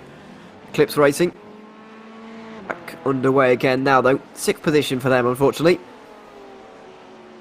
But yeah, that crept up on us very, very quickly indeed. V3 Racing have really been putting the pace down well on their new tyres. That absolutely caught me by surprise there. I was not expecting that at all there, and that's exactly what they've done. 148.48 last time round. But your race leader, RSR by butt kicker 55, 147. So, I mean, they're absolutely tearing the pace. They must have surely taken... They did. The 55 took tyres last round, because their last pit stop time, Ewan, was 55 seconds. So it's only the 67 team that didn't take tyres. Well, there's lots of them underneath that, but certainly out of those 3, it's only those that didn't take tyres. Yeah, there's certainly a lot of split strategy at the moment going on in LMP2. Now, I'll go back to GT3 AM ever so briefly before the LMP2 pit stops really kick off in a few moments' time. We'll go back to GT3 AM because we do have a driver waiting to have a bit of a chat with us. Eric Kulaga of the 66 team, Vulture Motorsports, joining us right now. Eric, good to have you here with us once more. 8th place for you guys at the moment. We've got Philip Kuber in there at the moment. Now, how has your guys' race gone so far? You guys running down 8th position, as I said, at the moment. How's it gone for you? It's been a unmitigated disaster from the moment we started.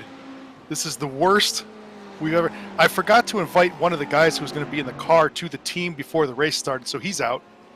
I put half tank of fuel in the car to start. We had an internet disconnect. I apologize to Harry because I always have to ping him before the race and say, hey, I screwed up some admin thing.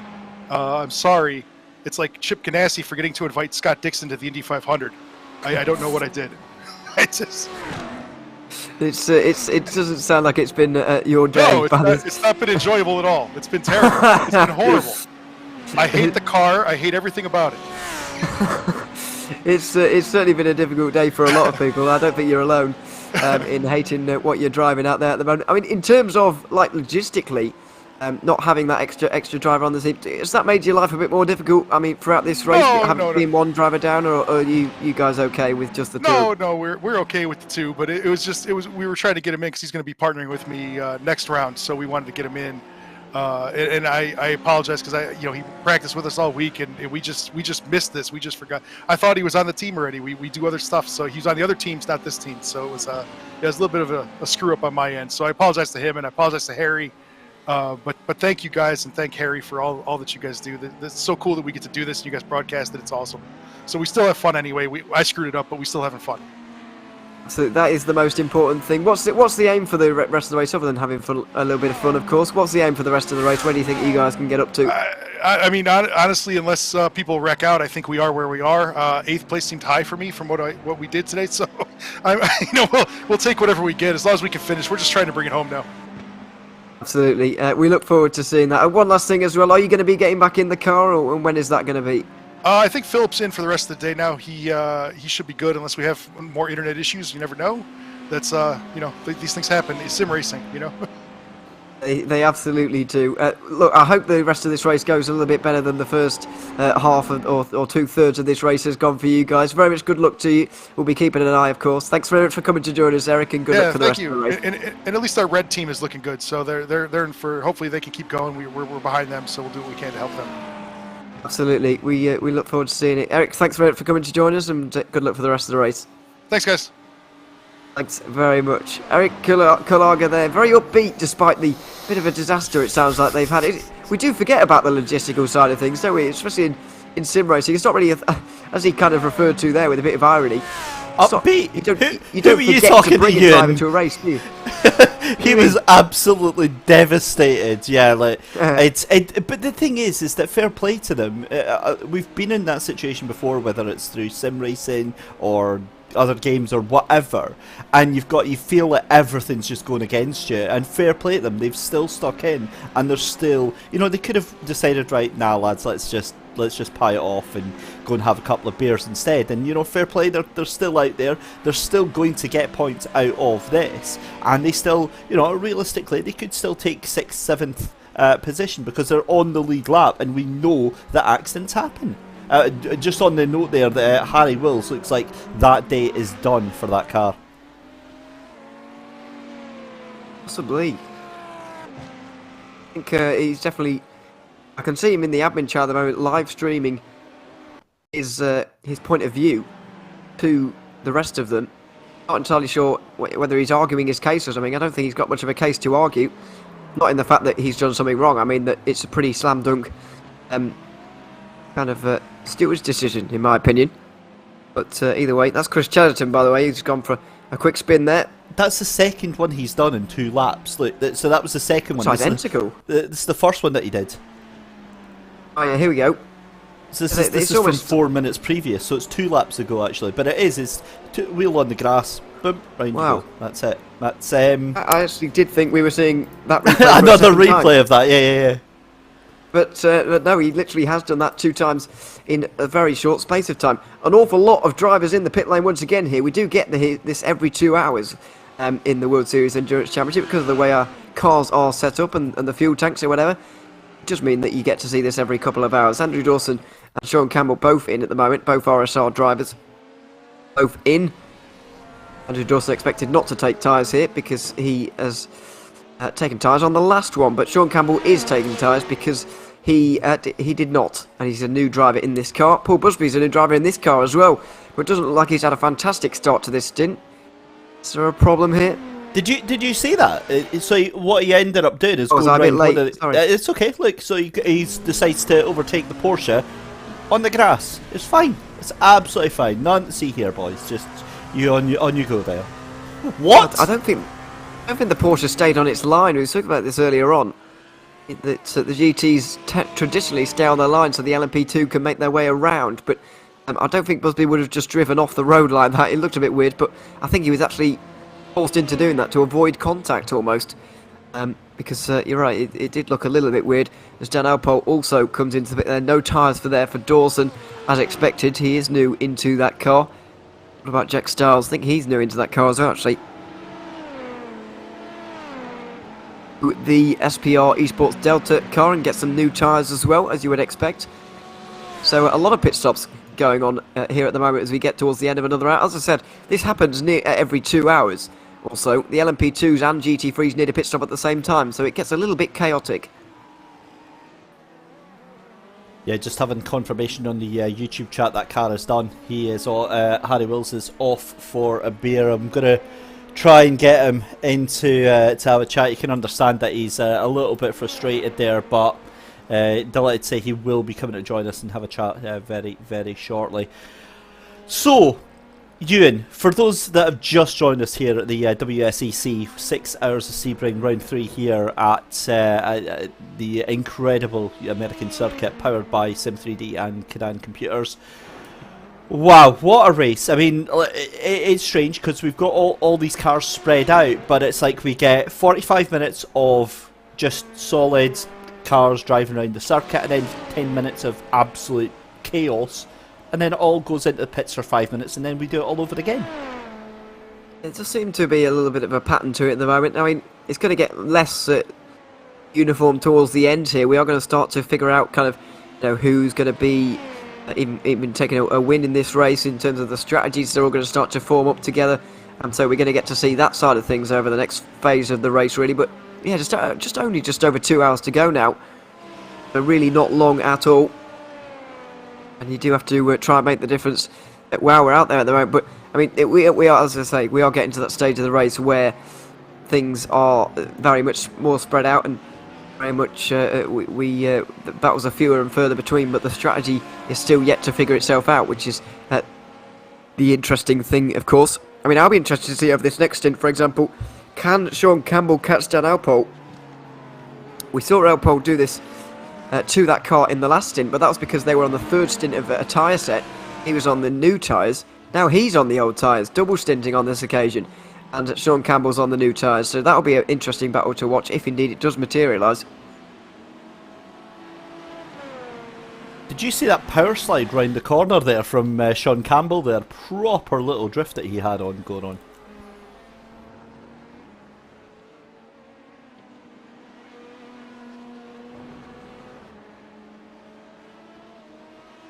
So just watching the cars coming around here as we're still watching Sean Campbell here. And again, a huge thank you to everyone watching today. Tons and tons of stuff that you could be watching, and obviously we're very grateful to have your time. 2 hours, or just over 2 hours left to go. Let's give you a rundown through the classes then, and we'll start with LMP2. Andrew Dawson for RSR by butt kicker in the number 55 in the lead of this race by the best part of a minute, 57.677 seconds, ahead of V3 Racing's Dan Alpel in second place. Sean Campbell is NP3 for RSR by butt kicker, then closely followed by T1 Designs, Paul Busby, with Niels Testers in the Victor by RSR machine in fifth, Texense Fitzstay Athena in sixth, Celeriatus Sim Racing, I'll get there eventually, in 7th position, 499 Racing in 8th position, SPR Esports Omega in 9th, Netrex, Grand Prix Blue and Twisted Racing Team are out of the race. Moving on to GT3 Pro, it's Liper Esports Reds ahead of Pandavan by 40 seconds. Pit stop strategies paying off dividends right now for the likes of Yannick Bukov behind the wheel of this car just now. RD Simsport WSL in 3rd position, with Texense Fitzstay Apollo in 4th position, Celeritas Sim Racing Invictus in 5th, and Eclipse Racing Team Blue on damage control right now in that 6th position. Twisted Racing Team Audi Pro out of the race. Harry Wills in that horrendous accident with a GT3 AM car, retiring them from the race. But talking of GT3 AMs, it's MSC Puma Kuppenheim Yellow with a commanding 1-lap lead over Twisted Racing Team Ferrari AM of Felix Pearl in 2nd place. Alistair Kirk in 3rd with Vulture Motorsport Red. SPR Esports Delta in 4th position with Jack Styles. Kyle Boss is in 5th place there for 303 Racing. In fact, I've completely reading off the wrong names there, sorry. It's Dean Timms in 2nd for Twisted. Vulture Motorsport Red is Michael Kulaga. Michael Fairchild is in the SPR Esports Delta. The 303 Racing in 5th place is going to be Nico Louis Darvell. Alex Bomberg is in 6th place in the Condog Prime Motorsport. Sim Party Racing in 7th. Vulture Motorsport Blue is in 8th position here, and then 2 laps down is Vulture Motorsport Gold. The rest did not start the race. That's how they currently add up with just 2 hours left to go. And Ewan, it's now starting to come down to crunch time for a lot of these teams. It is. I feel like it is in the GT overall battle here. Looking at these two at the minute, it is almost crunch time between these two. Not so long until we see a pit stop for Dennis Veerman. But what does the rest of the race hold for those two? Is it an overall win? Or will they have to settle for just the AM win here? I think like it's going to be a very interesting one to watch throughout this race. Seeing Cameron Dance in the pit lane at the moment, by the way, and this pit stop is edging towards a minute. It's too long. Oh no, there we go. A minute, just over a minute, which is not too bad. So it looks like they're all fine. But yeah, we're really trying to work out what's going to happen for the rest of this race in terms of strategy. Just 2 seconds between these two GT3 class leaders. What are we going to see for the remainder of this between those two? It's going to be very, very interesting. But yeah, I mean, shame to see for Harry Wills. I mean, him and Stuart. Let's have a look at it. Stuart Reynolds have been swapping in and out that car. I don't know quite why they're swapping in and out that car. It's been 18 minutes now, but just still the timing still indicates that somebody is still willing to get that car repaired at the minute. I'm not sure if that. I'm still not sure if they're actually out the race. Although Harry Wills did say he was going to have a beer, so maybe he won't be driving anymore today. Yeah, he also said that he's off for a walk as well. So I think he's left the server open, but that's about it, really. You could be right. You could be right. But they don't really want to carry on by the looks of things if they're so far down the order. Luckily for them, they have completed 50%, so they will get the points. But even if they do not take any further part, because they have got to the halfway distance, however, still not the way they wanted to end the race, as we see another Audi go for a spin at the head. This is not the first time this car has gone for a spin at that corner. Yeah, that's weird, isn't it? How we see many of the Audis deciding to go for a spin at that precise corner. It's almost I think it's because the back end kind of lifts up under braking, and the rear end of it just spins right round. That's the only explanation I can have. But have a look at Yannick Bukov here in the background for Liper Esports Red. He is wanting to get this position done and dusted. Of course, it's not actually a position on track here. It doesn't really matter if Dennis Veerman is ahead, but Dennis Veerman and MSC Puma Kuppenheim Yellow, they will be absolutely delighted if they could pull that off. They really will.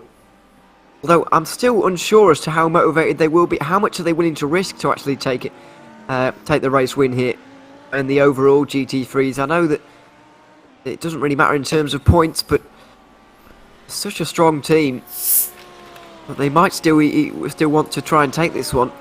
But I really can't see. In terms of actual on-track fighting, I'm not entirely sure. But in terms of strategy, they're not going to be really willing to do something crazy on strategy to try and win this race. Because as I mentioned earlier, it really doesn't matter whether they come first or second in the GT3 overalls. They've gotten over a lap of a lead in the AM category, and that's really what they came here for. So, yeah, I mean, it's we'll see. But I'm still going in favour of Liper Esports, I think. I mean, earlier in the poll, by the way, 60% said that they would actually win this race, MSC Puma Kuppenheim. So, the people have faith. I'm just not one of those by the looks of things at the moment. I just don't think they're going to be able to hang on. Boo, Ewan. Boo. How can you go against the people and what they have said? But look, 4 hours done and dusted and almost in the book here. And I mean, really, you've got to have done all the work to lead you up to this point. We've got 2 hours left to go here. I think it's still all to play for the LMP2s. That's still not enough of a gap by RSR, by Butt Kicker, to be out of the realms of danger. I think GT3 AM, are looking very good right now. But GT3 Pro, Liper Esports Red, again, still within the realms of possibility. 43 seconds. That could be a botched pit stop. That could be really anything. As Alex Bumberg in the Audi has had another crash. Ewan, how much do we want to bet that's been exactly the same corner? Oh, I don't really want to believe it's at the hairpin again. Oh, no. It looks like it has been. This corner proving very difficult for some. Seen a lot of cars, not only this car, a lot of different cars going off. We saw Harry Wills do this earlier. Almost identical actual kind of spin to what he did earlier. We see this car. Now Stuart Reynolds, oh dear, this car's in the wall again.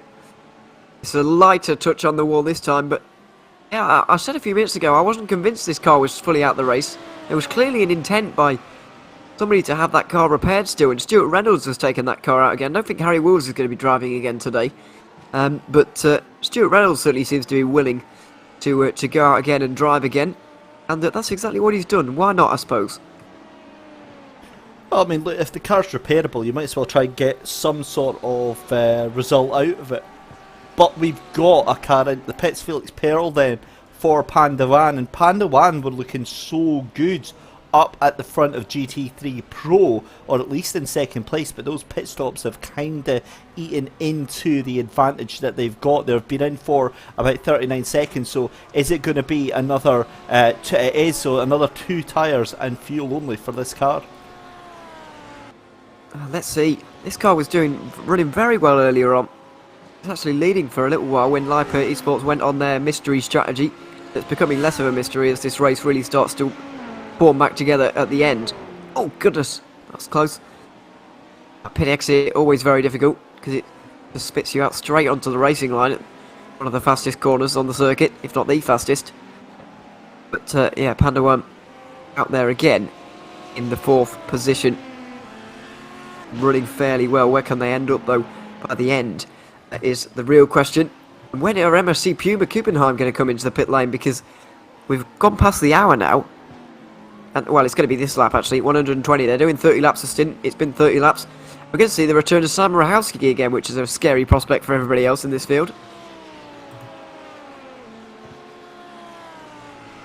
They will not be enjoying the sight of that.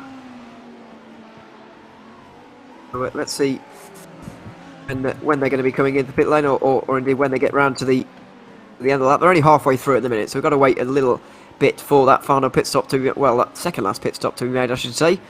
But it might well be their final tyre change of the day. We're seeing double stints even being made at this point in the day. It's 12 o'clock in midday. We're getting towards the hottest this track will be in the entire day. They're still willing to double stint, as we see Ted Lowendick having a not ideal start to his stint at all. Spin over the curbs at turn 3.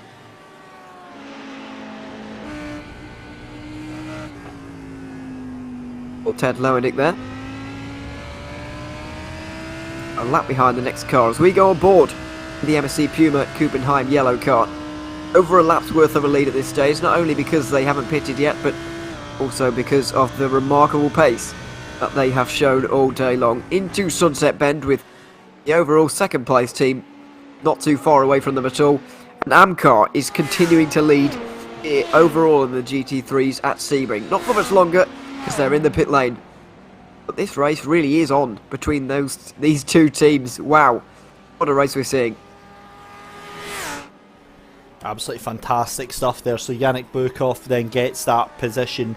Again, it's not actually a position. It's just two cars in two different classes that happen to be on the same part of tarmac at the same time. However, I get a feeling. I thought I saw something there, but it's just a weird bug with the timing tower that if you go down to a different class, it makes the times look a lot closer than they actually were there. I thought Sean Campbell and Dan Alpole were a little bit closer than they actually are, but that gap between Andrew Dawson and Dan Alpole then over a minute right now. So the LMP2 class is looking quite good. Simon Rachowski back behind the wheel of the MSC Puma Kuppenheim Yellow. Remember, as you said, Ewan, we spoke to him earlier on, and Simon very guarded about the strategy that they're going to be running in that car, but in pit lane for a fairly long time, if it's going to be longer than 56, 57 seconds. So yeah, this is a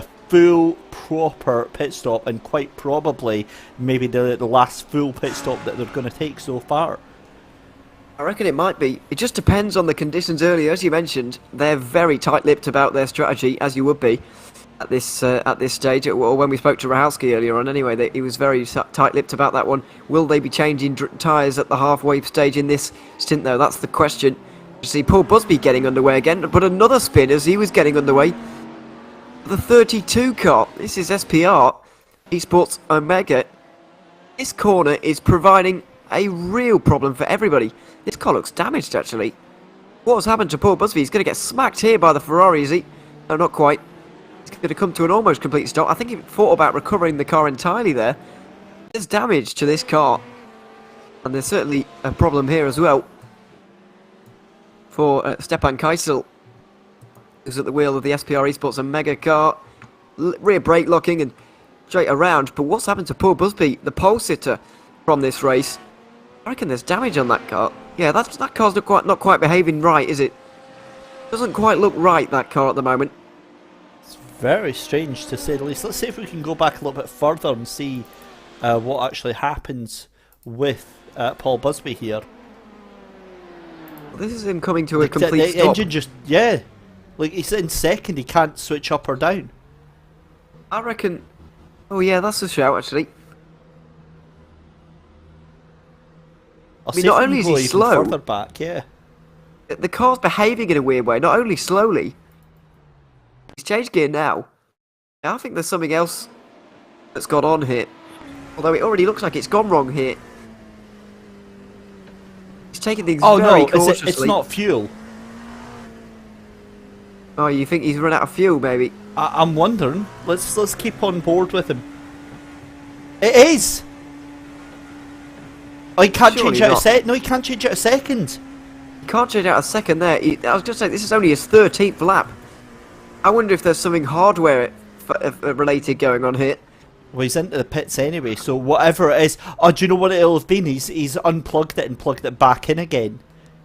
So he's dived out the rig, unplugged the USB, plugged it back in. The thing, I bet you'll see the steering wheel go all funny. Well, no, it's gone there, and maybe it's a separate shifter that he's got, but either way, it gets going again. The car starts shifting again. So, oh, that's a shame for them, because it's now Alistair that's behind the wheel of that one. But wow, that is a huge moment.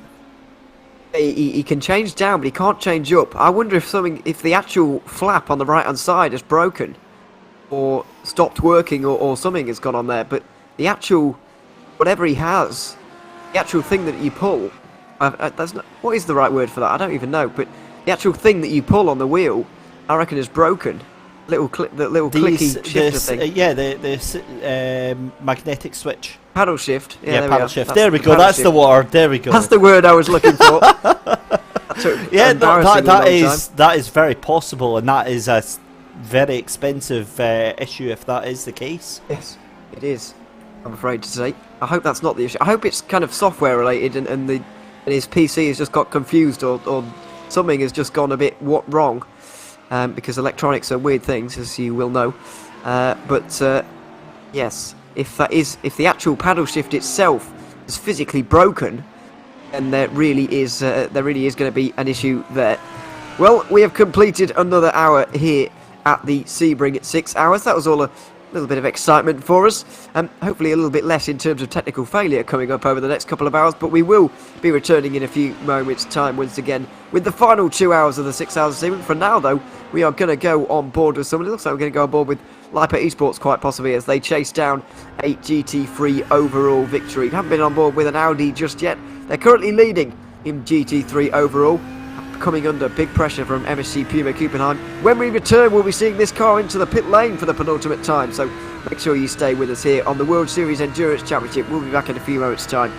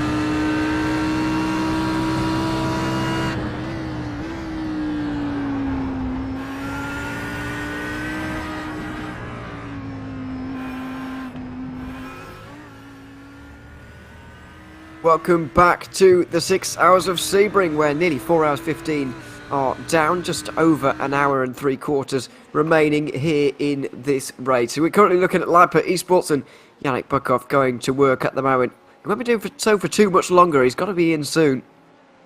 And it might even be this lap. We'll see if we've timed this one well. Not quite that well. And we've got to wait a little bit of time for him to come in again. And we'll see, piece together another piece of this little puzzle that we've got going on in terms of the battle for the race win in the GT3 overall category. Jack Stiles actually not too far behind Sam Rahalski after those last tyre changes. Felix Perl for Pandawan has not changed tyres there. So he's jumped up a little bit, but will drop back again during the penultimate stop of the race. The penultimate, or the final full tank fill. There's probably going to be a splash and dash for a lot of these teams. My name is Ewan O'Leary. I'll be alongside David Christie until the end here, as we have been since the start. And we haven't really spoken about the LMP2s for a while, David, because it's been such a dominant performance from RSR. Andrew Dawson leading at the minute. He's got a minute over Dan Elpol at the moment. Wouldn't have predicted that at the start of the day. Even 2 hours in, wouldn't have predicted that. Absolutely not, and what a turn up for the books it is, but it's been a dominant performance by RSR, by butt kicker in the number 55, and they've earned that 1 minute lead that they've got. But as I said, I mean, 4 hours 15 into this race, I'm still not convinced that that's enough for them. Well, let's see. They do look in control at the minute. It's a remarkable story though, starting from 10th place to be in the lead at this stage. It is quite remarkable. They've driven very, very well indeed to get there. And Alpol 1 minute behind. In a bit of a fight with Sean Campbell, who's closing in on him at this stage, but still 18.5 seconds away. So it's a bit of a job for him to catch there. Alistair Catchpole, by the way, is out there again after making an extra stop. He's back into that car now and only 5 seconds behind Ted Lowendick. Don't know what that's all about. And here he is. Just running ever so slightly wide there. This car, after starting so well and qualifying on pole, of course, has not been able to race quite as well as they were able to qualify. And another little bit of a running wide there. So yeah, I don't know what's quite happened to this car, but they've even lost 4th place now. Well, if you remember, so Alistair Catchpole taking over that car. I cannot for the life of me remember the name of the driver that was in it beforehand, but that was the driver that had the gear shift issue and was stuck right at the right hander. So that explains what happens with that one. Paul Busby, that was it.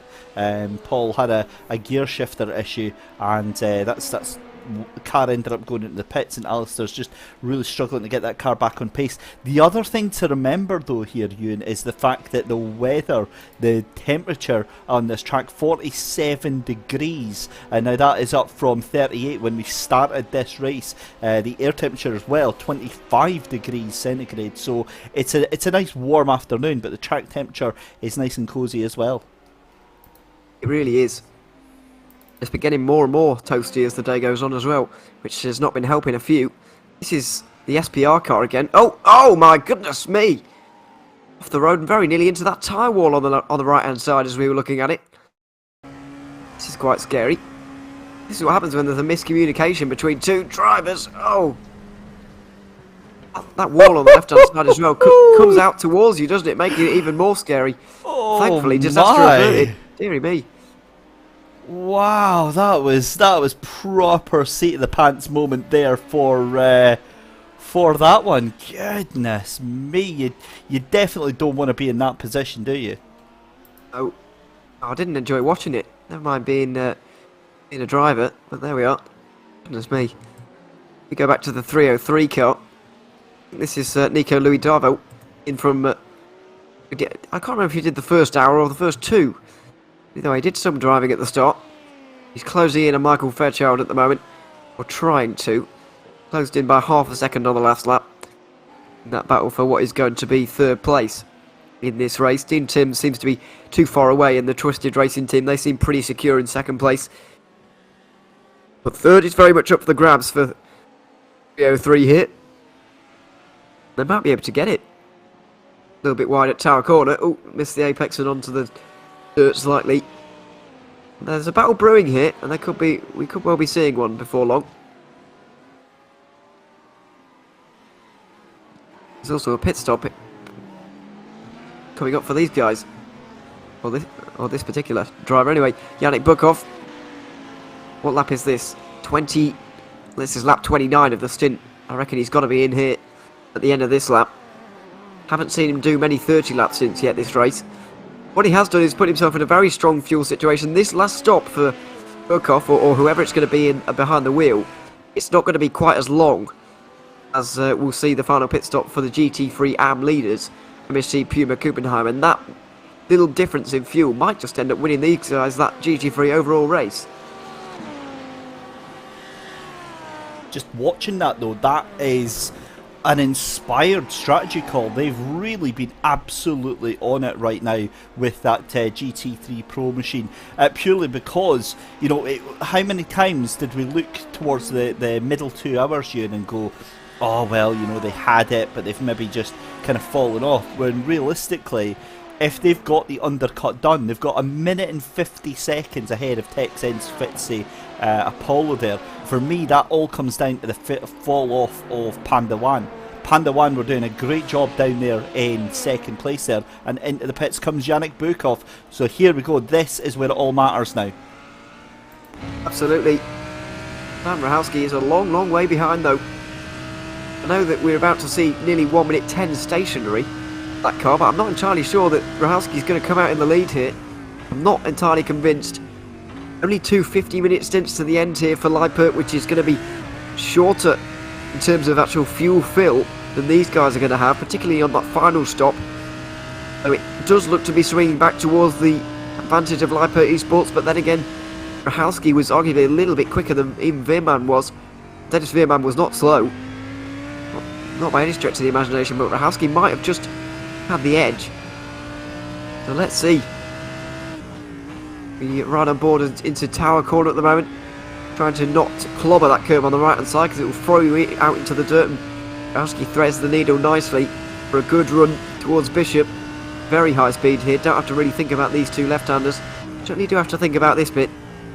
Chicane at the end of the lap, get over that curb as much as possible on the right hand side and the left hand side. You want to open it up as much as possible. I guess technically go off the road there to open up the Le Mans corner onto the Auburn straight, but you need it because it's a very long straight and an important corner to get right. Rico Zarelli is back into the car and he's about to leave as we see a bit of an something going on a little bit further down. It's the SPR car. Oh! Very nearly getting hit by a spinning RD Simsport car, but thankfully just about getting out of the way in time. And here comes the Lippert Esports car. Rico Zarelli is going to be quite a way in front of Simon Rahowski by the looks of things. There goes Rahowski, and there is Zarelli. Despite almost identical pit stop times, Rahowski has lost a bit of time there for some reason.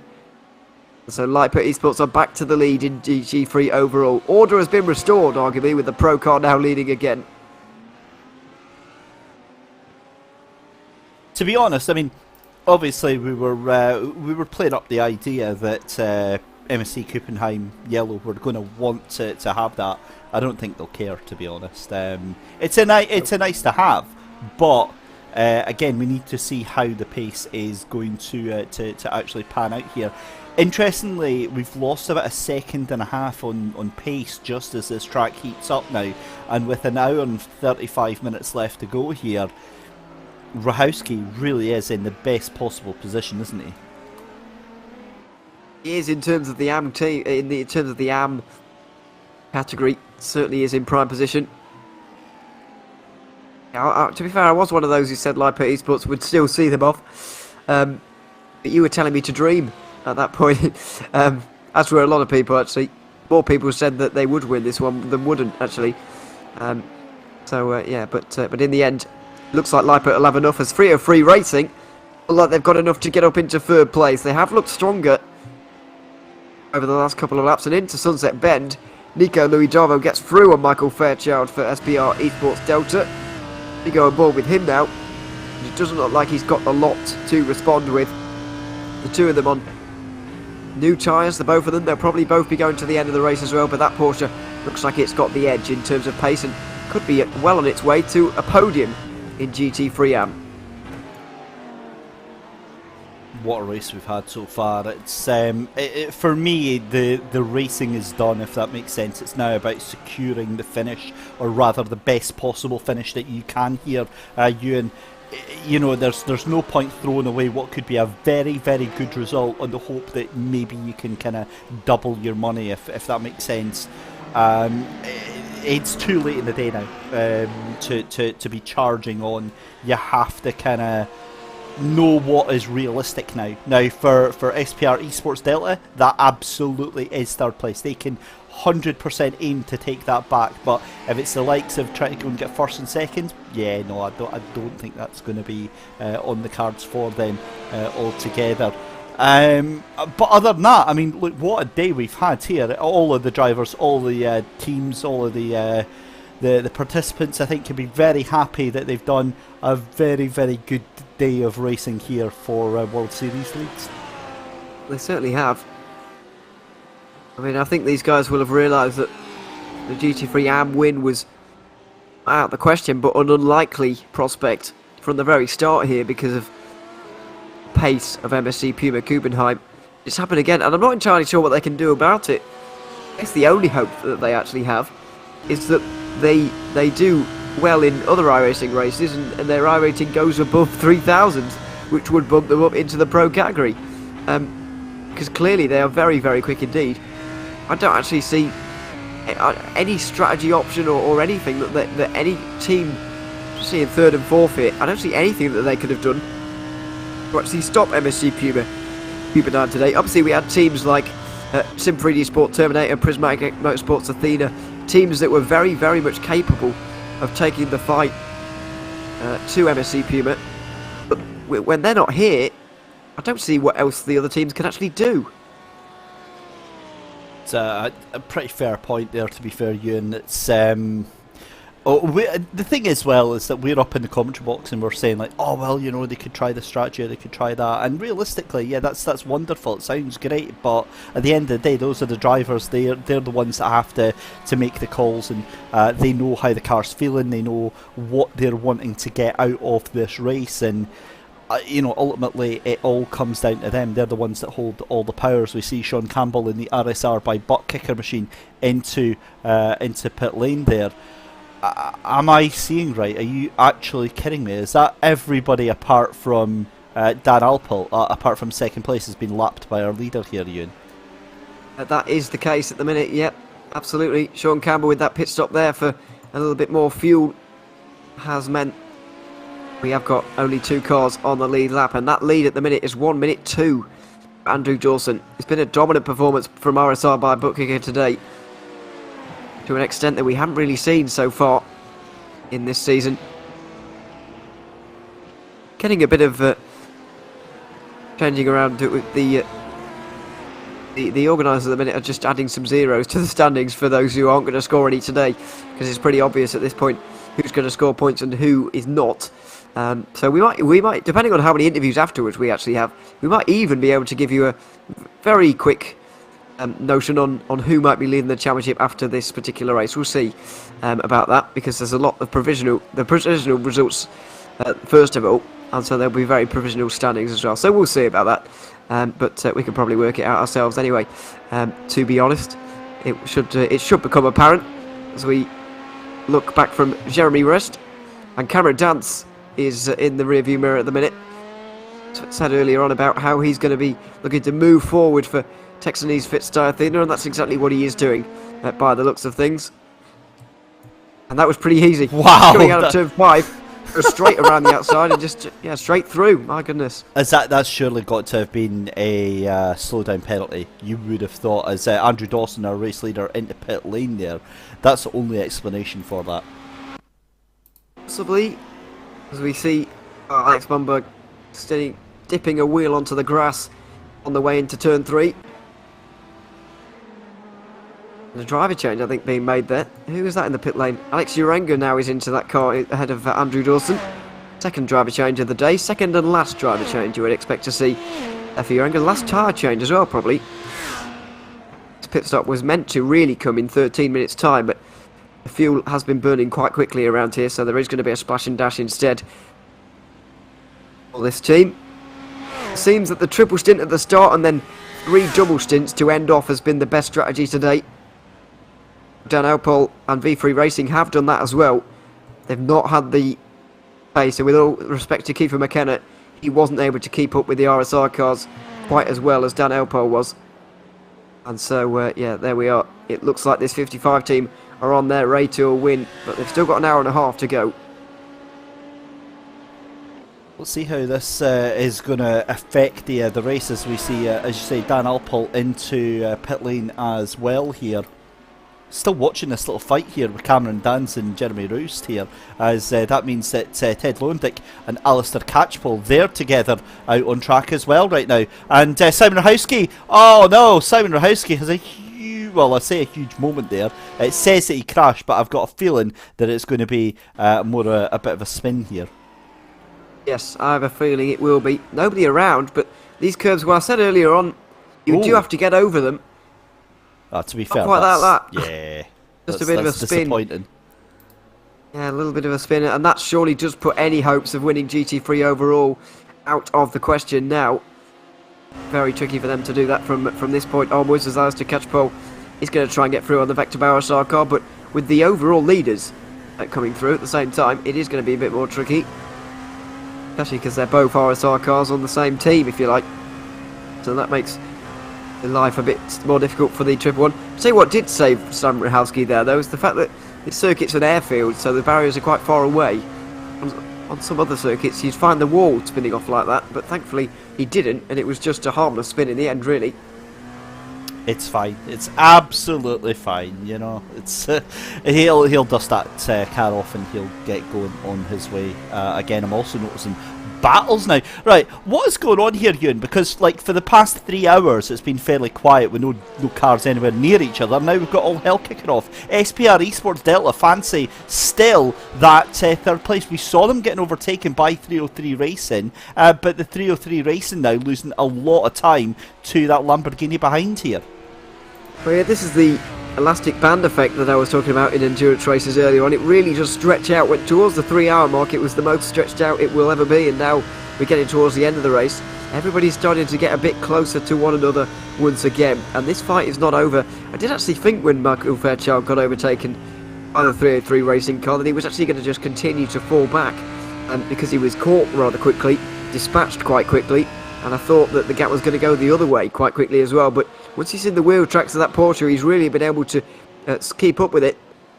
So we are seeing a nice fight now for P3 in GT3 AM. When were these last two in? 2 laps earlier for Nico Louis Darvell. So both of these are going to have to splash and dash towards the end. I'm pretty sure most of the GT3s are going to, other than the leading AM car. But that Lamborghini is going to have 2 laps less to put in for the remainder of this race, which I don't want to say could be the difference, but it is going to save them a second or second and a half or something. 3/4 of a second maybe. It's going to save them a little bit of time, and when a nose to tail like this, it really could affect this battle. You're definitely not hearing any objections from myself. Your calculations this afternoon, you've been absolutely spot on. So yeah, I'm just taking notes at this point. Nice. I mean, I wouldn't advise it, but we can give it a go. So there we are. But no, I'm trying to. I'll tell you what does make it easier. The fact that we're here the whole time does make the predicting what's going to happen a bit easier on the strategy. But yeah, there's a lot of cars here to try and figure out who's doing what and so on. But either way, we'll try and get that. Not too far away from seeing these guys back in again. What lap are they on now? Lap 132 of the entire race. Lap 23 of their stint. They've been going 20. Oh! As we say all that, you can throw it all away. Because Michael Fairchild has just found the wall out of Le Mans. Trying to get the best run possible onto the Ormond Straight. We've spoken about how important it is to do that all day long. But Fairchild just trying a little bit too hard. He runs a little bit wide into the grass, and that's when you lose control completely. Smack into the wall. Oh dear. He's going to be very, very unhappy with himself after that. Well, I do believe that is, again, an F for that Lambo. Yeah, he's surely going to have to... Well, no, he's not going to bring it into the pit, so he's going to try and limp round with that one. Oh, man, that's such a shame, isn't it? It's kind of robbed us of what could have been an epic battle there. We'll just have to console ourselves with everything else that's going on right now, because here is Ted Lowendick desperately trying to fend off. He's got Alistair Catchpole behind him just now, and realistically that is probably the only battle that we've actually got on track now. It looks like the closest battle, certainly. Although, as I mentioned earlier on, Ted Lowendick has got one of his teammates around to kind of help him. There is a lap card just in front, lapped LMP2, as well as the GT3s that are pretty much a constant at this stage. This fight for fourth. I'll tell you what is especially impressive for RSR today is the fact that they've got all three of their cars inside the top four. Now it's a slightly depleted LMP2 field, only 9 left running at this stage, but 3 in the top 4 is a very, very good record indeed.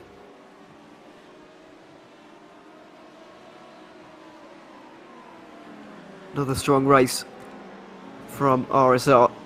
V3 Racing came into today as the leaders, by the way. The Sean Campbell driven car was second and only 5 points behind. So they will gain back 3 if the race were to end right now. But there's only 9 seconds between them. And I believe Sean Campbell... Oh, yeah, off the road for... Well, I believe Sean Campbell has a tyre change to make at the next round of pit stops coming up soon. And that will drop him behind again. But will he be able to catch up in time for the end of the race? Will we see those two fight again as we see some kind of issue here into Le Mans for Ian Peterson? Just trying to see what happened here. Yeah, the car's gone already. So spins it round, and I think this is not the end of his worries here. Tries to get it going again, and ends up having to pull to the pits. I wonder actually if he's just waiting for a safe point to rejoin there. Which, in all intents and purposes, that is very, very good awareness there from Ian Peterson to rejoin that. I mean, you know, it's awful to spin the car, but it's even more awful if you end up causing an incident because of that. But as it stands on track, I think that we are pretty much free of any battles as Cameron Dance into the pits for what you would think is his penultimate time. Well, is it going to be his penultimate time? There's still, what, an hour and 25 to go? I think that's too far for 2 stints, unfortunately. You're absolutely right, it's going to be 3, isn't it? Yes, it's going to be a splash again. I was speaking about this earlier, it's going to be a lot of splash of fuel. Obviously, Urenga, Campbell and Alpel have not long been in. Ted Lowendick, as we mentioned, is not too far ahead of Alistair Catchpole, and both of those... I think Lowendick is going to be able to make this on 2 more stops. This is his... Well, this is a very long stint. Well, yeah, Catchpole's going to be able to make it on 1 more stop after the next one as well. So these two both are. They've both stretched the field long in the aims of trying to gain a position. But in the end, they haven't gained anything. They're just fighting between themselves, really, over 4th position. And if anything, it's actually cost T1 Design Esports because they were comfortably in 3rd before they really started, well, I say saving fuel. They've just been doing shorter stints.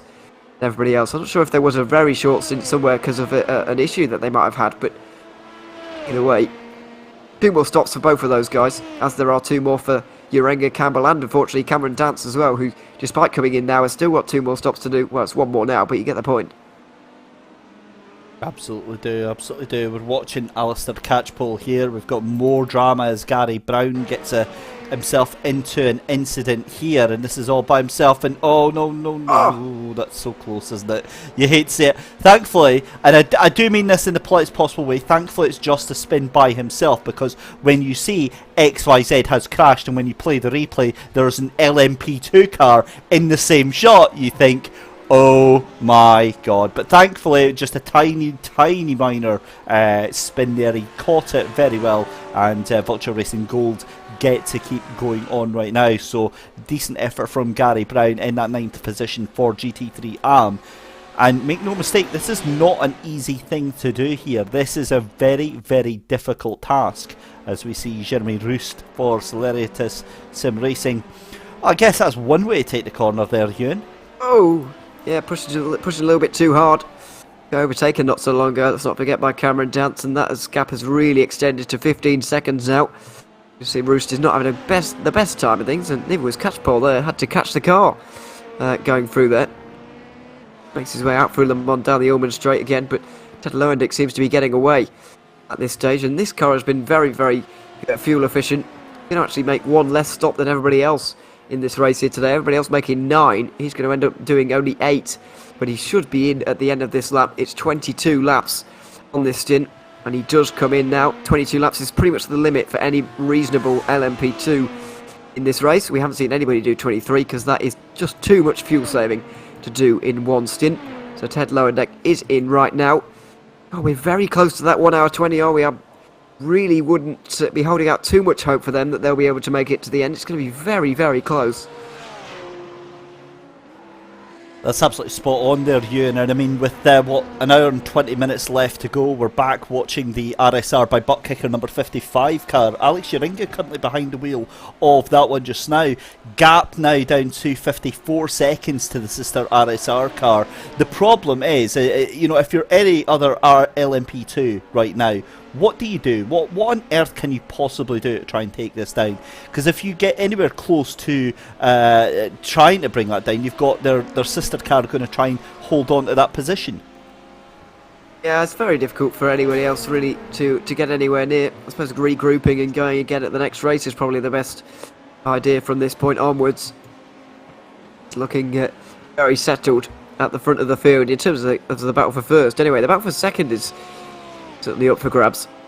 RSR versus V3 Racing seems to be a battle up for grabs at the minute. Campbell versus Alpole.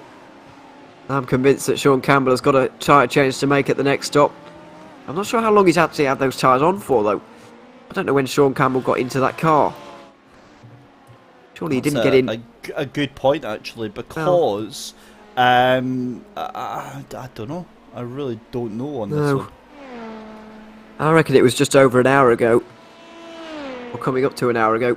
I think this is his second stint in the car, I would say. So one more tyre change at the end of this stint, which will be on either lap 165 or 66. They'll be coming in, which is still a fair amount of time away. And then we'll really see, just after the hour mark, then we'll really see. Will Campbell really want to put on one set of tyres to go to the end of the race with just 1 hour? Or would he rather stick it out on these old tyres? I'm not entirely sure. I guess it depends how old the tyres are, but will he really want to do another triple stint? I guess he might have to. Well, we're going to find out. That the problem with that, though, is do you not think, Ewan, that's maybe you're kind of adding risk where it doesn't need to be added on that case, as we see the 303 racing into the pit lane. I would. Do you want to take a chance? I mean, it's only 55 seconds, and if that 55 seconds ends up being wiped out because you decided to save 25 seconds on some tyres, it's a bit of false economy, isn't it? Well, I'm not really sure if their chances increase or decrease of them getting second place if they take the risk on the old tyres. Not entirely sure. It's difficult to really that's call my in my fault. head. Sorry, I completely misunderstood. I thought you were on about our race leader, Alex Yaringa. Do you mean? Oh. Sorry, were you saying Dan Alpole for V3 Racing? I'm basically just trying to work out who's going to finish second at the minute, pure and simple. If it's Dan Alpole, absolutely. You take the shortest pit stop as you can. You want to have that thing run on fumes if you possibly can. You throw everything but the kitchen sink to try and get that second position. What I thought you meant was our race leader, in which case you don't want to take chances. But if you're in P3, listen, absolutely, you throw everything you possibly can to try and get that position. Yeah, I mean, I'm not sure there's a lot left that Dan Alpole can actually do here. He's just taken tyres at the last stop, which was not long ago. About 20 minutes, with about an hour and a half left, maybe a little bit more. I mean, I think even in normal circumstances, if he was in the lead, he'd go to the end on those kind of tyres. Not entirely sure there's an awful lot he can do. Yeah, he's just got to go as quickly as possible, I think, till the end of the race. The real conundrum is with Sean Campbell here, because he's coming. I believe he's coming towards the end of his second stint on the tyres, at 1 hour to go.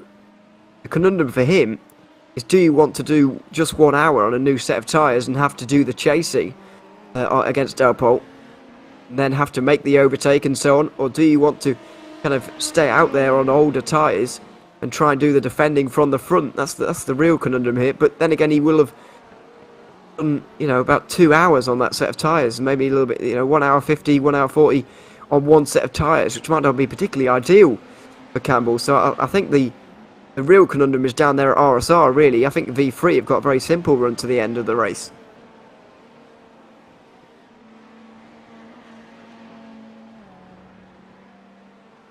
See how it pans out, though. It's very much a mystery at this stage. We've also got to wait for some GT3 pit stops soon. Now, some of them are sort of, well, I'll say some of them are getting underway. Not really. Not just yet, anyway. Still having to wait a little bit for that. Maybe a couple more laps until we see Texanese Fitstar Apollo into the car. From second in GT3 Pro and third overall. Trying to chase down Rahalski at this stage.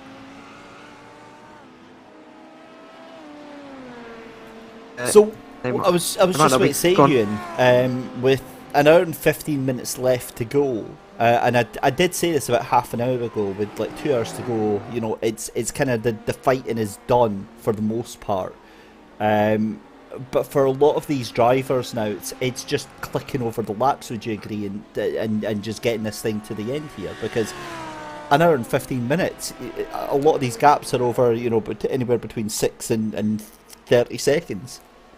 Yeah, there's a lot of people just getting to the end here. We've spoken to one of those teams, of course. God, who was it? Eric Kuhala, I think, was the driver we were talking to earlier. He was just saying, yeah, we're just going to get to the end now. And that was with over 2 hours to go. So for some of these teams, that has been the mentality for a long time now. Thinking especially about like Stuart Reynolds and the Twisted Racing team Audi. Had its issues earlier on. About an hour ago now. They're just trying to get to the end. Gary Brown, certainly, for Vulture Motorsport. The other Vulture Motorsports cars have not had a great time of things today. I think for a lot of these teams, it is just getting it towards the end. And I can't imagine, because I've never really been in that position before where the race has gone badly and I'm not really motivated for the rest of the race. I don't really know what it's like to just bring the car home, because I think I'd actually make more mistakes and be less motivated to finish when there's nothing to fight for. I know the spirit of endurance, obviously you always want to get to the end of these races, but it's only a 6-hour race, part of a championship. I feel like a lot of these teams are very motivated to just go away and come back, see if they've got better luck next time, I guess. That's not an unrealistic proposition for a lot of these teams. Some of them will be thinking, yeah, just cut our losses, get to the finish, forget about it, get thinking about the next race. I mean, we heard from, I'm trying to think of who we had the interview with about an hour ago, and they were just having a horrific time. It was honestly, it was completely forgotten. Vulture. It was one of the Vulture Motorsports. I think, was it not one of the Vulture Motorsports? Yeah, Eric Kulaga, yeah. Yeah, that's right. And they hated it. They were not having a good day.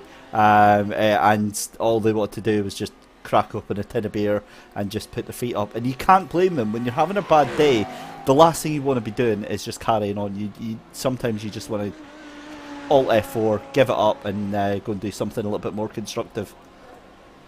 Absolutely, but they've carried on. Eric Kulaga not driving that car again. But who was his driving partner today? It's Philip Kuber, isn't it? Yes, it is indeed. 23rd overall. That's still in front of their teammates, Gary Brown, and indeed made up an overall position because there's a demise of the Twisted Racing team, and that won't matter to them too much at all.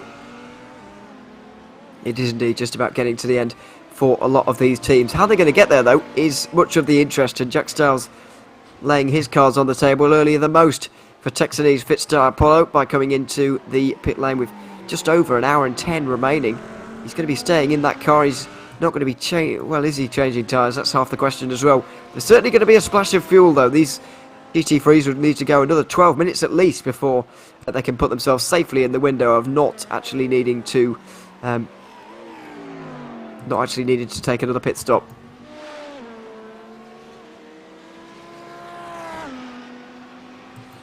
So we're making a very good point in the YouTube chat, by the way, about my kind of lack of motivation kind of mindset. Can always be issues for some guys up in front, and then you gain points from that. So always good to push on and get to the end of the race. I do agree with that, especially as I think I was Dean Timms actually.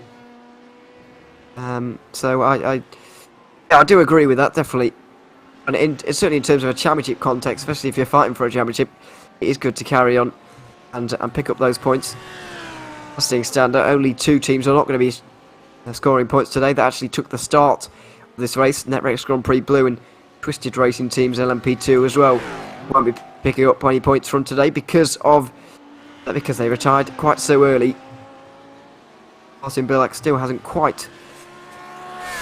There's still a chance for him to have completed his 50% distance, but he's not going to make it, I'm afraid. Only completed 61 laps. We're coming up to 159, which is almost double now.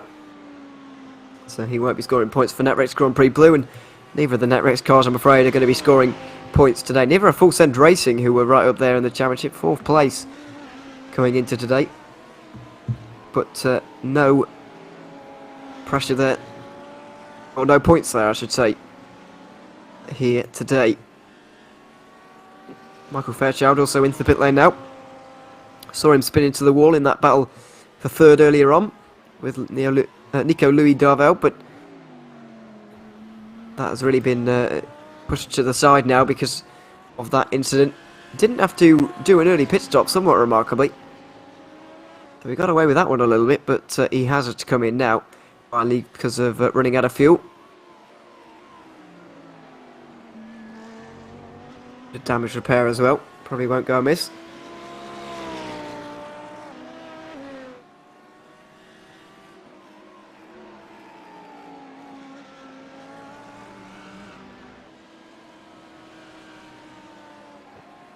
Following on Live Pit Esports here, the GT3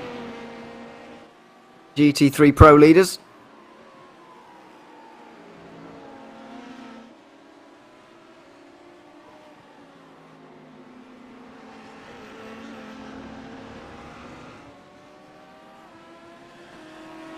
A bit of a wayward moment coming out of Le Mans, but still holding on to what is a minute's lead now. Live Pit Esports, Rico Zorelli.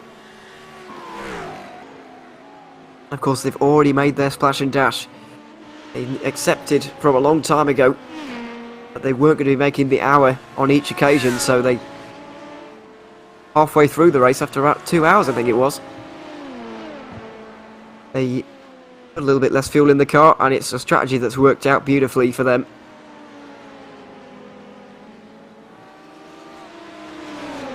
MP2s make their way down the inside.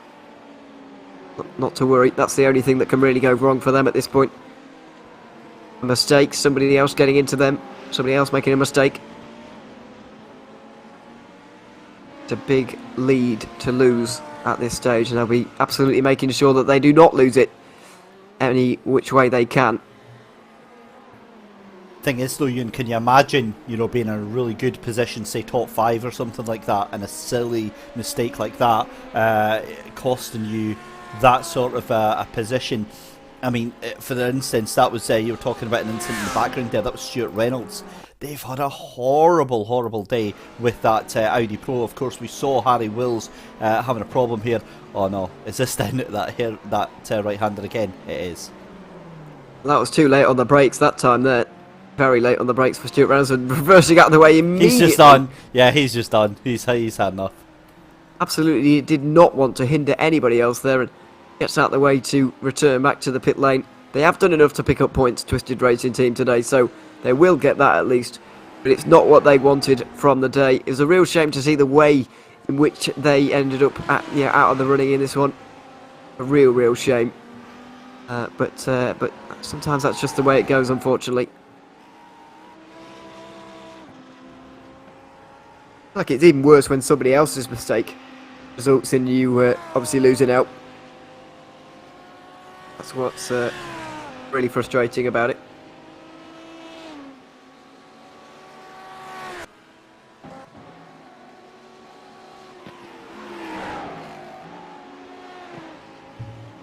Down into Sunset Bend again for Simon Rahowski,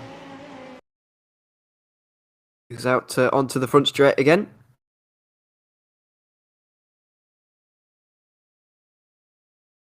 Because Zorelli's still leading GT3 overall, and Rahowski with quite a big margin to Panda 1 behind. Now that we've seen the pit stop for Texanese Fitstar Apollo, Rahowski does have a big gap behind him. Before, it was quite relatively close, but not any longer. And of course, Textiles will have to come in once more to have a splash and dash. This car will not, because it has been making the hour each time. The car that really has been able to do it, as well as Alistair Kirk actually for Rd3 Sport. Team that have all of a sudden found themselves on the podium in this race. They won't stay there, I don't think, but they do have a good chance of finishing 5th. Carl Boss might just be close enough to take them for 4th. Celeritas, but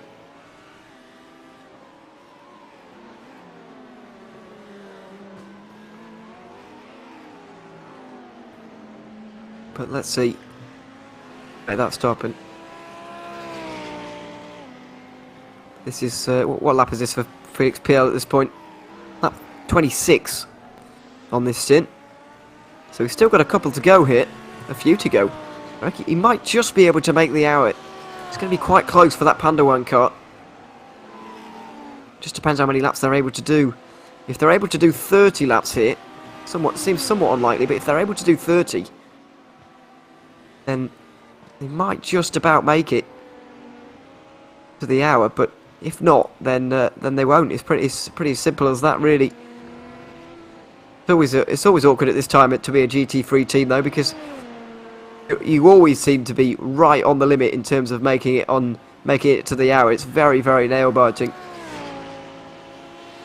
Just on that note as well, Ewan, I mean, it really is so important that they do make it as long as they possibly can.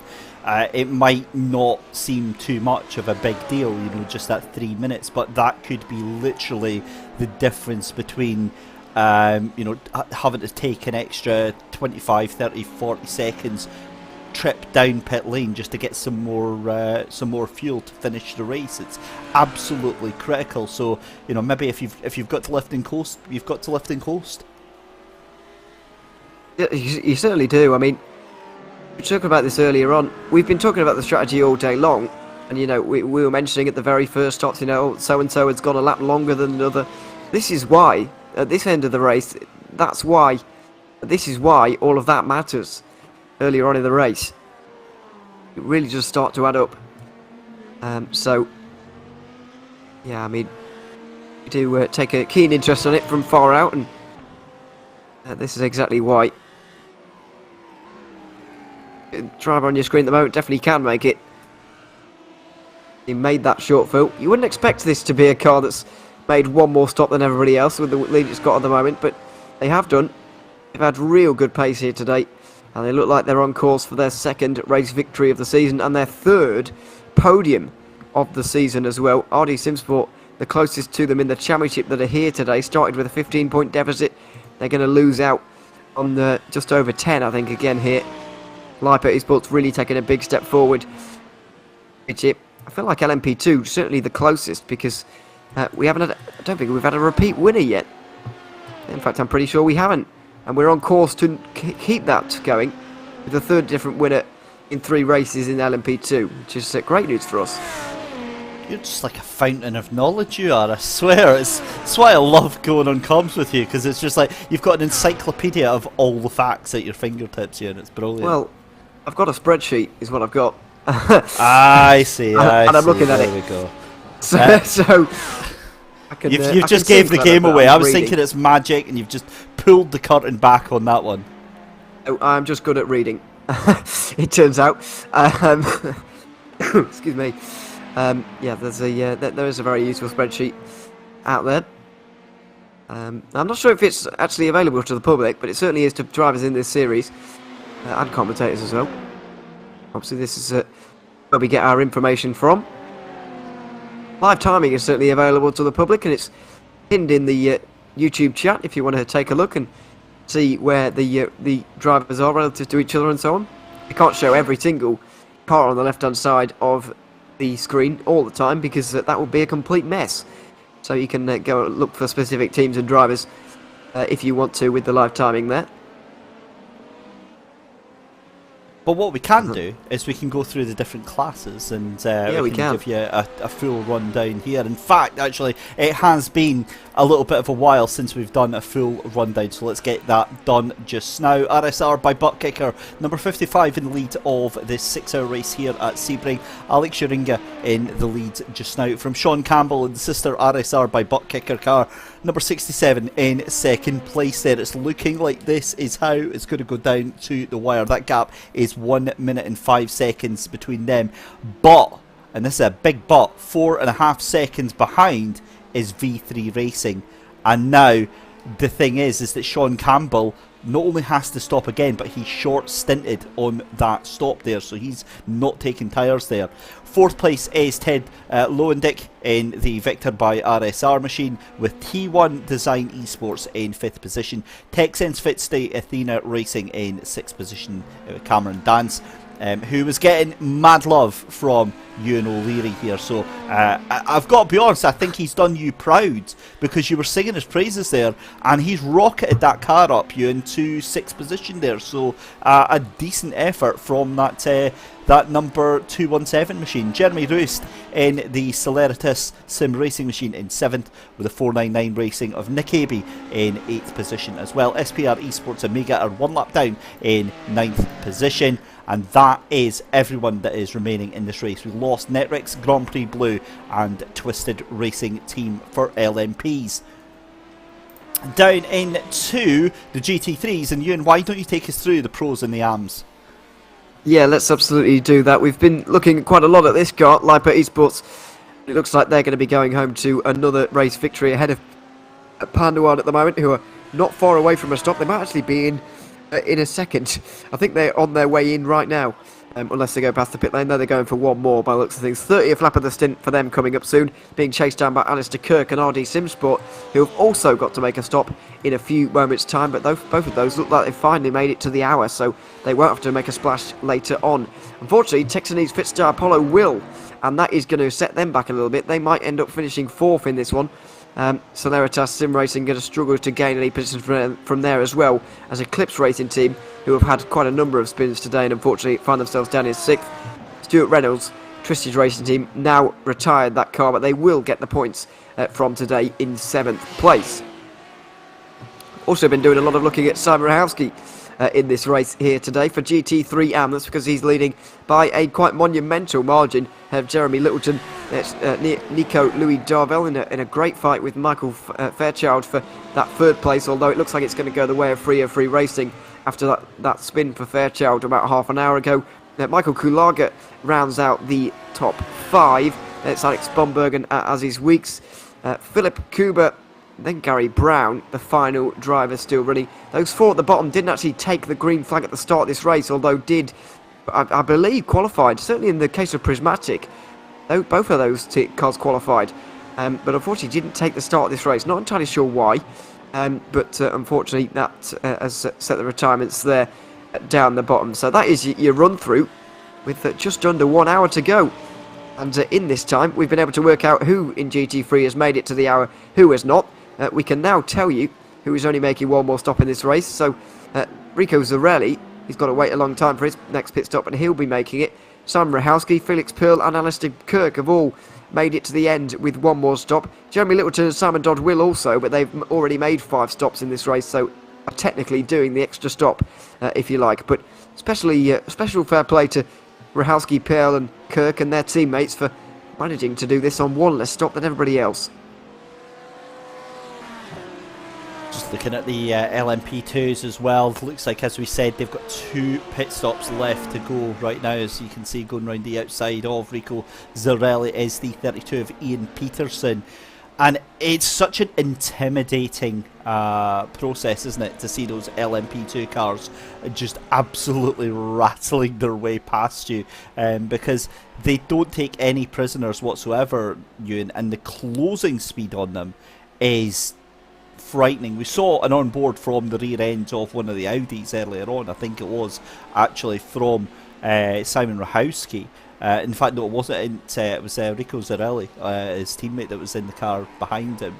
And honestly, the closing speed was frightening, and we've got a battle for third place. We do. Now, Panda One are going for the first 31-lap stint we've seen all day long. This is longer than we've seen any car go in this field here today, but they're still out there. RD Simsport are out there as well, but they're less deep into a stint at the minute. I think there's fuel concerns at Panda One at the moment. They've tried to stretch this out as far as possible. They've not quite done enough. They're trying to just sip fuel until they can get back to the end of this lap and get back to the pit lane, but I think there's fuel concerns at Panda One at the moment. They're losing so much time. Scary, scary stuff as we see this all panning out just now, and well, that was made to look very, very easy indeed. And Felix Perl there really struggling, and you're right, look at how much he's dropping back. Let's go on board. Yeah, really dropping back. You'll see that a big lift off as well going into Sunset Bend, I'm pretty sure. Belly getting to 6th gear here. He won't be full throttle down the straight, lifts off on the way in quite dramatically there. Panda One going to be into the pit lane here, not surprisingly.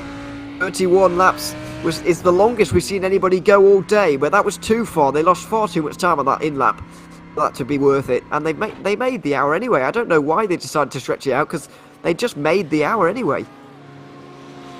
I think the answer to that, unit, it's fine. It's fine. I can make it one more lap. It's absolutely... Oh, okay, maybe I can't. It's that whole thing of like thinking you can, and then of course the iRacing, the fuel save cutout kicks in at 0.3 litres, I think it is, and that's when limp home mode comes on, and you are done.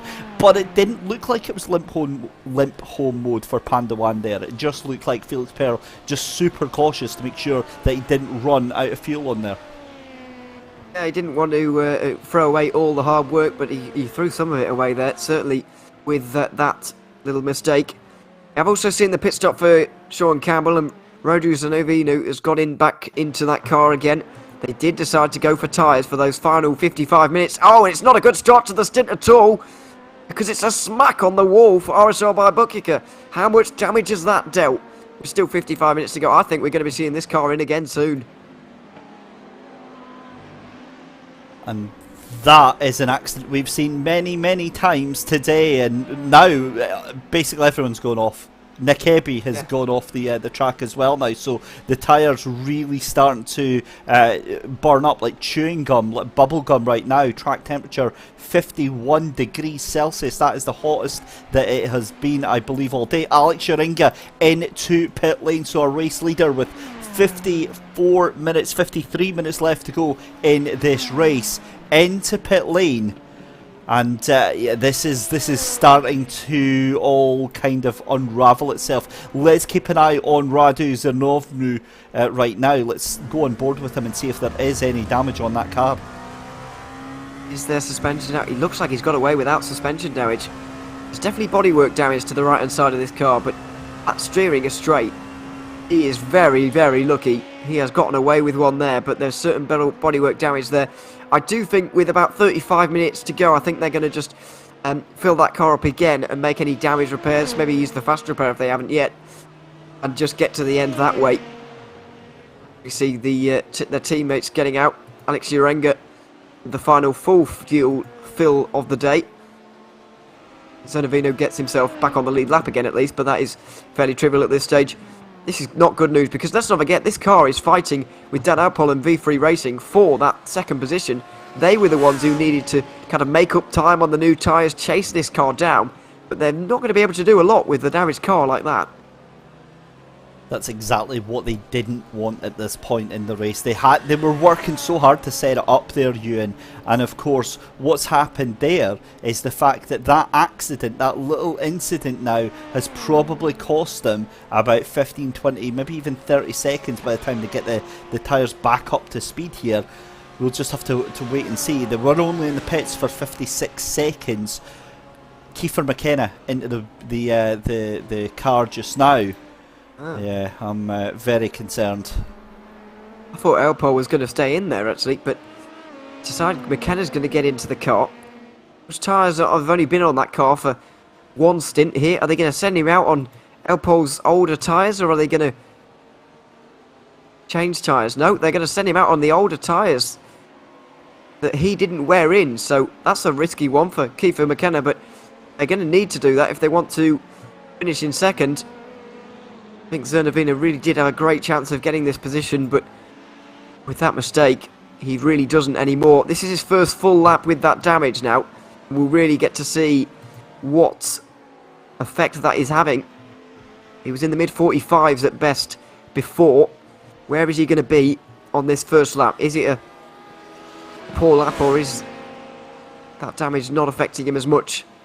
Oh, it's a 51-0. If that was a clear lap, if that was a relatively good lap, then that is not good news in terms of how much damage is on that car, because he's lost a good, 5 seconds there. He's on new tyres and should be going quickly. That is a slow lap time for him, I'm afraid. The issue with that though, Ewan, is that the lap times have fallen off by about 2-3 seconds from their ultimate pace. We're seeing them now down about the 148s, 149s from the rest of the field. So realistically, yeah, I think he's still definitely massively down if that is the case. On 151 though, so it's about 3 seconds I would say off of his ultimate time there. So we'll keep an eye on this and we'll try and get some times on this, but very, very worrying times for Zernovu in the RSR by butt kicker car, and you can just see there that car just doesn't have the same confidence that it did before. He's having to really micromanage that car round the track here. He really is. We'll see as this next lap time comes in, as well as Kiefer McKenna's first lap and Alex Urenga's, etc. We'll get a real better idea as to where these guys are in terms of the actual pace right now. Over the line for Kiefer McKenna. I think this is his out lap though, isn't it? So that's not going to be very representative at all to what he can actually do in this race. We'll get a view on that rather soon. He comes into the pit lane right now to make his penultimate stop of the day. Still waiting for 2 stops for waiting for 1 more stop for Busby and Lowendick. I think Dance and Ruest have got 2 more stops left each, but both of those positions seem fairly stabilised at this stage, although Cameron Dance is not too far behind Lowendick and Paul Busby at the moment in that battle for what is 4th place, I guess. He's not too far away, so you never know what can happen in these final 50 minutes or so. Well, we are into the final hour here at Sebring. Pit stops are done for some of these cars, but some of them still waiting to do some at the moment. We're going to stay on board with Redu Zenovinu, but us two are going to just stay quiet for a few moments' time, let you enjoy the sights and sounds of Sebring for the next few moments. We'll be back in a few moments' time for the final few moments of the 6 hours of Sebring.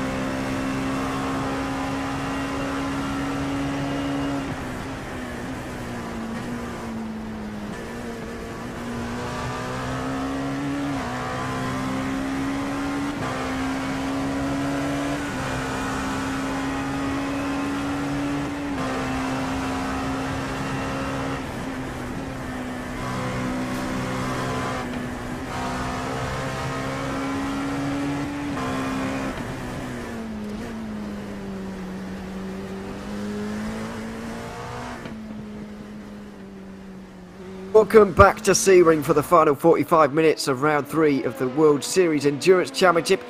Here from Sebring, 6 hours here today to reach the halfway point in our season, both in terms of rounds and hours here at round 3. There's been a lot of stuff going on throughout the day. That is one of the most spectacular things we've seen, though. Oh my god! That's quite a reintroduction. Damien Bank off the road on the wrong way up, you would say, and absolutely no way he can get going from there. That's, by the way, he's leaving the pit lane there as a new driver into that car. There's slight contact with the Porsche. I think it's Gary Brown, and he goes catapulting into the wall. That has unfortunately cost them an 8th place. I think they were actually 7th at the time. It's cost them. They're now down to 9th after that contact there. That is quite a reintroduction, but as I was talking about earlier on, not a lot you can do when you're leaving the pit lane here. It's just a strong dose of netcode as well. But a slam into the wall. Goodness me. It makes you wonder how much Damien Banks saw of that Porsche then. If that car just magically merged into it, yeah, that is a horrific accident. All I'm going to say is imagine being in VR for that one. That would have been pretty rough. Another accident. Let's see what's going on here. This is Car Boss, who's in a bit of a battle for positions, by the way, and that's not going to help. Going for a spin there. Felix Peel a lot closer to him now, and he's not quite as close to Alistair Kirk as maybe he would have liked after all of that. Although Kirk has had a very short... He decided not to take tyres there for the final 45 minutes, so Kirk is now fairly secure in 3rd place. Jack Stiles has to make another stop, so we'll see if Felix Peel can actually chase him down. But he's got a long chase to do there, over a minute. Say over a minute. It's actually not over a minute at all, is it? It's about 35 seconds, but even so, with Jeremy Littleton has a little bit of a problem there. We've also had, I think, a bit of a problem for Car Boss again, and here it is. Don't tell me it's LMP2 interaction. One of the RSR one. No. Rear end of that Audi does not want to stay anywhere. Oh! The 111 there very nearly got into the side of it. Well, there we go. That's been quite an entertaining break then. Goodness me. Wow. That was, that's why we shouldn't take breaks, because all that kind of stuff happens. To be fair, that kind of stuff was happening for about 10 minutes or so beforehand. It was a bit of a chaotic part of the race. It kind of brings back to a point you made a bit earlier on about these, the kind of, we have a quiet half an hour or so, and then for 10 minutes or so, people just drive off the circuit for fun, for no apparent reason. And that seems to be of one of those periods as Rico Zarelli makes his final pit stop of the day. Yeah, on that note, honestly, it feels like they get to the final hour, they get a little bit overexcited, and they think, all right, okay, well, let's just cause a bit of havoc here, boys. Then that's honestly what it feels like. But also watching Cameron dance here, he's in a position because Ted Lowendick has had a pretty rubbish time here. Just before we went for our break, this is what happened to Ted here. A carbon copy of that final corner ends up losing a lot of time and just power slides that car around. A little bit of contact to the rear left there. Yeah, you hate to say it, but that has meant now that Cameron Dance gets the position done. So it's cool and calm and as easy as you like, and he goes into pit lane. The two of them into pit lane. That is huge. Wow. Wow. Well, over 40 minutes to go here. I'm not convinced that either of these two are going to make it, but Cameron Dance, last time he was in, was 23 laps ago. This is a remarkably long stint, more than anything, from Cameron Dance. Into the pit lane. Ted Lowendick as well, and that's a remarkably short stint from Ted Lowendick. Only 20 laps in a car that has been doing, the longest stints of anybody in this race. They're both in before 40 minutes. I wouldn't be convinced in either of those cars that either of those are going to make it to the end from here. Unbelievable stuff. So what an exciting change we've had though in the past sort of 10 minutes. I mean, really sets itself up here for a brilliant 40-minute finale to this 6-hour race. So I cannot believe we're already in the final hour. We're nearly in the final half hour. That honestly today has just blitzed by. Yeah, it certainly has. It's been a good race for this series once again. Hoping for the next race at Spa, maybe a few more cars wouldn't go amiss, but even so, with the 27 that took the start today, it has not been bad at all. There have been good fights going on up and down at the order. So yeah, it has been a good race. It's leaving the pit lane now. Cameron Dance has actually jumped Niels Justice because of the driver change. Well, maybe not only because of that, but it's up to the top 5 positions now. Poor Busby will only have to make one more stop in this race and will be more comfortable on fuel. So despite the fact he's not actually going to be that much further up the road from Cameron Dance, I think he will be okay to finish in 4th position. And Vector Belrosol might be a bit disappointed to not finish inside the top 5 because at one point they were really challenging for 4th, and after all of that they're going to end up in 6th place because of everything that's gone on. It's definitely a possibility. That's the worrying thing after all that effort. All that time, yeah. I mean, for me, seeing the fact that Vector by RSR has just been absolutely done by Cameron Dance in that TechSense Fitstay Athena, that is, and yet again, let's say this was your call. You said keep an eye out for this guy. You've got high hopes for him, and he's definitely not disappointed. Because I think, was it not when he jumped into the car they were like 8th or 9th? And they're now all the way up into P5, and it's been like constantly his stints that have powered them through. I think they were 8th, yeah. I think they were 8th going in, or when he got in the car. They made sure that he didn't have to do, or they gave him as much as the 75% as they're allowed to. If you don't know what we're referring to, that's the iRacing fair share rule. No driver can do more than 75% of the race on their own. In this particular race that'd be 4.5 hours, but in LMP2 that doesn't really work out great in terms of stints, so Cameron Dance has more likely done about 4 hours here to abide by the rules. But he's had a long stint and they wanted to get him in for the end, of course. It's more logically, I think I'm pretty sure he lives in Australia.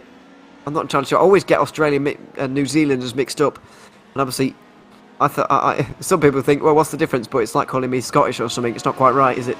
So, yeah, I'll try and get it right.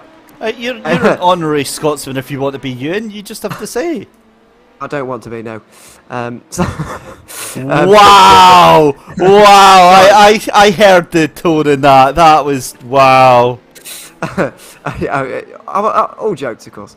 But no, I do believe he's in Australia at the moment. Definitely in Australasia or Oceania or whatever. It's certainly around that part of the world, down under. And so just logically thinking about the time difference here, what time will it be? I reckon it's only 7:30 at the moment in the morning. Cameron Dance. That's all right now, but if you remember when he got back into the car, or got into the car for the first time about 3 hours ago, you would say, that's an uncomfortable time in the morning to get going in terms of racing. You've got to remember, during the summertime in the Northern Hemisphere, the winter in Australia, the time difference between here and Australia, in Europe, here and Australia, is actually smaller than it is during the winter. During the winter, a stint like this might actually be more manageable because of the time difference, but I reckon he's had a very, very early morning today. I can absolutely back you up on that one. So I used to do endurance races with one of my friends that was in Australia, and my friend Craig. And the thing is that he really had trouble having to try and fit that round. It was fine in 24s because we would just sort of swap times around and stuff like that. But yeah, sorry, it was Jake actually that's in Australia, and we would make it work, but obviously it is quite difficult. The only thing that was quite good was that it was, like say, near enough 12 to 10-12 hours, and that was a huge mistake for TechSense Fitstay Athena. Here we go, we've got a race on our hands here. We certainly have. Down the inside for Niels Justice. He is not going to wait for a second opportunity. Down the inside on the brakes, and it's a nice move into the hairpin. He makes his way through into 5th. What I did notice there, though, even though he was in the midst of a battle on the inside line, he lifted off going down towards the hairpin. I reckon Tiestas, who is very good at saving fuel, and he's proven that throughout this race, I reckon he is trying to make this to the end, despite the fact he's got to do about 42 minutes on one tank of fuel. That's going to be a stretch if it is, because the pace that he had to take that position from Cameron Dance and the way that he's pulling away here just now. Yeah, I don't know. I mean, Dance is definitely... The thing is they both came in about the same time, and they both put in about the same amount of fuel here, so surely they're going to be on an even strategy, you would have thought, maybe. But we'll wait and see. We certainly will. Damien Pink, by the way, has got into the YouTube chat, speaking about that incident which saw him cartwheeling across the barriers earlier on, going down towards turn 2. Said he did realise the Porsche was there, but just got bad luck with the netcode, which was very obvious to see. Well, the netcode anyway was obvious to see from the pictures we saw earlier on. Just one of those things, really. They have used the fast repair to make sure that they've got a clean car for the rest of the race. I'm very impressed that they've managed to preserve the fast repair until the end, have they? We just... Oh, I see. Okay, I misread that. They'd used the fast repair because that was their final stop, or their second last stop. They wanted a clean car for the final stint, so they just used it, despite the fact they didn't really need to, just so they had a clean car. And then, of course, they go and have the huge incident, so their repair is going to be minutes long, and it already is approaching 14 minutes in the pit lane. So they're going to wait for that and go back out there for the end, I think. But unfortunately, they used their fast repair about 30 seconds before they actually really could have done with it. Here is the incident again that we're talking about.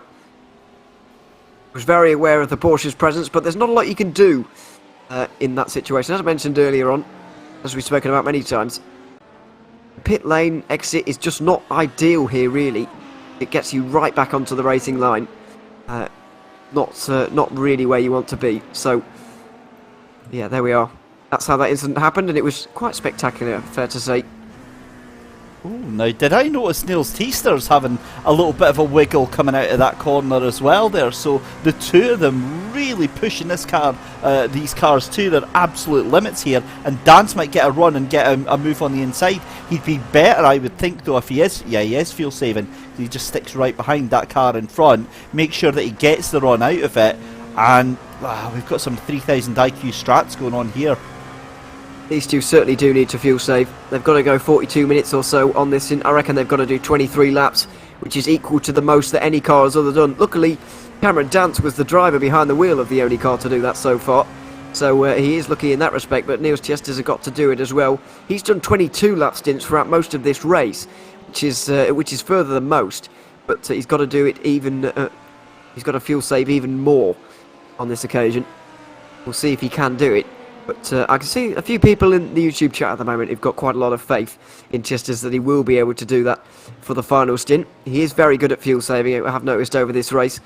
Vector Bauer, as I said earlier, hasn't really gained them too much in this race, but if he can do it just well enough and hold off Cameron Dance here, then it will get them a top 5, so very much worth it, and he is a very capable driver to be able to try and do that. I'm a little bit distracted, I'll be honest with you. I'm watching the timing screens and I'm wondering if this is a mistake here. No, it's not. Alex Uringa is about 20 seconds off of lapping the last person on the field, and by that I mean Kiefer McKenna. At that point, Alex Uringa and that RSR by butt kicker number 55 will have lapped the entire field. At that point, that is outrageous for a 6-hour race. It is very impressive indeed. Very, very impressive. I thought when he started that sentence something had gone wrong for Alex Uringa there and he was going to lose the race, but no, thankfully not. Thankfully not, no, yeah.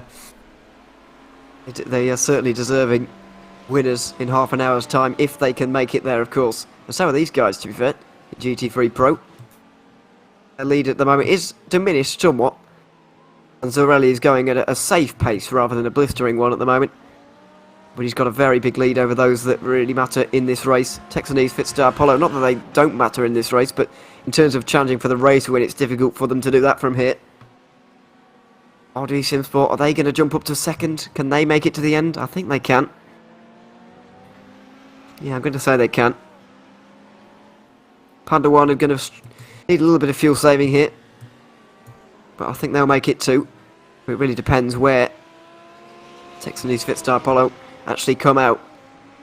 If we look at this car, we talk about the potential for a lapse lead in LMP2. Well, it's already happened in GT3. I mean, it has been this way for a very long time. Simon Rahowski has been dominant for the 3rd race in a row.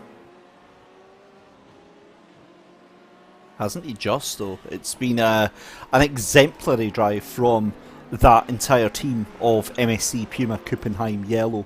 A lapse lead over everybody else in their class. Not only that, they're still, believe it or not, within a shout of actually taking that GT3 overall lead. Rico Zarelli 25 seconds up the road, but yet again pitting for a much less time than everyone else around him. So we'll keep our eye on that one. It looks like was that Damien Benke there that says they might be out. Yeah, I think that car has had connection issues with that car there. They're certainly not moving anymore. In fact, they've been out for several laps now. Yeah, I think they've given up on repairing that car, Yeah. actually. That's it. That's a shame if that is the case then, because obviously Yeah. they were trying really hard to keep the foot in, but yeah, it's just obviously not to be. I think they've realised that by the time their car's repaired, even if a car in front of them doesn't score any more laps from then on, they're not going to make up any positions. I think they've really, because obviously the argument for staying in constantly is you might pick up some more points, and I do totally agree with that, but they've realised that they've got to make up 8 laps on any car at the moment, and they're not even going to get 8 laps of running by the time their car's repaired, so they thought, well, you know, we might as well just pack it in here. They are going to get the points. Remember, 50% is all you need to complete to get points. I say all you need to complete as if that's not a long time. Could be as much as 4 hours at Daytona or Le Mans that bookend this season. But yeah, I think they've realised that they're not going to pick up any positions no matter what, whether they are able to emerge again or not. And even if all of the cars fall off in front of them, they're still not going to pick up any more positions in this race, I'm afraid. So they have called it a day there, but I played them for trying at least for a quarter of an hour to try and get that car repaired again.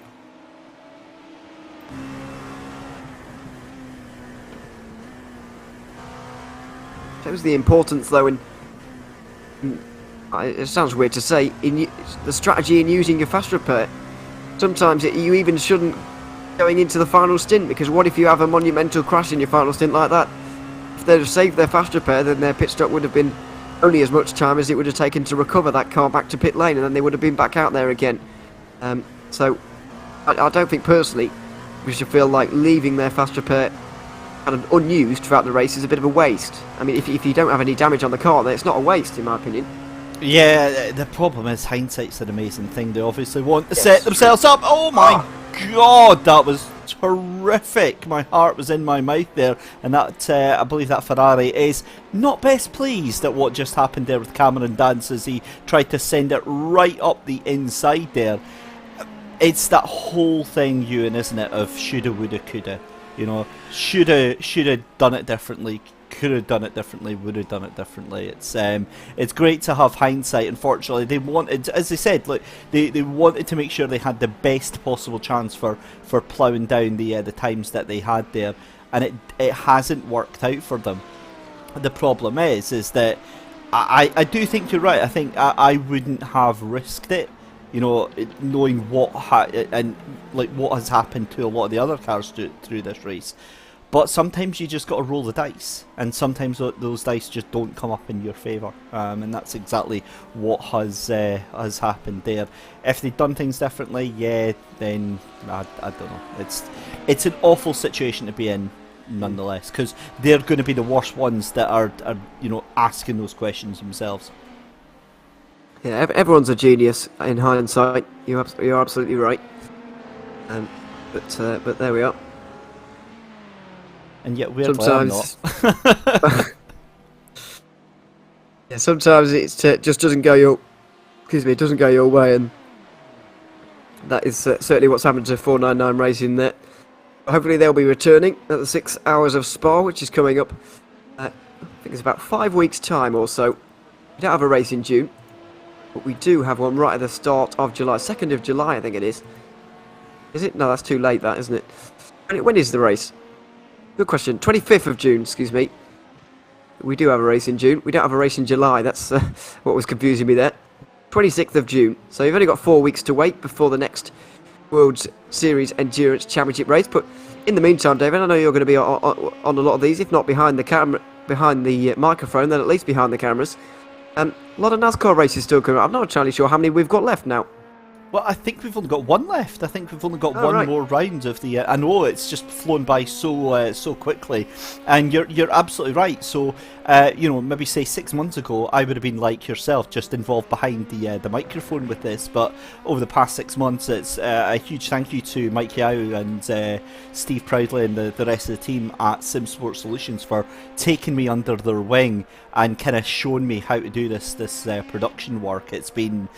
I'm not going to lie, I'm a complete geek. I love this sort of stuff. I love this whole kind of broadcast production thing, and it's it adds on a completely different level to enjoying the race because, I'm a fairly egotistical guy, and I like having control and power, and I can have the power. Commentators are. Yeah, exactly. But we usually just have to sit there and just like talk about what we see. Whereas with this, I can kind of. Joking aside, though. It's a great thing because one of the things that a lot of us esports commentators do is the fact that we'll join the session as well, and we can have a look. We can watch the race as spectators as well, and see exactly what's going on. And that's exactly what it is here. Is that as commentators, our job is to portray the story. It's not just talking about what's going on track, it's talking about the context of things, what it means in the grander scale, and paint it like, or read it like it's a step-by-step story. Each hour of this race is like a new chapter in the book of this actual race, and that's exactly what I get to do with this broadcast production thing. So really enjoying it, and yeah, it's great fun. I get to press lots of buttons. It is, absolutely. And you'll be able to see a bit more of that on Absolute Sim Racing once again for the WSL, NASCAR EU and US, of course, depending on which time zone I forgot to say, you're in. Ewan, sorry to jump in, but I forgot to say as well, WSL, they've actually got GT3 EU and US seasons starting. They've got GT4s. They've also got, believe it or not, I believe TCR, which is going to be getting underway. I do love me a bit of TCR. I'm a little bit gutted because I got asked to do the broadcast for that. I kind of want to take part, as Philip Kuba has sent his car into oblivion. Oh, we'll have a look at that in a few moments' time, if we can. 303 Racing make their final pit stop of the day. Nico Louis Darville needed a bit of a splash of fuel, and he was going to be the first to come in, but let's see what's happened to Philip Kuba. Oh! Just into the wall.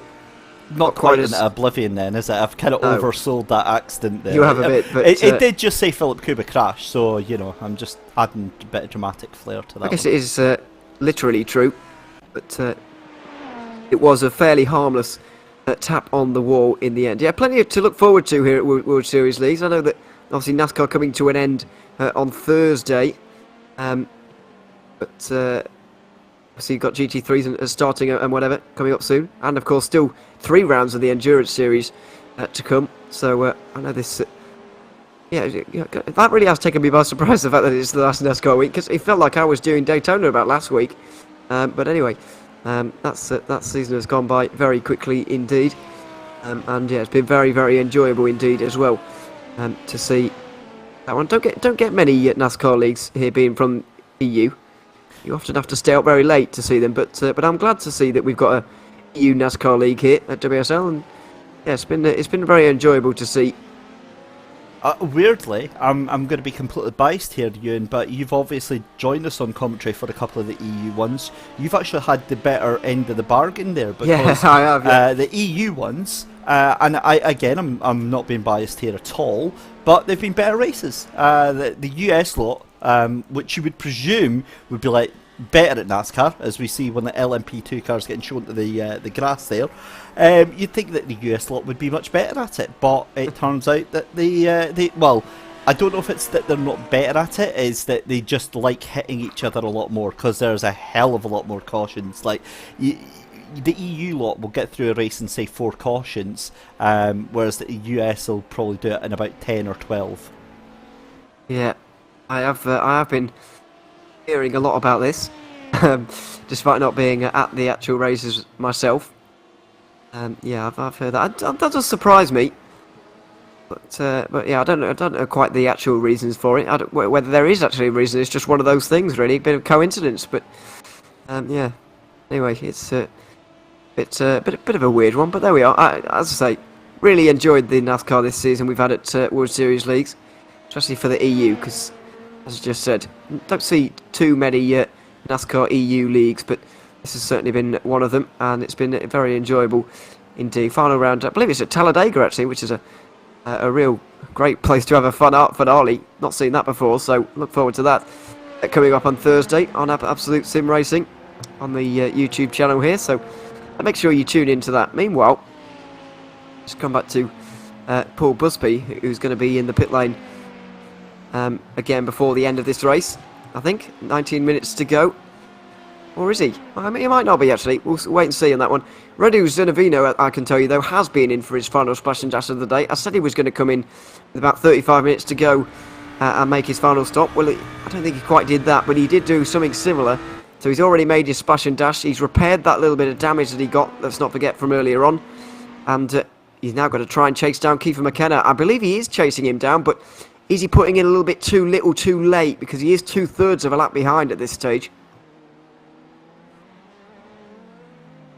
I think, yeah, I was just looking at the time there. I think it is done for that one, just purely because it's what, 1:14, and if anything, yeah, this is the point where as Kiefer McKenna, you're going to do the shortest possible stint that you can actually do. Although Radu Zanovu did a 19-second pit stop, so Radu just literally getting the tiniest amount of fuel in that they possibly can to get them through to the end here.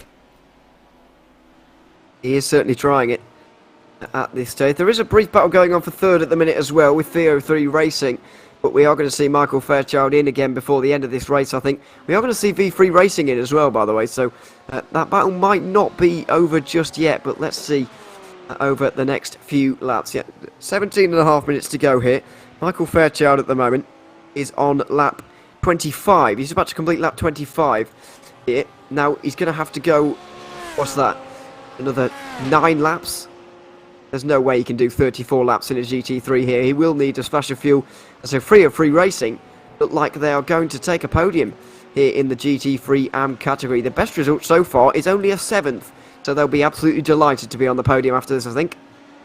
Wouldn't they just? I mean, that is a brilliant turn up, and look, that has just been absolute dogged determination here at Ewan. They've really just tried to keep themselves out of harm's way, get themselves up, what's that, about 5 positions from the start of the race. They've had a lot of support over on YouTube as well, which has been brilliant stuff to see here. So yeah, look, they thoroughly deserve it if that is how it is going to pan out. But I'm also watching this battle between GT3 Pro, because again, all of the cars are incredibly evenly split out here. Yeah, they really are. See some of the gaps, some of them quite large, especially to the leaders. Goodness me, look at that in GTM. These two are both 2 laps down on the actual car, and I don't really think they've had any major problems. They haven't really had crashes or anything, have they, either of these two cars? But the pace at the front of the race has just been relentless from Simon Rahowski and Dennis Vivman as well, who have both been really quite skillful, as you would imagine. For McKenna to come in to make his final stop of the day, by the way, for V3 Racing. He's currently completing his 20th lap. Expect to see him maybe in next lap or the one after that, and then we'll fully have a view as to what's actually going to happen in the battle for second position. I think Nico Louis Darvell is going to really push too hard to get in front, though. Even if there's a car in front that he knows is going to pit in a few moments' time, final 15 minutes, he won't want to risk an overtake, surely. So, especially with their first podium of the day, of the season, excuse me, on the table here, he will not want to throw this all away by any stretch. 15 minutes to go.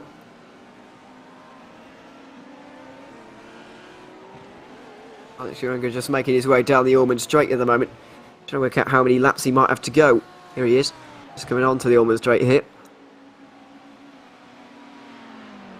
It's quite 148 lap times are quite difficult to work out in terms of how many laps are going to be, so we'll wait a little bit on that. But it's certainly been a good drive from RSL by book kicker today.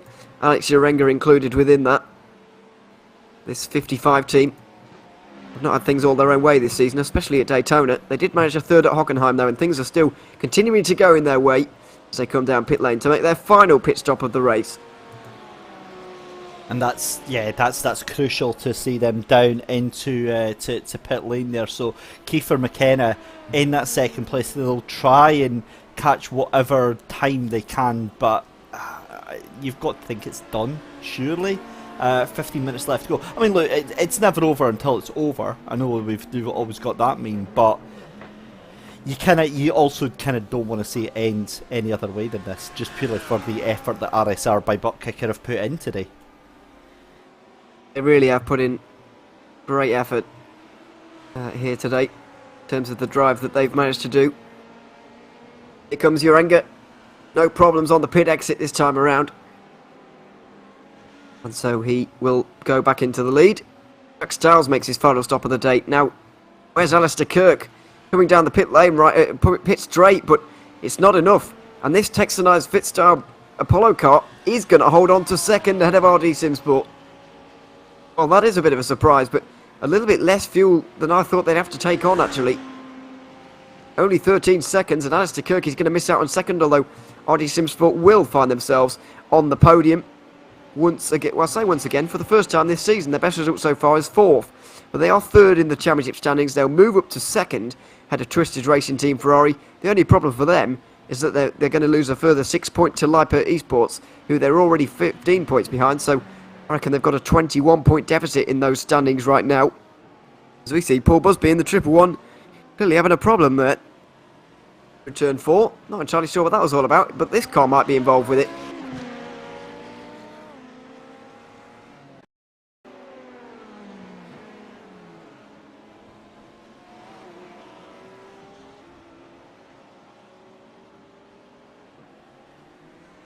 See what happened. Well, yeah. Oh, sorry. I was looking in a different direction there. I should probably looking at the screen to see quite what went on there. Two separate incidents. That's bizarre. Yeah, very bizarre. Strange. I saw that with Michael Fairchild just getting onto the dirt on the outside of turn 5 there. It was like Paul Busby just lost it on his own, really, didn't he? And just to get back going again. I really thought those two were going to be related to each other in terms of those incidents, but that really did not. Yeah. I tell you what that's done though. That's now secured 303 Racing, I think, for that podium. Then that is now SPR Esports Delta with no chance of getting third place right now because Nico Louis Darvell has pitted later. And in fact, Michael Fairchild is going to have to pit very, very shortly, I would imagine, because he's only got he's done 27 laps since his last pit stop, so he's going to have to be in, I would imagine, in the next 3 laps. Yeah. Yeah, no, I agree. Certainly not going to the end. I think that much is clear. So that battle we're going to fizzle out, unfortunately. But yeah, this end part of the race does mean just keeping it on the road at this stage. I think almost everybody is going to be trying to preserve what they have at this stage. I can't really see any battles that are really going to change throughout the remainder of this. I don't know if you can see any differently, but most of the gaps look big enough at this stage for everybody to, you know, be safe in their position. Interestingly, Damien Benker has left the pit lane again. Has he? Oh no, he hasn't. Never mind. Sorry, it's a false alarm. I thought he was moving. I don't know why, because that would indicate that he's just been sat with a freshly repaired car for the last 20 minutes and not doing anything about it. But no, that was a complete false alarm. Apologies for that. But yeah, as I say, almost everybody, including this man here, are going to be taking on a bit of a let's not lose everything here kind of approach. Even these two here, this is probably the most likely battle to change, but Hector Barroso and Niels Chester has done a really good job over this stint here. As long as he can make it to the end, that's the thing for both of these two. These two cars are probably the most questionable on fuel out of anybody in the field. And you said there, Ewan, about wanting to hold on. I think that's absolutely right. I mean, remember, all that's at stake here is 5th and 6th position here. You're not going to jeopardise your entire race just to get like 3 or 4 more points. If it was for a win or a podium place, then absolutely. But for this, nah, you just drive your race. Obviously, if you need to defend. But yeah, just bring it home. There's like 10 minutes left to go, 9 minutes left to go here. Yes, just bring it home at that point, and it'll be a lot easier for everybody. I think that just under 9 minutes, just around 9 minutes to go in this race here. Yep, there you go, Ewan. Confirmation then. There we are. Is it done and dusted for ESPR Esports Delta? They will not be getting onto the podium today. Nico Louis Darville securing that place for 303 Racing. What a performance from 303 Racing today. A lot of support in the YouTube chat. They've worked blooming hard to get it, and yeah, very well done to them. Absolutely. Probably the most supported team in the chat here today, which is great to see. Teammates and other friends of the drivers and team members in the chat, I'm presuming anyway, out here at the moment, and that's great to see the support for them, and they've delivered with a top 3 performance. Unfortunately not to be for SPR Esports Delta, but they'll come back again at Spa and try again. It's actually a very good performance for SPR Esports Delta as well. It is also their best result of the season so far. Previously was 6th at Hockenheim. Had a real disaster at Daytona, really. It's done a lot stronger this time around. We look at Liper Esports, over a minute of a margin for them, over a minute of a margin for these guys as well.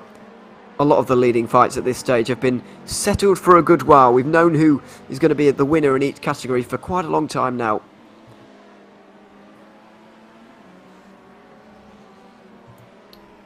Just 7 minutes left to go in this race. Ian Peterson back into pit lane for the final time then for that number 32 machine in the LMP2s.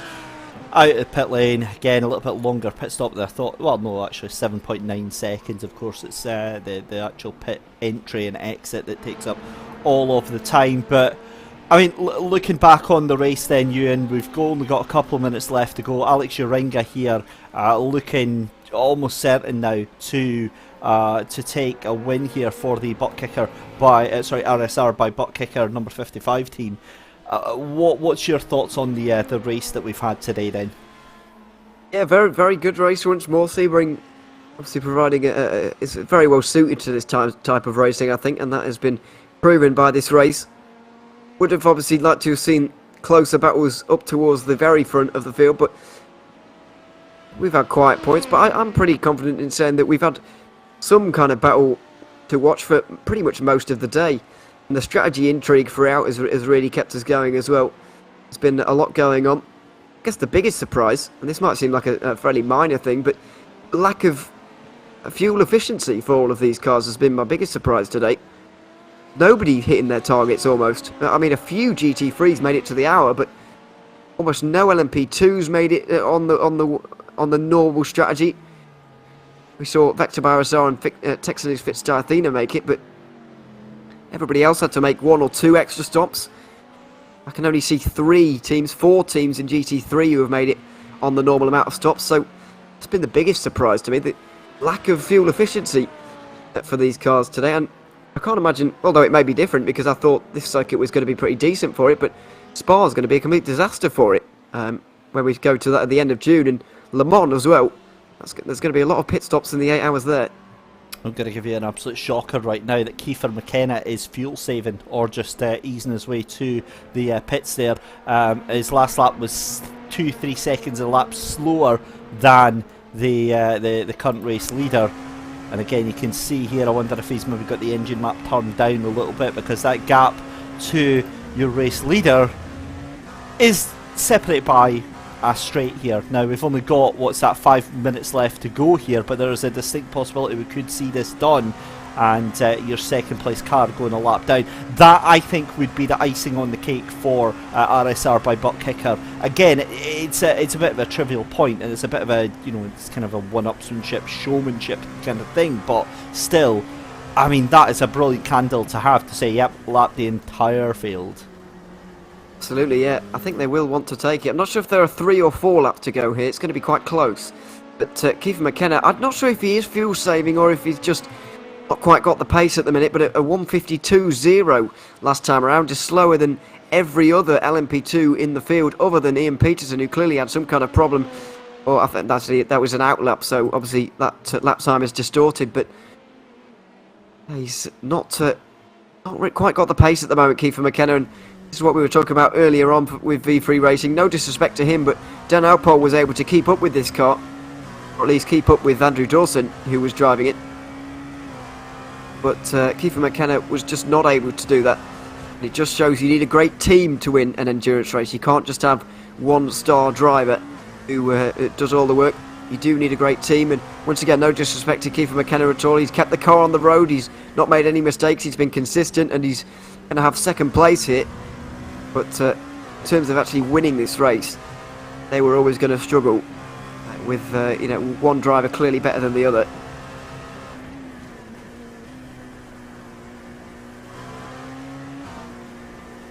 Two very well matched drivers in the leading car, really. Andrew Dawson and Alex Urenga.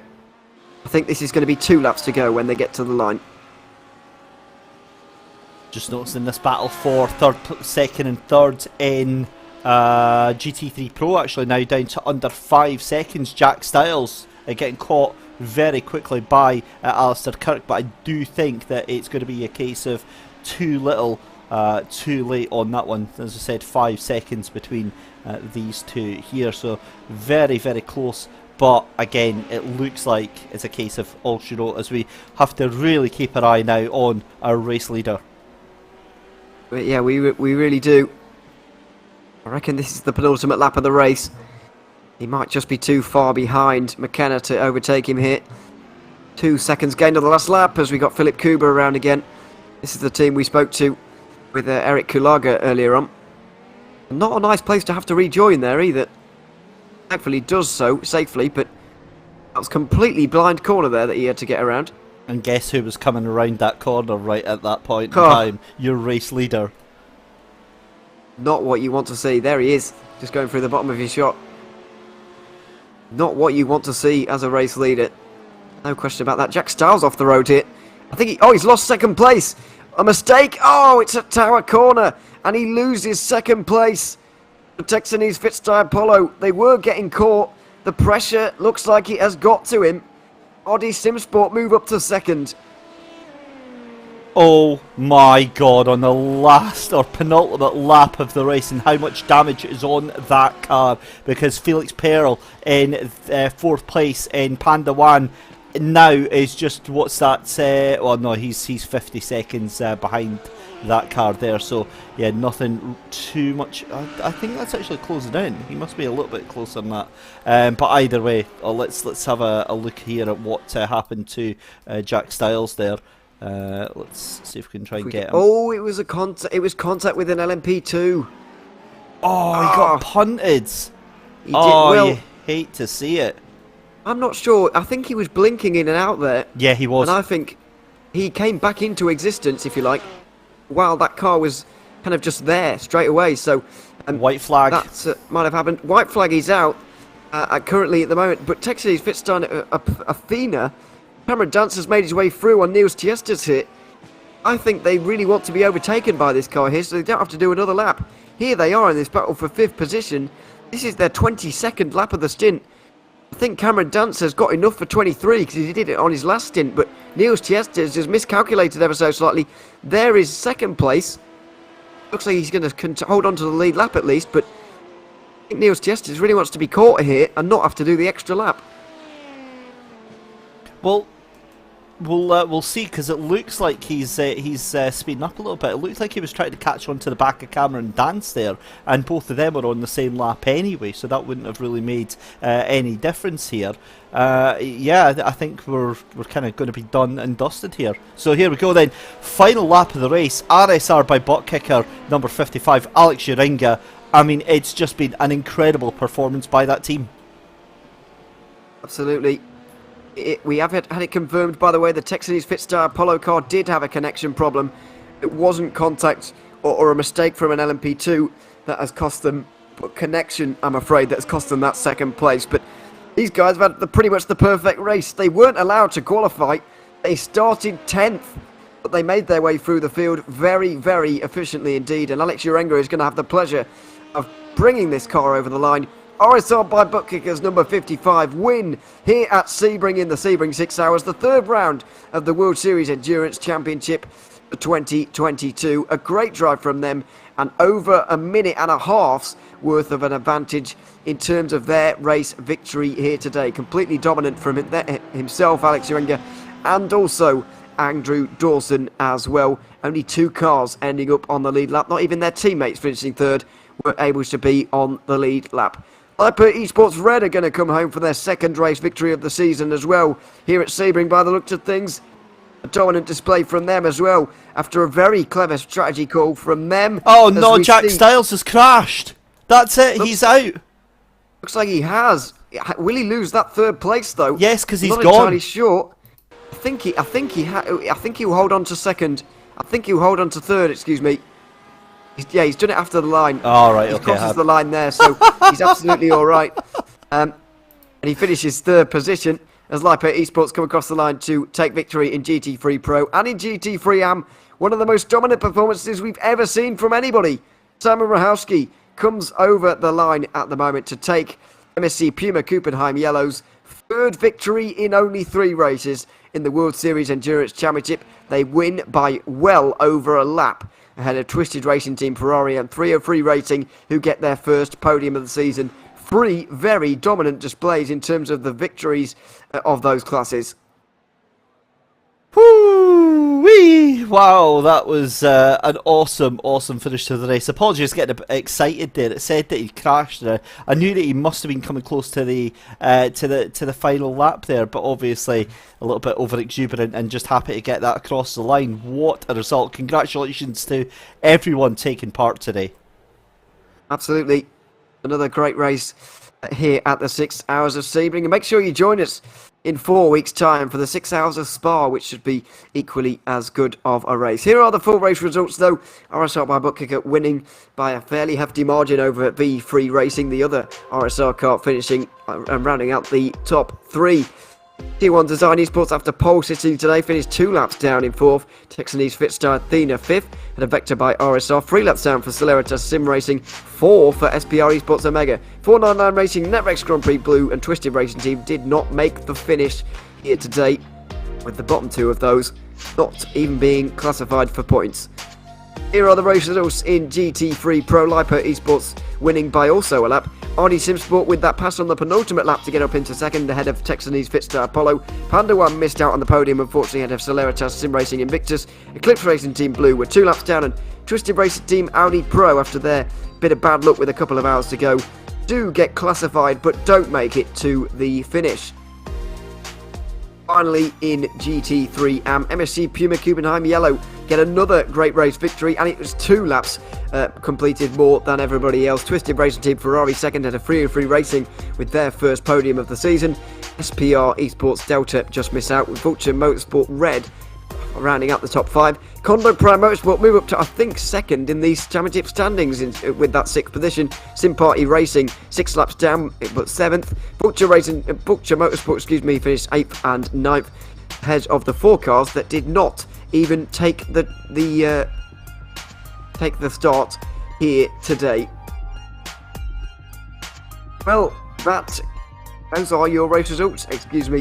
After another great race here, we have had a fantastic 6 hours of Sebring for round 3 of the World Series Endurance Championship. We'll be back in 4 weeks' time, of course, on the 25th of June for the 6 hours of Spa. which will be the 4th round of this great championship. So I hope you'll join us then, and I hope you'll join us on Thursday for the finales of the World Series League NASCAR EU and US Series here on Absolute Sim Racing. Make sure you check out the YouTube channel and subscribe. Make sure you don't miss those races coming up. But for now, that is going to be it here from all of us at the World Series Endurance Championship. My name's been Johan Leary. I've been alongside David Christie, who's also been behind the cameras today. And until the next World Series Endurance Championship race in 4 weeks' time, it's goodbye for now.